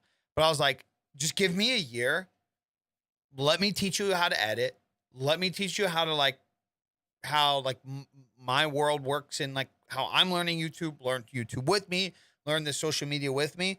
And that was a year and a half ago. And I am now paying him like thousands of dollars a month right now through customers that we have. And I'm even like this next month, like I'm pushing him off and just like he's grown to that point where it's just like, you just go ahead and overlook his channel and edit his shit and manage his shit because I got too much shit to worry about. Dude, the statistical odds of just in a year and a half to go from not having a single brand to being able to have steady $3,500 a month income is so like steady, like genuinely like signed contract, no issues. Like he's going to make that, show up to his work, good to go. And it's like and still gets to have his own he still has his own full-time job. There is no fucking way. I mean, there's a way, but the odds of just like coming from nothing and trying to figure out your content and then like, okay, well then you're a streamer or a YouTuber. Okay, what do I go from here? How do I learn? How do I scale? How do I get better? And like, how do I improve? How do I deal with the mental downside of like not having a good month? How do I deal with having a good month? And like, I didn't like, Testy, you brought it up early. You have those months where like next thing you know, out of nowhere, you get fucking 10, 20K. You're just like, what the fuck am I supposed to, like all these things. How you fathom that, Yeah, exactly. And it's like, I've said this for years. There are so many creators in this industry, so many viewers in this industry that are so fucking smart, so talented. They could be making so much fucking money in this industry. And they're just, but still being a part of what they love. Bingo. It's just a different way of looking at it. Different And way. you don't have to in be the a streamer industry. for them to like recognize you. Right? Yeah. Provide a service, provide a value. Because it's misconception, bro. It's just everybody just thinks you have to be in front of the camera to be able to like, yeah, be a part of that club, to be friends with you guys. Like, you know what I mean? Like, Yep, there you go. That's what it is. like I want to be friends with Big E. How much better is it though to say like, okay, what problem do all of these content creators have, and how can I solve it? Versus like, yeah, start with the problem first and say, what am I trying to solve here? Who am I servicing? What am I trying to do? Versus like, I'm just going to get on camera and I don't know what's going to happen. Right? You can't make a business that way. There's a guy in chat, Fluffy TG, and like shout out Fluffy. You're exactly what you're saying. At one point, he tried to become a streamer, and he didn't really like being in front of the camera, but he learned all the ins and outs of it. This dude helps manage like fucking 13 streamer, like Larry Fishberg. Is that? Yeah, Larry Fishberg. He's a good dude. Yeah, like he did like the TK boys. Like he helps all of us, and like dude. But then at full turnaround, and this is why I inspire so many people out here to just fucking trust your creator that you believe in, and just like go hard in whatever aspect you can. Because like, and I know people are gonna be like, you're just lucky because. But it's like my mission to make sure these guys leave their jobs. It's like it's like it's like my fucking goal. Any day where I'm like, maybe I don't want to do something, or like, man, I could turn down this deal or this or that, or like that'd take work. I'm like, dude, but I'm not gonna be able to get Fluffy and Sooner to leave their jobs if I don't do this. You know what I mean? Because like Megan don't want to not work, so that's a fucking pipe dream with her. I've already gotten to that point, and one is just like, just leave your job. Let's go live somewhere, wherever. She cannot not work, which is a good habit to have in any relationship. But yeah, like, dude, there's so much value so many people can provide to creators behind the scenes, everything, man. And like, yeah, I agree. You don't need to be in front of the camera, and you could honestly be more successful, and more sustainable. And honestly, I will say at the start of the year, when I took a couple months to have to help Joe, I had like a month or two where like I got a couple brand deals. I had a good month on YouTube, and like I didn't have to stream. And then like I did so many projects with Joe that like everything was, I was like, man, I kind of miss not having to worry about being on a camera. This is kind of yeah. Dude, it's crazy because it's so much. And I didn't know this, and Joseph didn't know this. And I keep referencing Joseph, but he's like my right hand man, and he very much is like the vision is there, and so we are trying to grow this thing. And we talk about it all the time. It's like, you know what's so much better than having your chat read out and all this stuff and subbing and having a creator say like, oh, thank you for the sub. Like that is dope. You know what's better? That creator DMs you and says like, hey, can you solve this problem for me? You do this, like I need tax help. Like now you're the expert. Like everybody puts creators on a pedestal, and it's like, and well deserved. Like for a lot of creators, like you guys are awesome. Truly, like I love your content for what it is. But to know, like, okay, these people actually have a tax problem. Like they actually have a problem that I can solve. And so while they provide me entertainment, I provide them a tax solution. Like it's not that I'm equal to you guys or anything like that, but I would never have imagined this 5 years ago. And I'm sure it's probably the same for Sooner or those guys. It's like now they're working with these big names, and it's like they're just people too. They have problems that need to be solved, and if you can do that for them, you can they'll probably it's a mutual respect, right? Mm-hmm. That right there. It's so funny that you say that, because like one of the biggest things I love about skits is if I put out something that's controversial, the big dogs that will get in my DMs and be like, God, thank God somebody said it. Like just this last, like the COD skit, I had one of the world's biggest pro fucking COD players, big fucking dog, hit me in the DM and like, dude, it's fucking ridiculous, isn't it? Mm-hmm. Like these guys can't ever talk about this shit. They're like, there's so many. So like it's been interesting this last year. The conversations I've been able to, I talked about the face stuff tonight on stream, and I literally just had another person DM me.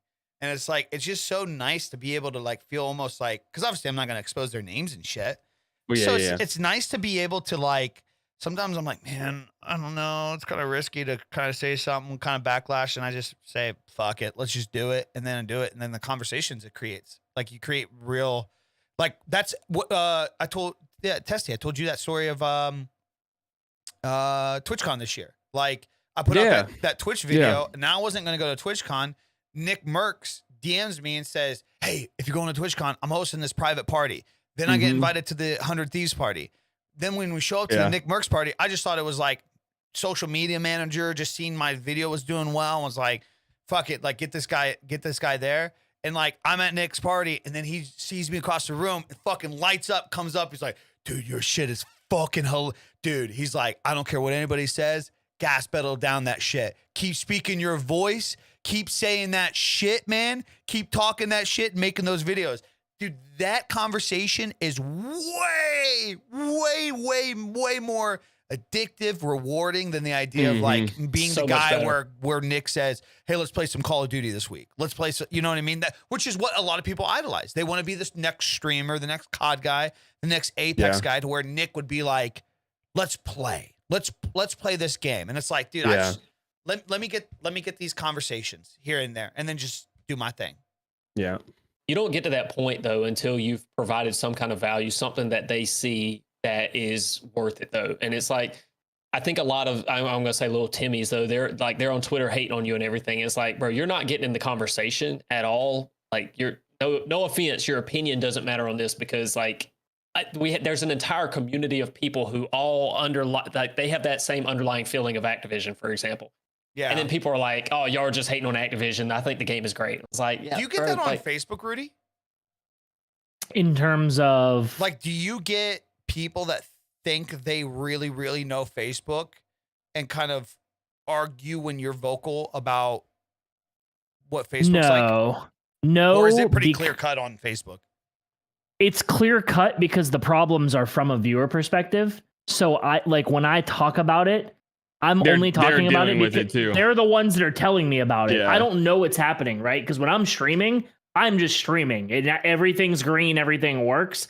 It's when I look over, that's so like when I talk about it, dude, like even when we talked about Facebook problems tonight, half of like the people from my chat that are in here, like literally this morning got kicked from your stream to somebody else's stream. Like they were just saying like, yeah, it happened today.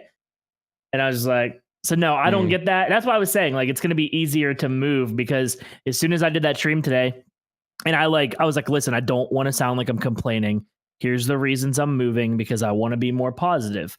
And I said, and then every single comment was, bro, the viewing experience just sucks on Facebook. Can't wait for you to move. When are we going to Kick? And I'm just hate that and love that at the same time. Yeah. And I'm sitting here like, bro, all the people that told me I was fucking crazy and just bitching and it was my content and it wasn't the platform, Yep. Now everybody's leaving and now everybody's on my side. I'm like, dude, like now we're doing this. Like I was right all along. And I'm like, You don't want to hear it when me and Testy say it, but you know what I mean? It's like, it's okay, man. I'm just happy that you're happy and you're finally trusted it.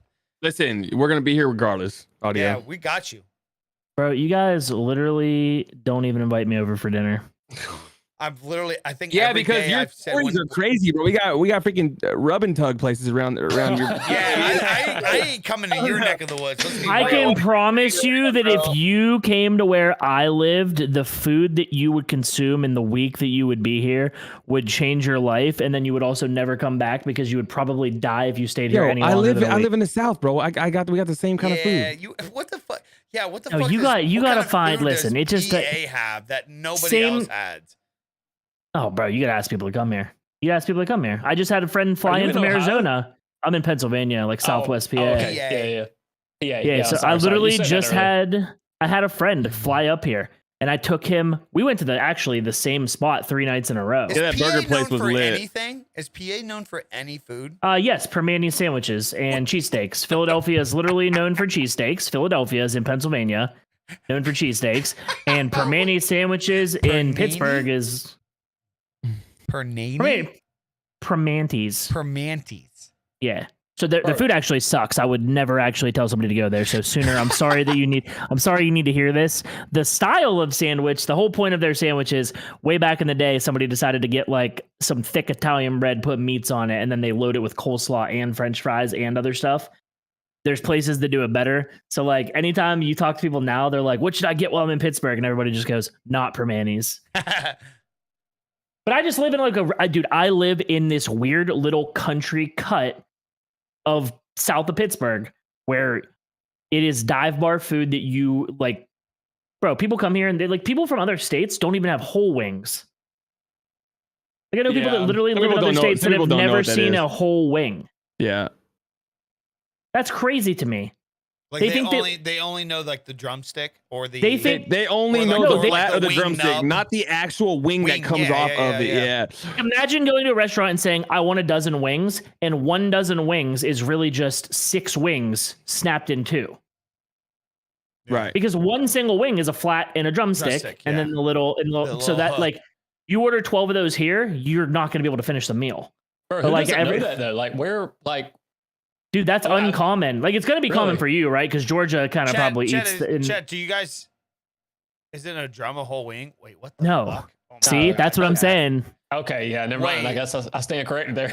Yeah, there are people that do not like. My friend Kyle, he said when I ordered wings, he goes, I didn't know it was going to be like a massive thing, and I was like, But yeah. it's rare here in Texas. What? Yeah, we had it in Ohio. In Texas? And they charge more for it. So like I can get a dozen wings here for the same price that somebody technically gets 6 broken Yeah, into see- 2 pieces see, each. I mean, in Ohio, like some places had it, but then some places like that's how they would advertise. Like it was only X amount wing night, but it was like they would, yeah, it was like they were drums and Wild. wings. I'm just telling you, dude. At least we If all you- understand the fact that those are all those are actual wings. And not nugs being boneless True. wings. Those are True. chicken chunks. Those are chicken nuggets. Dude, have you guys ever had the fake chicken nuggets? Like cauliflower or anything, something like that? They're not specifically cauliflower. They sold them at Sam's Club. I can't remember the brand of it, but No, it had like to a answer your weird question, name. no, I eat meat. Hell no. Yeah, Bro, thank they're you. they're super weird. I bought them one time just to try them, and they like I definitely did not have a good morning I had a the next we go- day. Can we go back to your comment though about Pennsylvania? Like, bro, I've never heard anybody say, like, you know who has really good food? Yeah, Pennsylvania. that's what I'm saying. Like nobody That's- said thank you. that. Like, Because Sorry, nobody, buddy. it's literally just my specific corner of like Pennsylvania. It just doesn't make sense. Like there, bro, listen, this is another thing that's going to sound crazy. I will get it on video for you. There is a crackhead who literally has a hut made out of shopping carts and like cinder blocks, and he makes pork chops in the middle of the woods, and you go there and eat. I bet those things are good though. I guarantee those things hit. It was probably fire. Yeah. Yeah. That's a real thing that exists here. That's Yeah. wild. Like it's Crack pork crazy. chops. Yeah. Boys, Uh, I'm probably gonna break the silence into more silence. I think I'm gonna call it. It's 11. Yeah, It's Yeah. 11. It's I 11. think I'm gonna call it. This was a good one. yeah. We appreciate you getting on here. We appreciate you putting up with our bullshit for. Yeah, this is a W, bro. It was nice meeting you. You're Can you fine. add Can you Thanks for all add a the- thumbnail? Honestly, I took some notes down. Like there was some really like some things that I've been wanting to ask and I've been wanting to get info from, but didn't know how to even reach out and stuff. So that was a very, I think people get impactful. Yeah, I think people associate it with like professional, like it's going to be expensive, this and that. Like, bro, if anybody ever has questions, like you can just DM me and I'll say like, even you guys, like you already have CPAs, that's fine. Like, bro, if you text me or DM me or something like that, I'm not going to be like, nah, screw you. Like, bro, like you can ask me a question. I'll say like, that's something you should probably ask your CPA, or I'll just say like, nah, this is probably how I would do it or something like that. But I don't want anybody to think like, that's the whole thing is like, bro, we're in the space. So don't ever hesitate to DM or reach out if you have questions. I'm not going to like, we're not going to charge I appreciate that. Yeah. Yeah. Like we're not going to charge you out the ass if you ask questions or anything like that. We're pretty chill. So Yeah. I appreciate you guys having me though. This that was dope. Yeah, thanks for being Really on good it. one. This Yeah. is Really like, good one. Informative as hell. Loved it. yeah, we stayed on topic for pretty here, much let me- 75%. Yeah. Yeah. I and I'll want tell you the- this. If Testy drops Almazar, if he drops Observatory, bro, he's getting fried 100%. Every 100%. single time getting fried. 100%. Have Let me fun. catch you slipping. Listen, I always have the best teammates, so I'm gonna be back on that ass at least 4 or 5 times. Okay. All right, okay. I'm coming back regardless. Buybacks? Yeah. Buybacks all day. That's Either awesome, bro. YouTube thumbnail needs to just be like us blurred out, him in the corner, and it just says the IRS hates this guy, and then just point to him. I'll just use That'd his be Twitter. sick. I'm just gonna use his Twitter profile picture. Oh yeah, Hey, that's a bro, good one. hey, when the IRS comes knocking, bro, and bro, clients just show them that Twitter profile picture, like, you sure you want to audit us? Like, this Yeah, is what you are want to you- do? Like, this Are This you guy has a sure pocket about protector. that? This is my sure about CPA IRS. Do you want to mess with this guy, this dude? guy has a pocket protector, bro. Y'all are done. In a fanny Y'all are pack. done. Nah, Oh, I man. appreciate you guys. Yeah, This That has was a been vibe. awesome. Yeah, appreciate you. All right. Yeah, gents. good chat tonight, Everybody boys. have a wonderful night. You definitely, guys have a definitely. good weekend. I appreciate Enjoy. y'all. And everybody, Yes, sir. Remember, tax is theft. Just commit fraud.